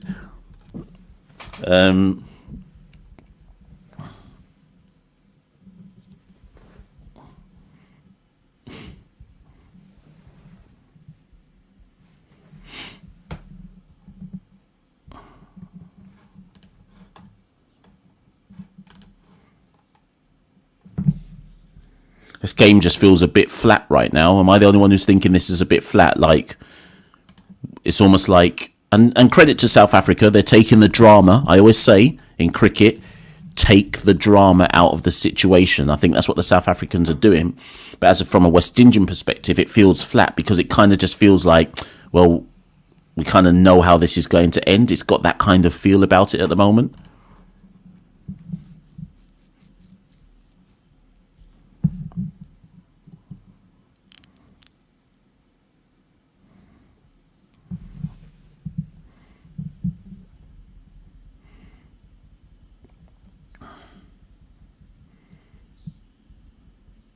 $5:30 a.m. I've got to start getting ready for work in 25 minutes.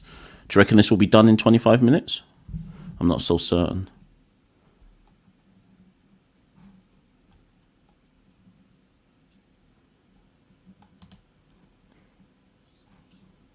The joke is I'm so tired, but I'm in that moment of fatigue where you find a brief set of life. You find life again for whatever particular reason. Stubbs went on the charge there. Didn't really need to do that. Anyways, end of the over. South Africa 92 for 4.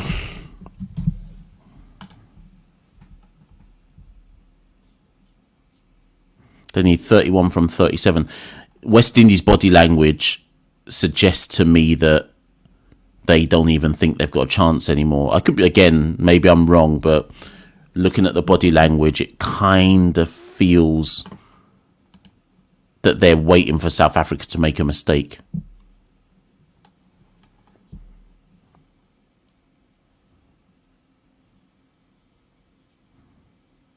Sorry, 31 from 36. Sorry, I got that wrong.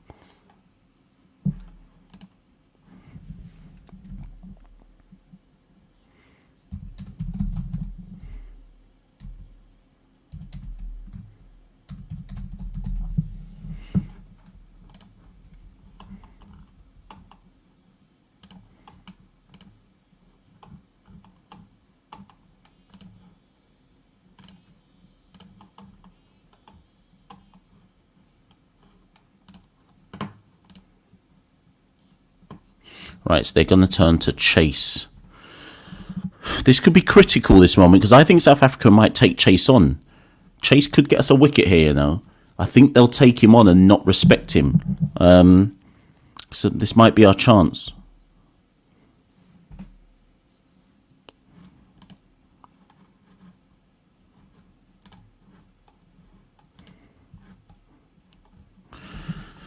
Like the live, people, share, subscribe. I've put in an all-time Caribbean cricket podcast epic tonight. I beg you lot, like the thing, because it looks like we're crashing out the World Cup, and my 1:30 a.m. CCP West Indies rallying epics may well come to an end. I've risked it all for West Indies today.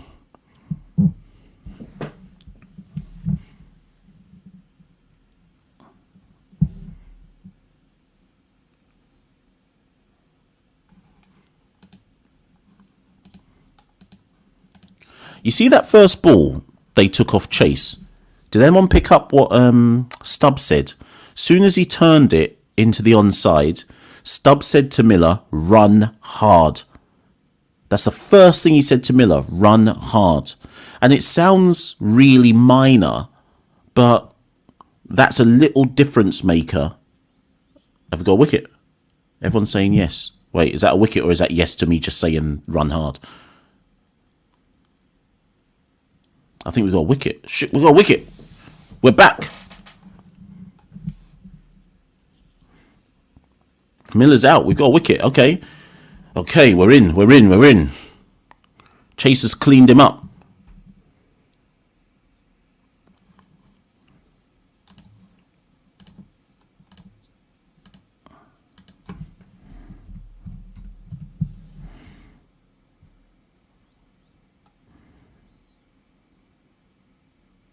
Yeah, backed away, bowls him.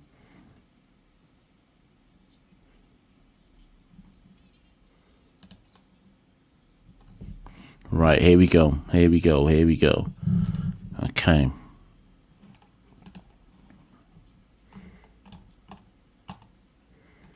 Okay, all of a sudden,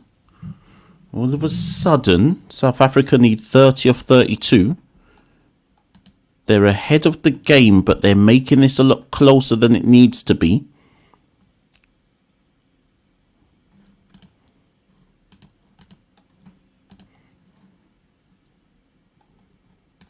Okay.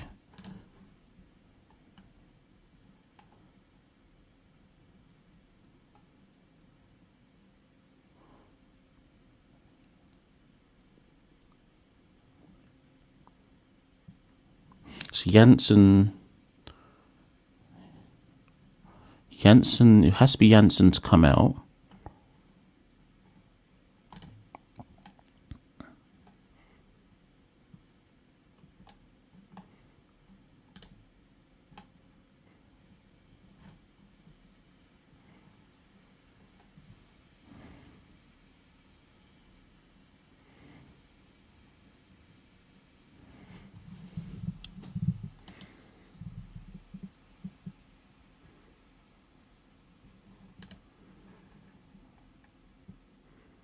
Just trying to think about our allocations now. So we've got 5 overs left.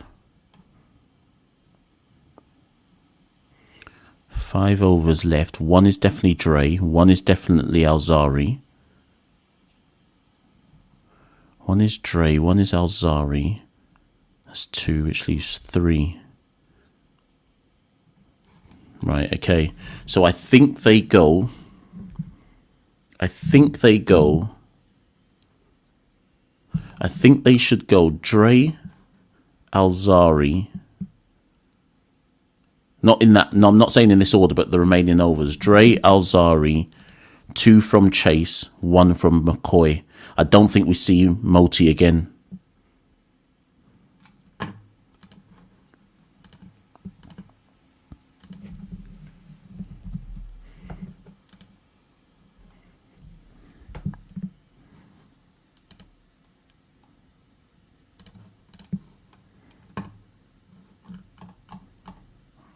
Right, 29 from 30. 29 from 30.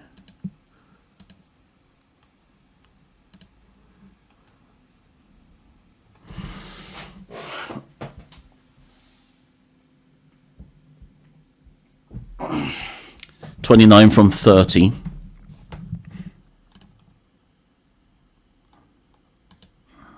All of a sudden now, the dots that South Africa played out when they were ahead of the game coming back to bite them a bit now because the game's actually tight again.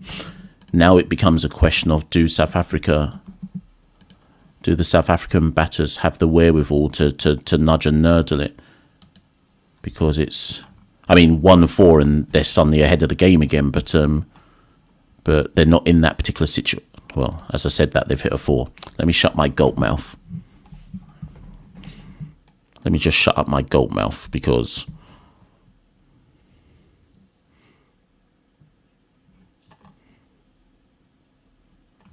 so this is Dre's last over.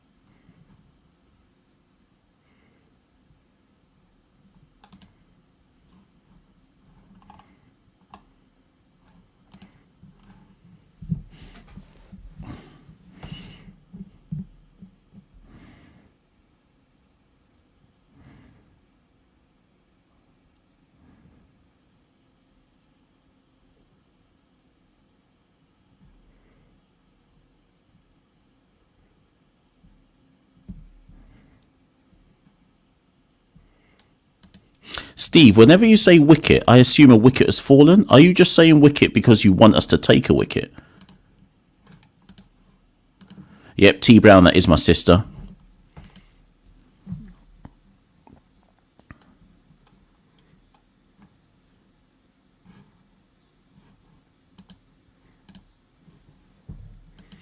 Can Marco Jansen bat, by the way? Like, can he actually bat?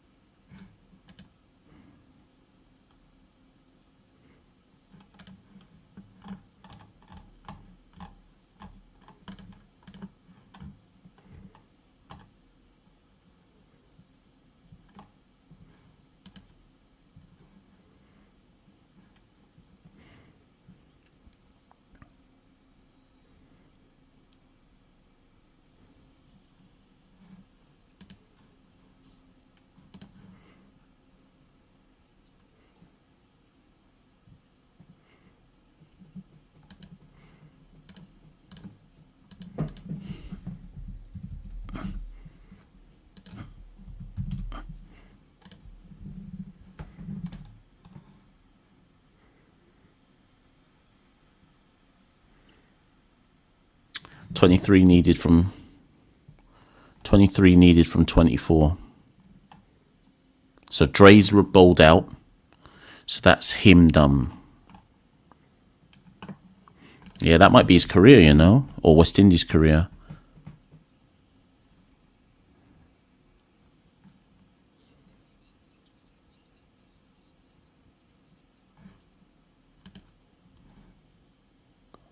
Hold on, we might win this, people. We might win this. I think Thanos has got Stubbs. We might win this. Hold on.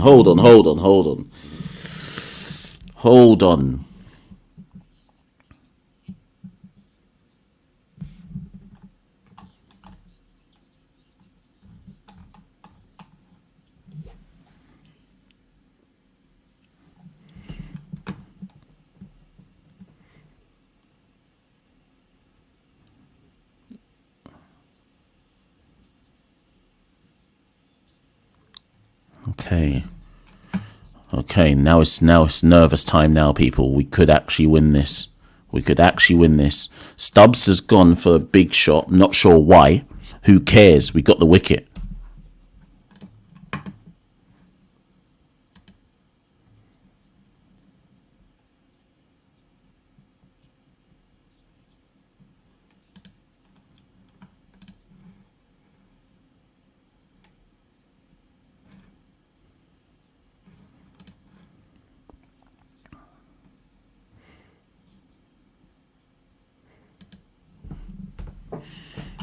I'm nervous now, people. I've allowed myself to believe we can win.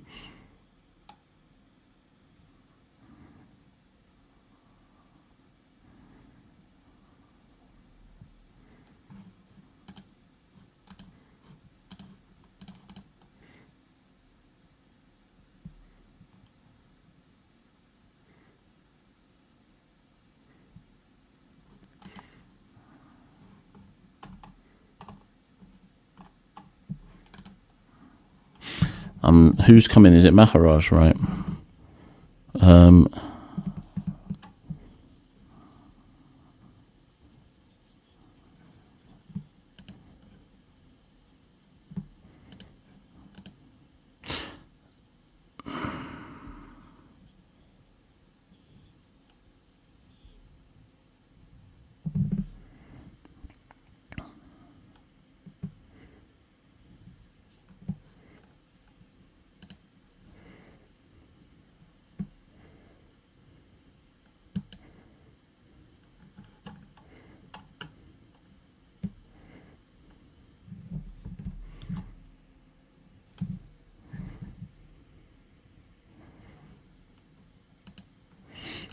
I'm nervous, people. I ain't even got anything to say because now I'm nervous.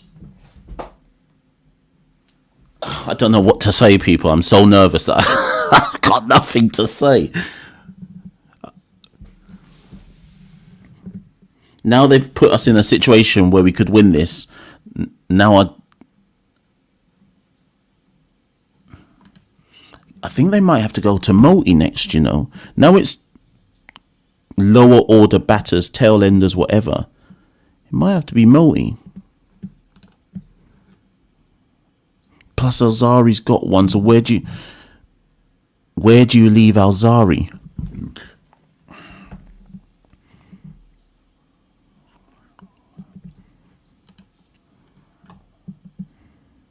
$19 needed off 18. Do they bowl multi at any point? Wait, what's left? 3 overs. Chase has 2, Alzari has 1. So do you just go 2 for Chase, 1 for Alzari? Is that how we end the game? Is that how we try to do it?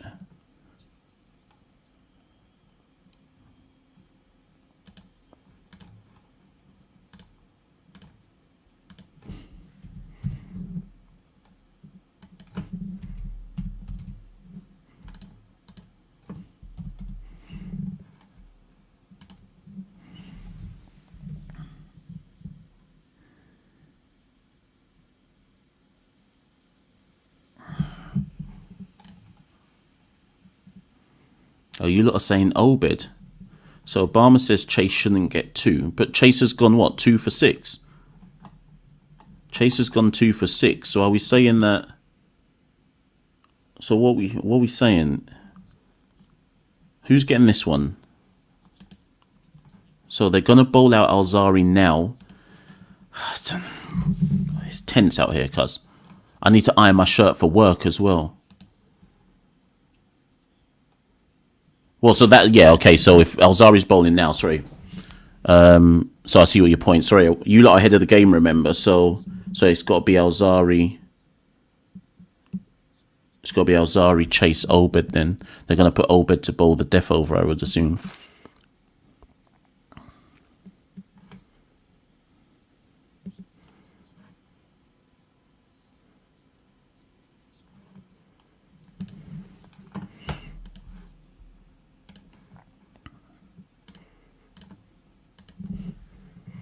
Oh, you lot, my stomach is moving. I'm nervous out here.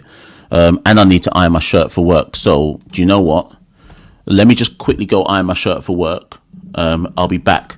Because by the time this match finishes, I need to lock everything off and rush. So, let me... I'm back. You lot keep chatting. I need to iron this shirt. And now I'm in the how do I get ready for work stage. So, bear with me.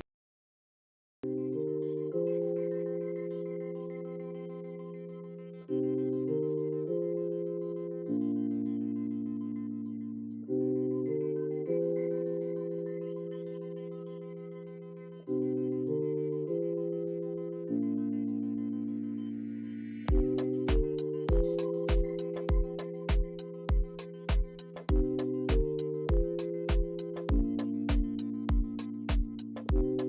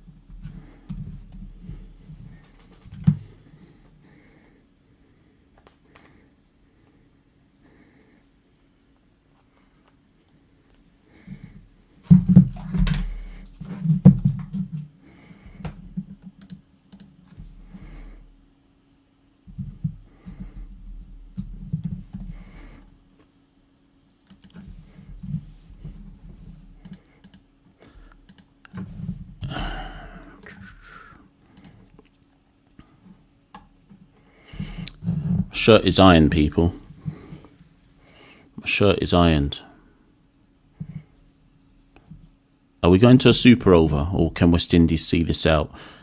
Who are they going to give this? I have no idea who they're going to give this last over to. I would assume Obed, but I just don't know.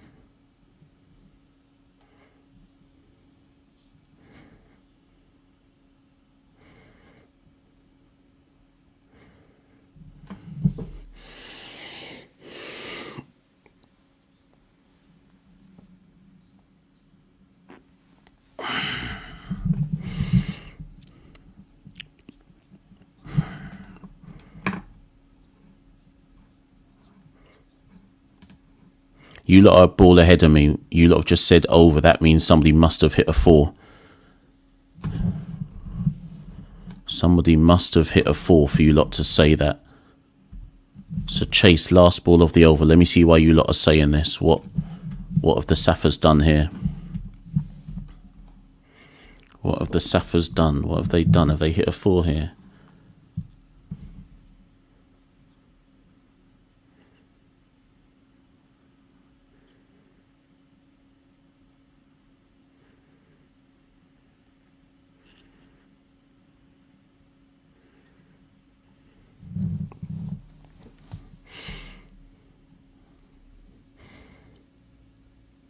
Wait, what the blood...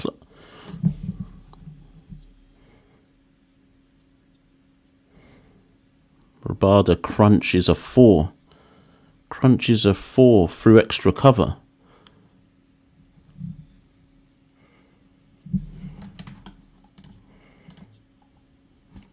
So South Africa need 5 from 6. South Africa need 5 from 6. Who's getting the final over? You lot are ahead of me. So you'll know ahead of me. It will be McCoy. McCoy gets the final over. Rabada got down on one knee and put a crunching extra cover drive. I've seen everything today. I'm supposed to... Fam, I need to get in the shower and get ready for work.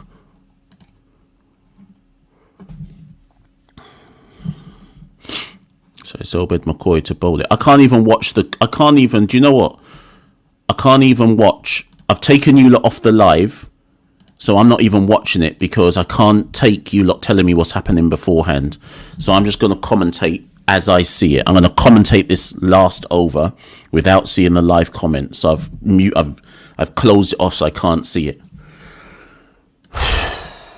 Watch how quickly I shut off this live as well once the match ends so I can get ready for work. So Obed McCoy has to defend 5. A World Cup semi-final place hangs on this.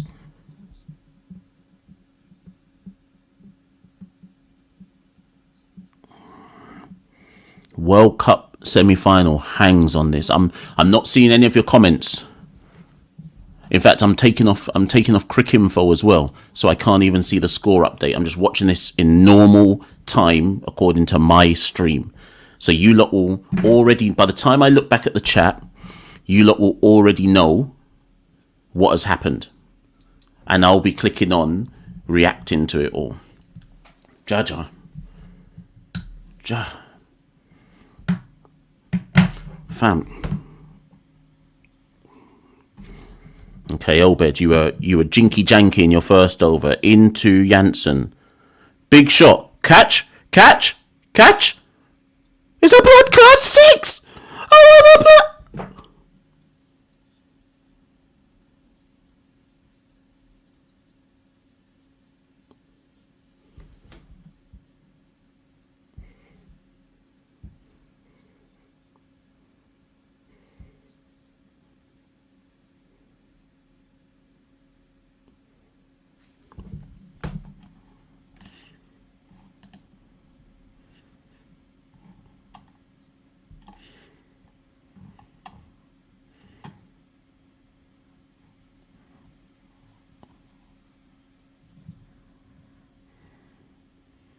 The man had 5 to defend, and he said, you know what?